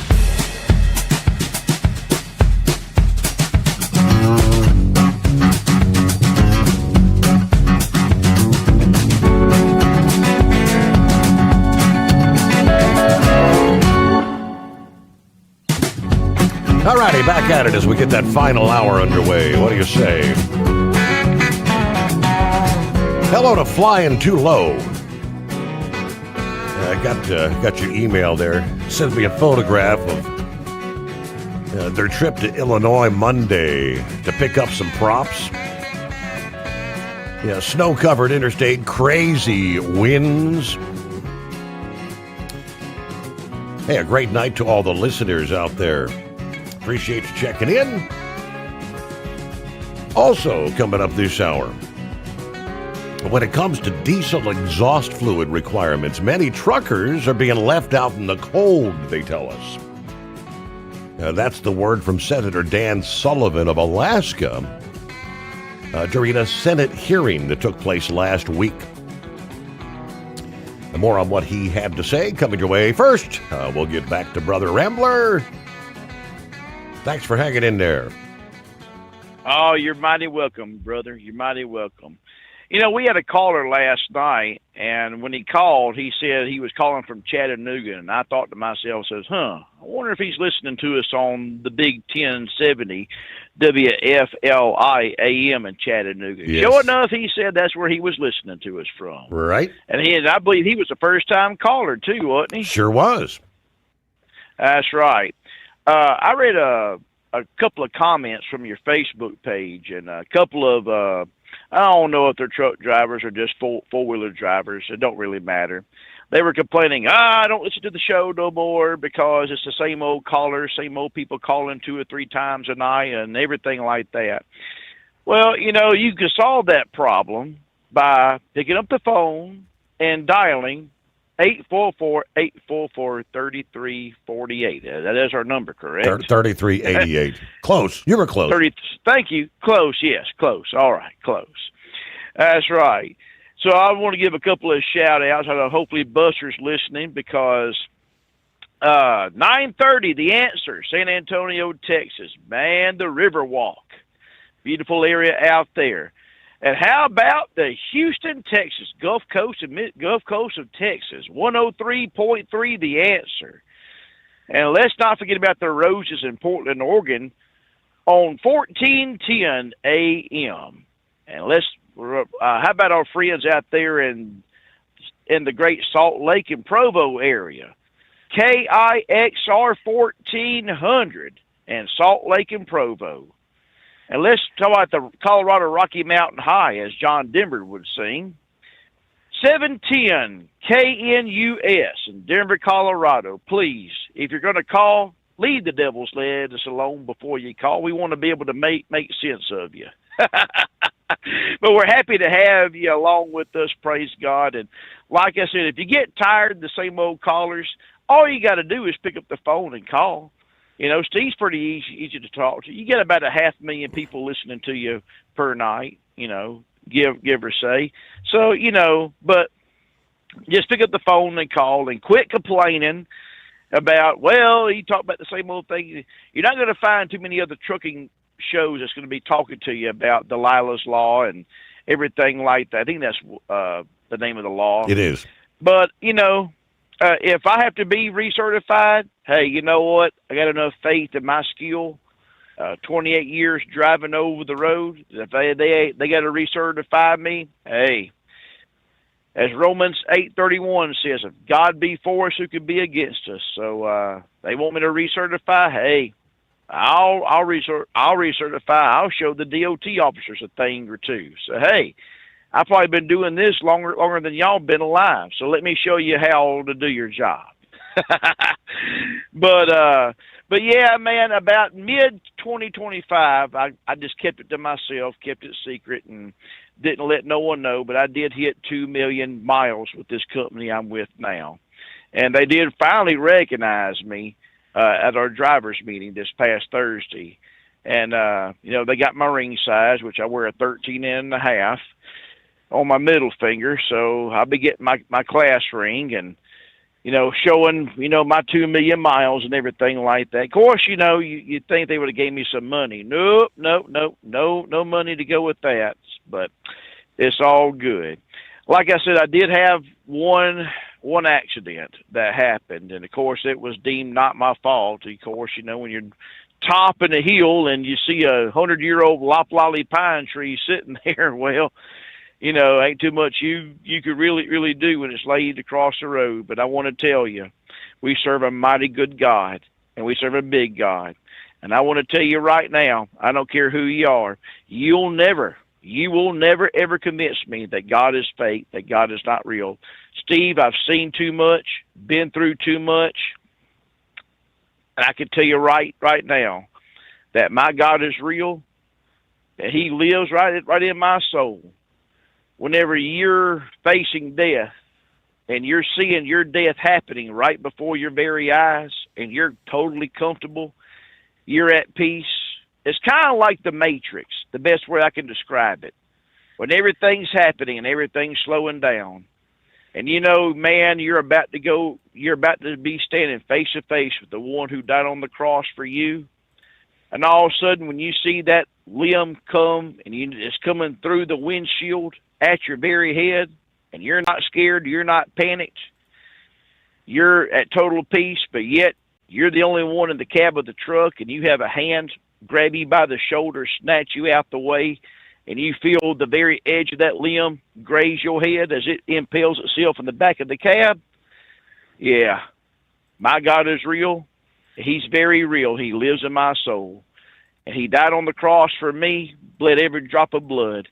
We're going to be having a service, Steve, April 3rd. I've got Friday, that's Friday night, Good Friday service.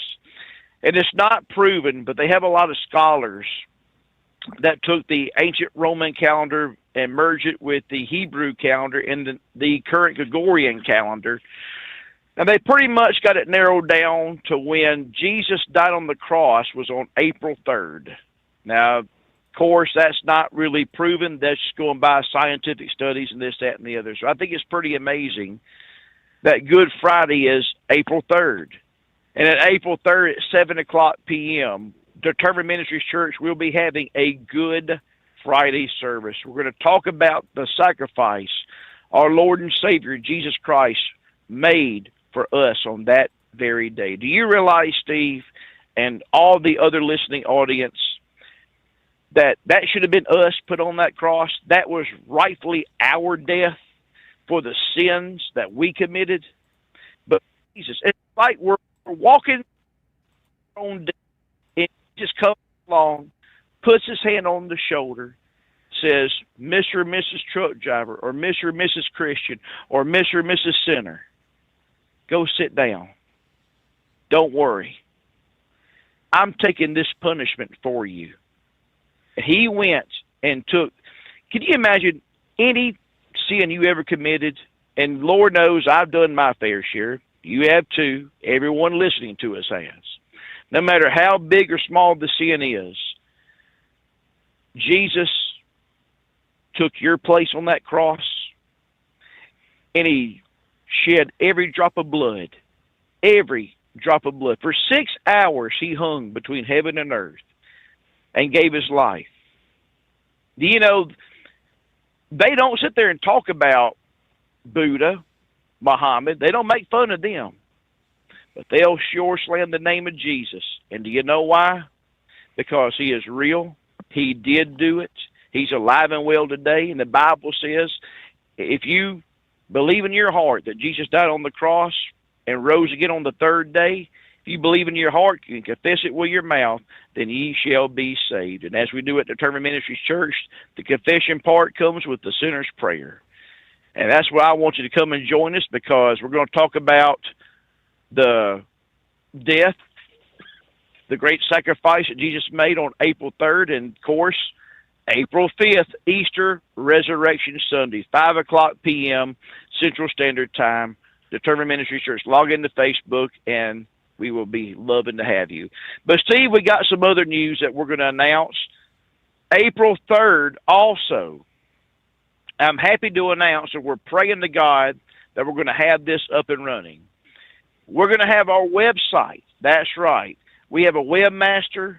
Him and his wife are helping us with the website, determinedministrieschurch.org. If you was to type it in right now, you'll see a picture of the Milky Way. Well, it'll be like a lake and like a gas cloud, the Milky Way galaxy, and it'll say, ready to be launched soon. But it will be, hopefully, praying to God, we'll be up and running on April 3rd. So determinedministrieschurch.org. We got a lot of great things we're going to be doing, like sermon notes, message from the pulpit, verse of the day, so many others, and I'm all excited. I'm excited because I can't wait to see what's around the corner. And by the way, just come on and join us this Sunday also. I'm working on a song, and God knows I'm not the world's best singer, but I try. And when I do sing, I sing for the Lord.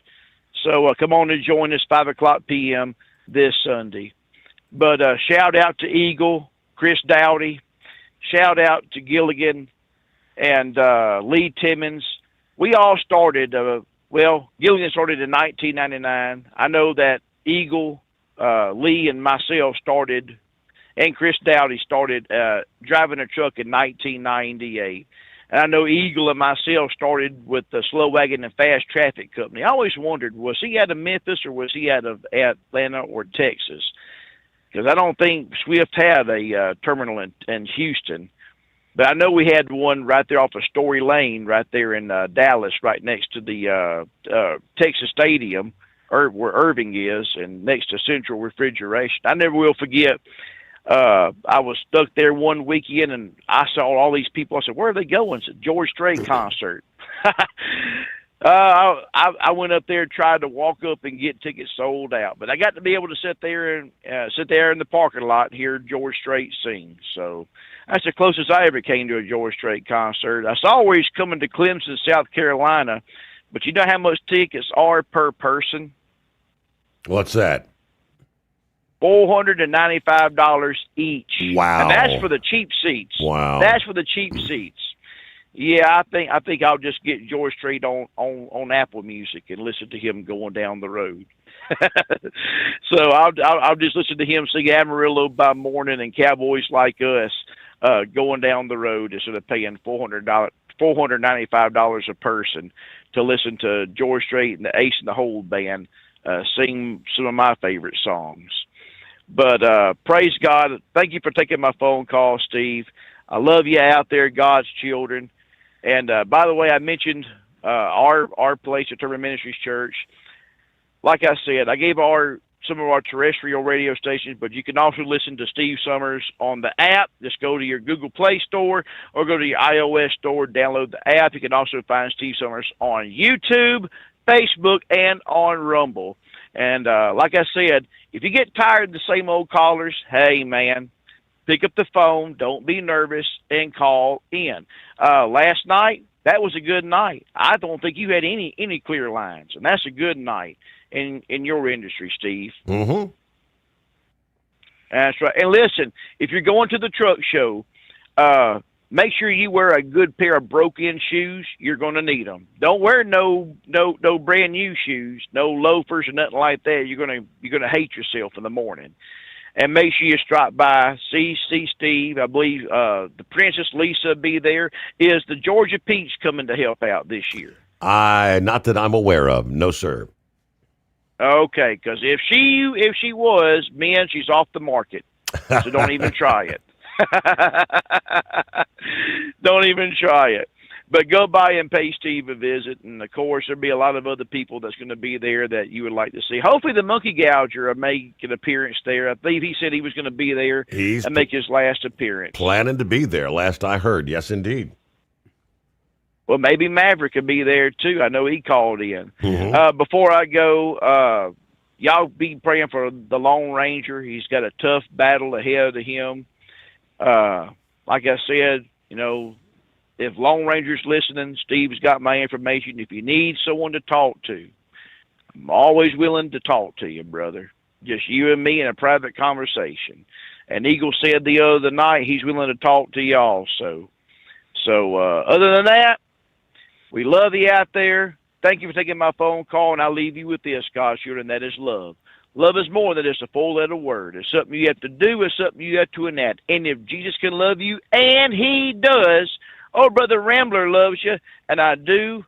And y'all take care. Drive safe. God bless. We'll talk to you another time. Bye, Steve. Truck downtime costs you money. One hidden killer on Cummins ISX 15 engines is weak injector cups. When they leak, coolant gets into the cylinders, and suddenly you're facing a big repair bill. Industrial Injection has the fix. Our Torque Lock Injector Cup Kit with a threaded Torque Lock design. These cups stay sealed for good. No more coolant leaks. No more surprise downtime. Keep your truck on the road. Ask your shop for Industrial Injection Torque Lock Injector Cups today. Come join the Steve Summers Overnight Drive as we broadcast all 3 days from the Mid-American Truck Show in Louisville, Kentucky, March 26th through the 28th. Don't miss your chance to see the latest in trucking tech, gear, and more. Stop by the booth to meet Steve and register for your chance to win a new truck seat or truck seat cover for your big rig from Bostrom Seating. Plus, buy SSOD gear, win survival kits, and pick up your Hot Shot secret products to keep your ride on the road. Come see the Steve Summers Overnight Drive in Louisville, Kentucky at the Mid-American Truck Show, March 26th to the 28th. Learn more at overnightdriveradio.com. Your factory fuel filter is letting you down. AirDog heavy-duty diesel fuel systems don't just filter your fuel.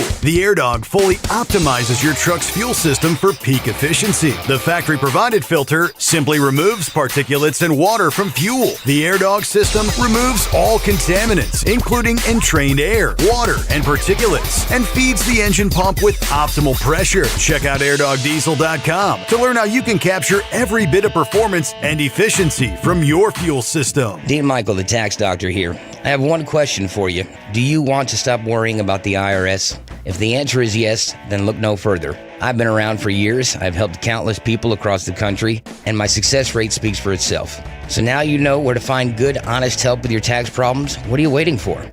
If you owe more than $10,000 to the IRS or haven't filed in years, call me now at 888-557-4020 or go to mytaxhelpmd.com for a free consultation and get your life back.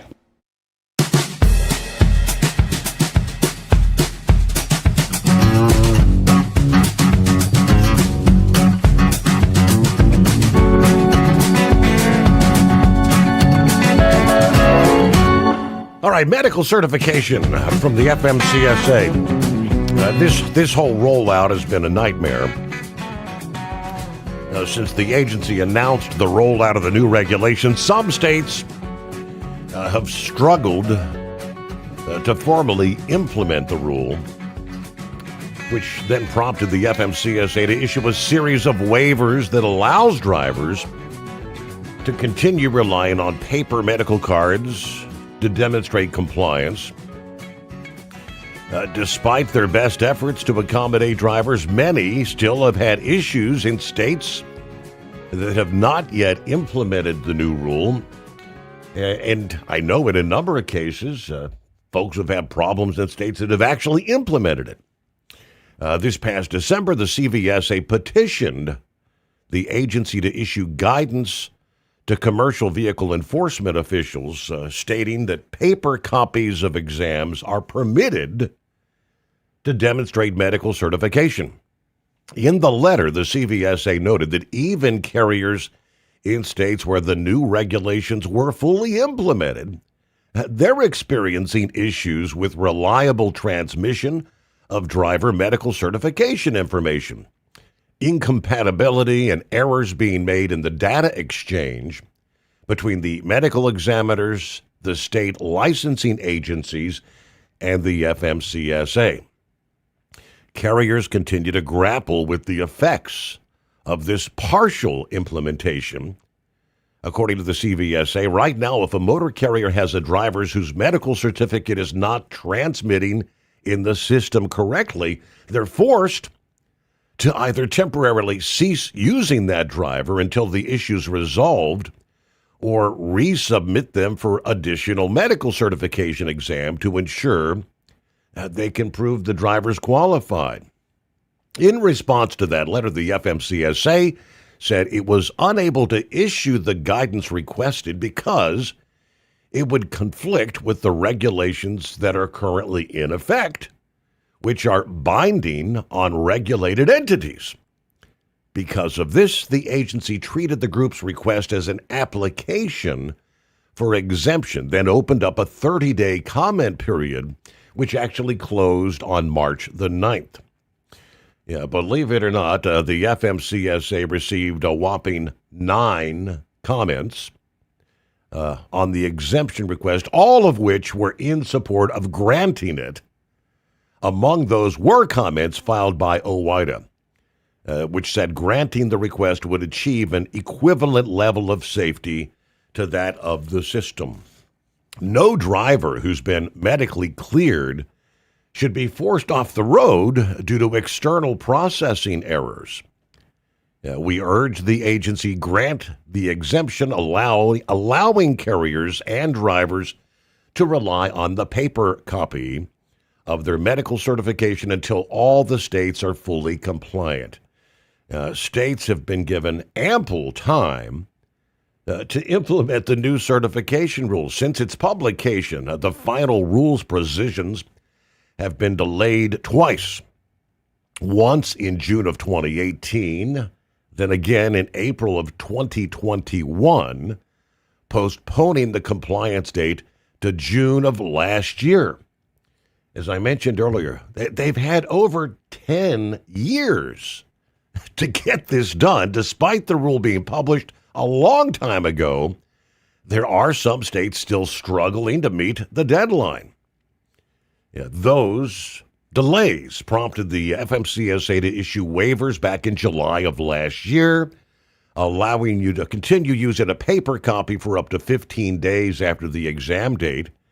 The next month, they modified that, allowing the paper copy for up to 60 days after the exam. That has since been extended 2 more times, once in October and again last month. 5 states still yet to actually implement the new regulations: Alaska, California, Kentucky, Louisiana, and New Hampshire. The current waiver, they tell us, is set to expire on April the 10th. Technically, with the waiver, you're able to use the paper copy of your medical certification. How do we get this stuff ironed out? Come on. A news break. A service of industrial injection, fuel injectors, fuel pumps, turbochargers, and complete diesel engine kits for the heavy-duty world. If it burns diesel, we can keep it working. You learn more at industrialinjection.com. USA Radio News, I'm Anthony Lucero. An intelligence report reveals the late Iranian Supreme Leader, Ayatollah Ali Khamenei, was unsure of his son's qualifications to succeed him. According to reports from CBS News, the intel alleges Khamenei believed his son, newly elected Supreme Leader Ayatollah Mojtaba Khamenei, was not very bright or qualified for the role. The New York Post has cited 3 sources in a report saying the younger Khamenei may be gay, which is illegal in Iran. John Sommers, USA Radio News. U.S. Attorney General Pam Bondi has been subpoenaed to testify on the Jeffrey Epstein investigation. House Oversight Chair James Comer says Bondi has valuable insight following a bipartisan committee vote calling for her testimony on April 14th. At the closing bell, the Dow gained 46 points, the S&P 500 added 16 points, and the NASDAQ rose 105 points. I'm Sarah Lee Kessler. From America's News Network, USA Radio News. This is Denny Gillum, host of Front Lines of Freedom, here to tell you about an amazing new book, The Miracle Man, written by a good friend of mine. It's a remarkable, true account of faith, healing, and restoration in the face of impossible odds. Through a harrowing series of events and miraculous answers to prayer, Bill receives a donor's heart with only hours left to live. His rapid recovery and return to normal life is a story that shows God's power to heal and his faithfulness in answering prayers. The Miracle Man is available online through Amazon, Barnes & Noble, and other booksellers. Lisa Wolf here to tell you about our newest website for old-time radio lovers. It's 100radioshows.com. At this site, there are 5 old-time radio shows waiting for you to download free as our gift to you. And be sure to browse the additional 700 old-time radio shows available to you for 70% off by using the promo code RADIO at checkout. This is a limited-time offer, so log on to 100radioshows.com. That's 100radioshows.com. Truck downtime costs you money. One hidden killer on Cummins ISX 15 engines is weak injector cups. When they leak, coolant gets into the cylinders and suddenly you're facing a big repair bill. Industrial Injection has the fix. Our Torque Lock Injector Cup Kit with a threaded Torque Lock design. These cups stay sealed for good. No more coolant leaks. No more surprise downtime. Keep your truck on the road. Ask your shop for Industrial Injection Torque Lock Injector Cups today. Come join the Steve Summers Overnight Drive as we broadcast all 3 days from the Mid-American Truck Show in Louisville, Kentucky, March 26th through the 28th. Don't miss your chance to see the latest in trucking tech, gear, and more. Stop by the booth to meet Steve and register for your chance to win a new truck seat or truck seat cover for your big rig from Bostrom Seating. Plus, buy SSOD gear, win survival kits, and pick up your Hot Shot secret products to keep your ride on the road. Come see the Steve Summers Overnight Drive in Louisville, Kentucky at the Mid-American Truck Show, March 26th to the 28th. Learn more at overnightdriveradio.com. Your factory fuel filter is letting you down. AirDog heavy-duty diesel fuel systems don't just filter your fuel. The AirDog fully optimizes your truck's fuel system for peak efficiency. The factory-provided filter simply removes particulates and water from fuel. The AirDog system removes all contaminants, including entrained air, water, and particulates, and feeds the engine pump with optimal pressure. Check out airdogdiesel.com to learn how you can capture every bit of performance and efficiency from your fuel system. Dean Michael, the tax doctor, here with Tax Help MD. As many of you know from Steve Summers' show, I've been helping professional drivers solve their tax problems. I can help you too. If you've been struggling with back tax debt, call me now at 888-557-4020. Let's face it, these problems aren't going away all on their own. You need professional help so you can sleep better at night knowing you're in good hands. It's like I always say, keep your eyes on the road, I'll keep my eyes on the IRS. 888-557-4020. Like the men and women who power America, the people at Hot Shot Secret work hard and play harder. We're the fastest growing diesel and oil additive brand in the country. We solve problems. We protect engines. We save you money. And more importantly, time. Hot Shot Secret, powered by science. So you missed an episode of the Steve Summers Overnight Drive, and now you're suffering night sweats and panic attacks. Well, don't worry, we've got the cure. Never miss a broadcast of the Steve Summers Overnight Drive. Consistently ranked as one of the top podcasts and radio shows in America, we've made it easy for you to catch up on past shows. Find the Steve Summers Overnight Drive wherever you get your podcasts or at overnightdriveradio.com. And never miss an episode of the Steve Summers Overnight Drive. Because Channel 19's a little congested. Call Steve now at 844-844-3388. The Overnight Drive.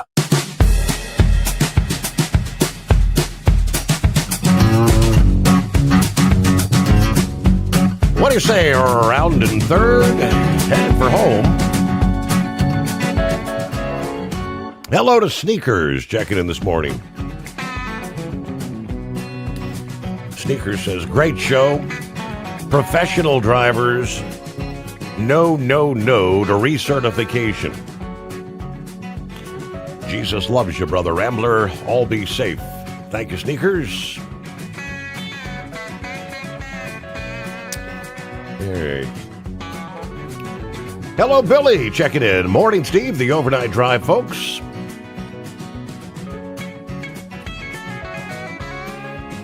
Meanwhile, see what Gilligan has going on. How's your week starting out, Gilligan? Oh, not too bad, Steve. Just normal runs down to North Carolina and back 5 nights a week. But yeah, well, Steve, I gotta concur with the idea. Why should we recertify? Like Rambler said, I've been out on this road since '99. I'm in my 27th year of driving. That's just, I don't know the whole idea behind this, but it seems like a money racket in it somewhere. If we've got to go back in to retest and all that. Now that, if I remember right, when I took my test originally in '99, I had to pay for that test. I'm wondering if there's some other alternative motive to that. Just a thought. Mm-hmm. By the way, Steve, I'm not going to be able to make the truck show this year. I'm sorry to say. Well, as you know, my wife had a fall back last fall, but also I've got to have a minor operation on the Friday of the truck show. Gotcha. It's nothing serious. Yeah, I have a cyst in my back that I have to have removed. So yeah, and the day of the surgery is literally Friday at the truck show. Gotcha. So unfortunately, I'm not going to be able to make it. I'll say this also. Anybody that wants my number to speak to me, Steve has it, or he had write it down now. Eagle, I know Eagle's shout with that invitation. You're welcome to call me, Lone Ranger, anybody. You know, I'm open to talk to anybody. If anybody would wish to talk to me. But Steve, that's about all I got for tonight. And I thank you for taking your call, and I hope everybody has a safe night. Good to have you with us there. Thanks for checking in there. Gilligan, safe travels. All right, when it comes to diesel exhaust fluid, Senator Dan Sullivan said, many truckers are being left out in the cold. These are the men and women who keep our country moving. They haul fuel, food, the supplies that keep communities running. And what they're telling us is simple. The rules coming out of Washington do not reflect the reality they face on the ground. Last November, Sullivan introduced the Cold Weather Diesel Reliability Act, which would direct the EPA to update the regulations to account for how trucks operate in cold weather states. S3135 would provide year-round exemptions from DEF system requirements for vehicles and equipment that operate primarily in cold climates. You've got the likes of Alaska or Wyoming. My bill brings common sense into the system. As part of a Senate Environment and Public Works Committee hearing examining the bill, we've listened to the people who have to deal with these everyday problems. We have to make sure federal policy reflects the reality that they actually face on the road. Ryan Anderson is commissioner of the Alaska DOT and Public Facilities, testified that his department estimates up to 80% of their diesel engine maintenance issues over the past 2 years have been related to emission control systems. Across the state, operators reporting failures tied to diesel exhaust fluid and related emission control systems during sustained cold weather operations. These systems can freeze, malfunction, or trigger automatic engine derates. Now, in most places, that might mean a quick trip to the repair shop, but in Alaska, when equipment loses power in extreme cold in remote areas, the consequences are far more dangerous. These are not hypotheticals. They're happening today on Alaska's highways, where drivers are moving the fuel, the food, the industrial supplies that we depend on. Senator Cynthia Lumens of Wyoming and the Wyoming Farm Bureau Federation delivered similar concerns about the current DEF requirements in their state. The climate alarmist bureaucrats in Washington don't understand the consequences of their radical agenda hurting real people in Western communities. She is a co-sponsor of Senate Bill 3135 with Sullivan. The people of Wyoming would not have to choose between breaking the law or losing their lives. Opponents of the Cold Weather Diesel Reliability Act were also represented in that hearing. You had Senator Sheldon Whitehouse of Rhode Island. He says the bill targets a problem that the EPA has already addressed. The potential for diesel emission control systems to fail at very low temperatures from a cold start is a known issue that he says has already been successfully addressed by the EPA back in 2009 and again last year. In both cases, the EPA directed the engine manufacturers to allow the vehicle to drive on for some distance, now up to 8,400 miles, before the engine derates in response to a sensor telling it the NOx control system's not functioning. I don't know, have the manufacturers actually done that update? I don't have an answer to that question.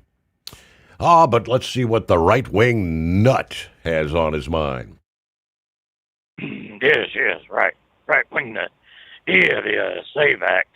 Now, they're not saying you have to get a separate ID to vote.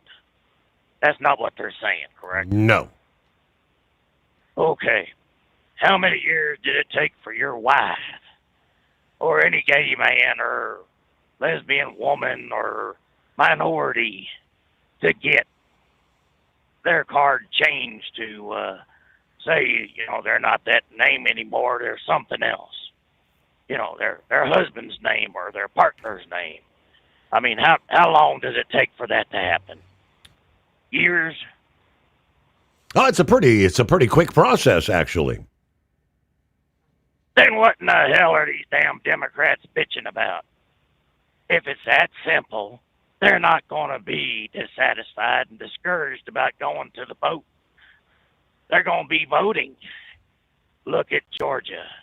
They lost a AAA All-Star game. And guess what happened? Their voting went up, was it 15, 20%?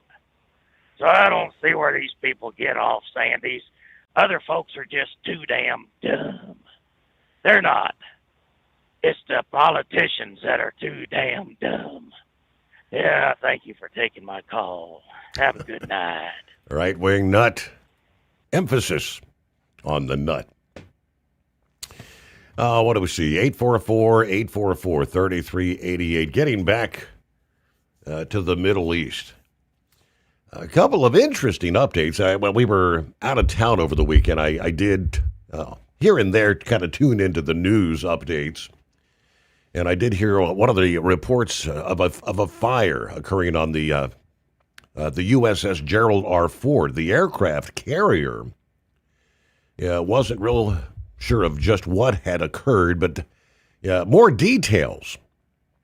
They tell us the Ford is now preparing to leave the Red Sea to undergo repairs at the U.S. Navy base on Crete after that fire last week required several hours of damage control efforts.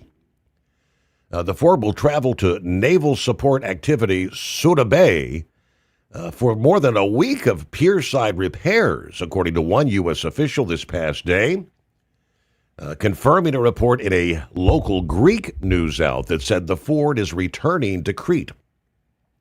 But the fire on last Thursday, occurred in the aft laundry facility, resulting in a major damage control response that displaced sailors across the carrier and disrupted operations throughout the ship, they tell us. One sailor was medically evacuated from the carrier after being injured in the damage control effort and is in stable condition. 2 others were treated for lacerations. More than 200 sailors were treated for smoke inhalation and returned to duty, according to several sources familiar with the response. Ship's force is inspecting and overhauling affected spaces.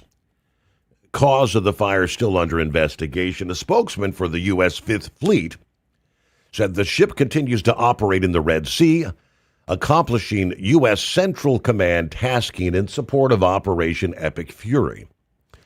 Now, the smoke damage apparently extended to the berthing area, requiring the Navy to take 1,000 mattresses off the future USS John F. Kennedy, which is in Norfolk, to send to the Ford. The Navy's also collected almost 2,000 sweatsuits and other clothing items to distribute to the crew because many sailors were unable to clean their clothes with most of the laundry services out of commission. Due to the fire, several berthing spaces and subsequently more than 100 racks or beds were lost. According to a Pentagon spokesperson, an immediate plan to acquire replacement cots has already been established. The resiliency and mental grit of our sailors has enabled the USS Gerald R. Ford to support ongoing operations. Initial communications about the fire suggested the Ford would need depot-level repairs. The New York Times reported some details on the fire on Monday. One source tells USNI News the damage control efforts, like ensuring the fire had not spread, actually lasted for more than a day. Not that the fire lasted for 30 hours. That was apparently what the New York Times had reported, that the firefighting efforts were ongoing for 30 hours. The Ford sailed through the Suez Canal earlier this month. They've been operating in the Red Sea with escorts. The USS Bainbridge, the USS Mahan, the USS Winston S. Churchill. As of this past day, Ford has been deployed for 266 days. Should the USS Ford remain deployed through mid-April, it would actually break the post-Vietnam War 294-day record for carrier deployments. The USS Abraham Lincoln set that record back in 2020. If the carrier stays out till early May, it would rival the 300-day plus deployments the carriers conducted to the Gulf of Tonkin during the Vietnam War. Meanwhile, the USS Nimitz was underway for just under a year during the first year of the COVID pandemic because of restriction of movement orders and rules around limited port visits, helping to reduce the spread of the virus at the time. That carrier was deployed for national tasking for some 263 days, which brings me to update number 2, stating that in a dramatic reversal of retirement plans, the USS Nimitz, the world's oldest serving aircraft carrier, has been ordered to chop into Central Command to support the ongoing war effort against Iran. This carrier, originally scheduled for decommissioning this year, was granted a final operational lifeline to join what President Trump has described as an American armada in the Middle East.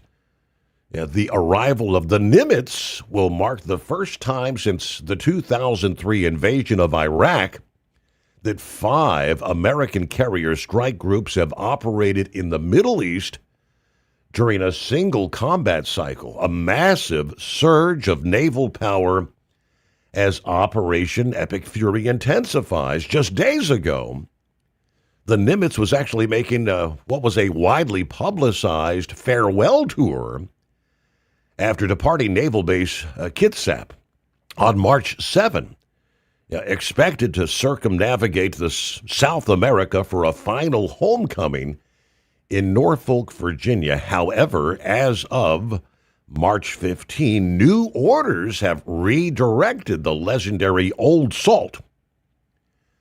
Operational extension. The Navy has officially extended the Nimitz service life through March of next year. This extension allows the Pentagon to maintain the statutory requirement of 11 operational carriers while providing a buffer as the delivery of the USS John F. Kennedy faces delays, they tell us. The fifth carrier, the Nimitz, joins a formidable lineup already in or en route to the theater, including the USS Gerald R. Ford, the USS Abraham Lincoln, the USS George H.W. Bush. Unlike its recent routine patrols, the Nimitz will be tasked with providing what they call deep magazine support. The older Air Wing will focus on sustaining the high-volume strikes to dismantle Iranian military infrastructure, freeing up F-35C equipped Ford and Lincoln for specialized precision strikes. The decision to send the 51-year-old carrier into a hot zone is driven by the sheer intensity, they tell us, of the current conflict. The U.S. forces, what they're talking about is the munitions burn rate. Forces targeting over 5,500 targets in the first 10 days of Operation Epic Fury. The burn rate of carrier-based munitions has been unprecedented. The Nimitz serves as a massive mobile ammunition depot and flight deck, ensuring that the aerial pulse on Iranian targets doesn't slacken. While some critics have raised concerns about sending a half-century-old ship into a theater filled with Iranian carrier killer drones and hypersonic missiles, the Navy, they tell us, remains competent. The Nimitz might be the old salt of the fleet, but she's been battle-hardened for 5 decades, according to one CENTCOM official. In a fight of this scale, mass matters. Having an extra 90 aircraft in the theater changes the math for the enemy entirely. So as the Nimitz prepares to cross from the Pacific to the Indian Ocean, its presence serves as a powerful symbol of American resolve. For a ship that began its career during the Iranian hostage crisis in 1979, ironically, the Nimitz is returning to the waters of its first major challenge to perform what will ultimately be its final act of service, they tell us. How about that?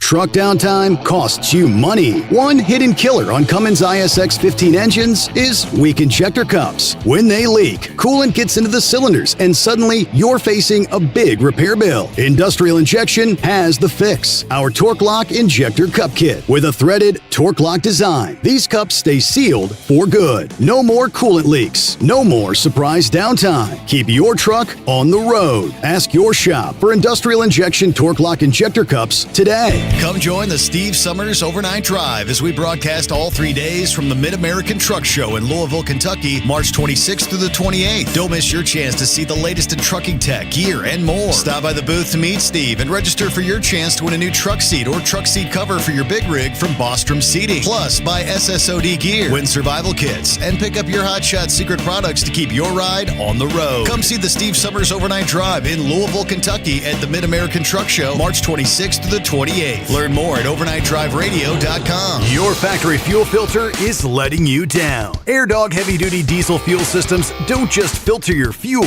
The AirDog fully optimizes your truck's fuel system for peak efficiency. The factory-provided filter simply removes particulates and water from fuel. The AirDog system removes all contaminants, including entrained air, water, and particulates, and feeds the engine pump with optimal pressure. Check out airdogdiesel.com to learn how you can capture every bit of performance and efficiency from your fuel system. Dean Michael, the tax doctor here. I have one question for you. Do you want to stop worrying about the IRS? If the answer is yes, then look no further. I've been around for years. I've helped countless people across the country, and my success rate speaks for itself. So now you know where to find good, honest help with your tax problems. What are you waiting for? If you owe more than $10,000 to the IRS or haven't filed in years, call me now at 888-557-4020 or go to mytaxhelpmd.com for a free consultation and get your life back. All right, a couple of final notes here on the Middle East as we're all anxiously anticipating what's it going to take to get oil moving once again through the Strait of Hormuz, right? Looks like Iran is definitely trying to capitalize on that. They feel as though if they can get oil prices high enough. I mean, last week they threatened $200 per barrel oil coming our way. And they feel as though that would prompt enough blowback from not just the U.S., but countries around the world with those kind of prices to convince shutting down operations, ending the war. On Tuesday, Iran apparently launching vicious attacks on some of their oil-producing neighbors again, hoping to drive up oil prices to outlast the U.S. and Israel. An anchored tanker was struck off the coast of the United Arab Emirates just south of the Strait of Hormuz. Now, reports say the tanker sustained minor damage. The port of Fujari, strategically important. It's the terminus of a pipeline that can move oil to tankers from inland wells without passing through the strait. At least 17 ships have been attacked in or near the strait since this fight began late in February. The UAE was also attacked Tuesday by Iranian missiles and drones, according to the defense minister, stating that those attacks were repelled. Iran also launched drones at the UAE's Shah gas field. Operations were later suspended. Oil prices rising after those attacks. So up and down, the prices of oil go. The damage Iran is doing to its neighbors, of course, is pushing them to call on the United States to stomp Iran so it cannot threaten their economies again. Now, there's a wide feeling across the Gulf that Iran has now crossed every red line with every Gulf country. According to the chairman of the Saudi-based Gulf Research Center, at first we defended them and opposed the war. Once they began directing strikes at us, they become an enemy. There's no other way to classify them, he says. One Gulf source says Gulf nations now want the United States to knock Iran down so hard and so far that they cannot rise again to be an offensive threat.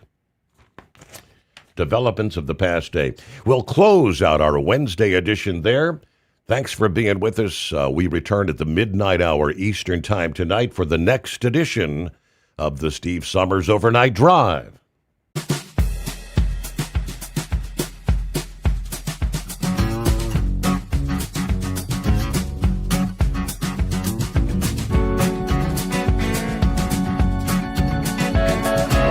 You never guess the places that I've been. You never guess the places that I've been. 'Cause everything is like a dream, yeah, but only in that dream that I live in. I'm never gonna let the day begin. Never gonna let the day begin.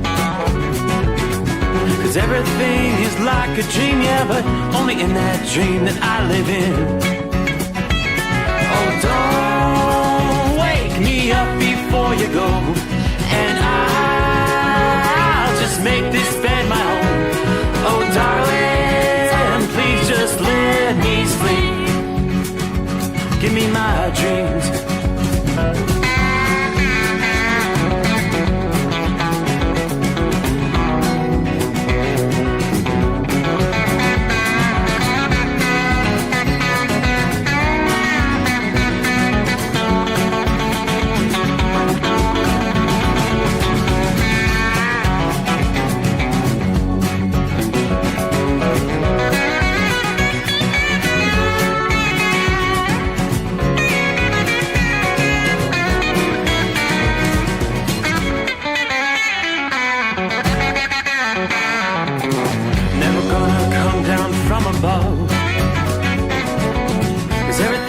Better from above.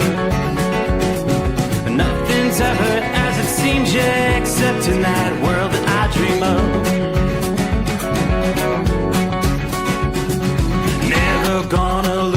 ones I love. Never gonna lose the ones I love. 'Cause everything is like a dream, yeah, but only in that world that I dream of. Oh, don't wake me up before you go, 'cause I can't face this day alone. Oh, darling, please just let me sleep. Give me my dreams, give me my dreams.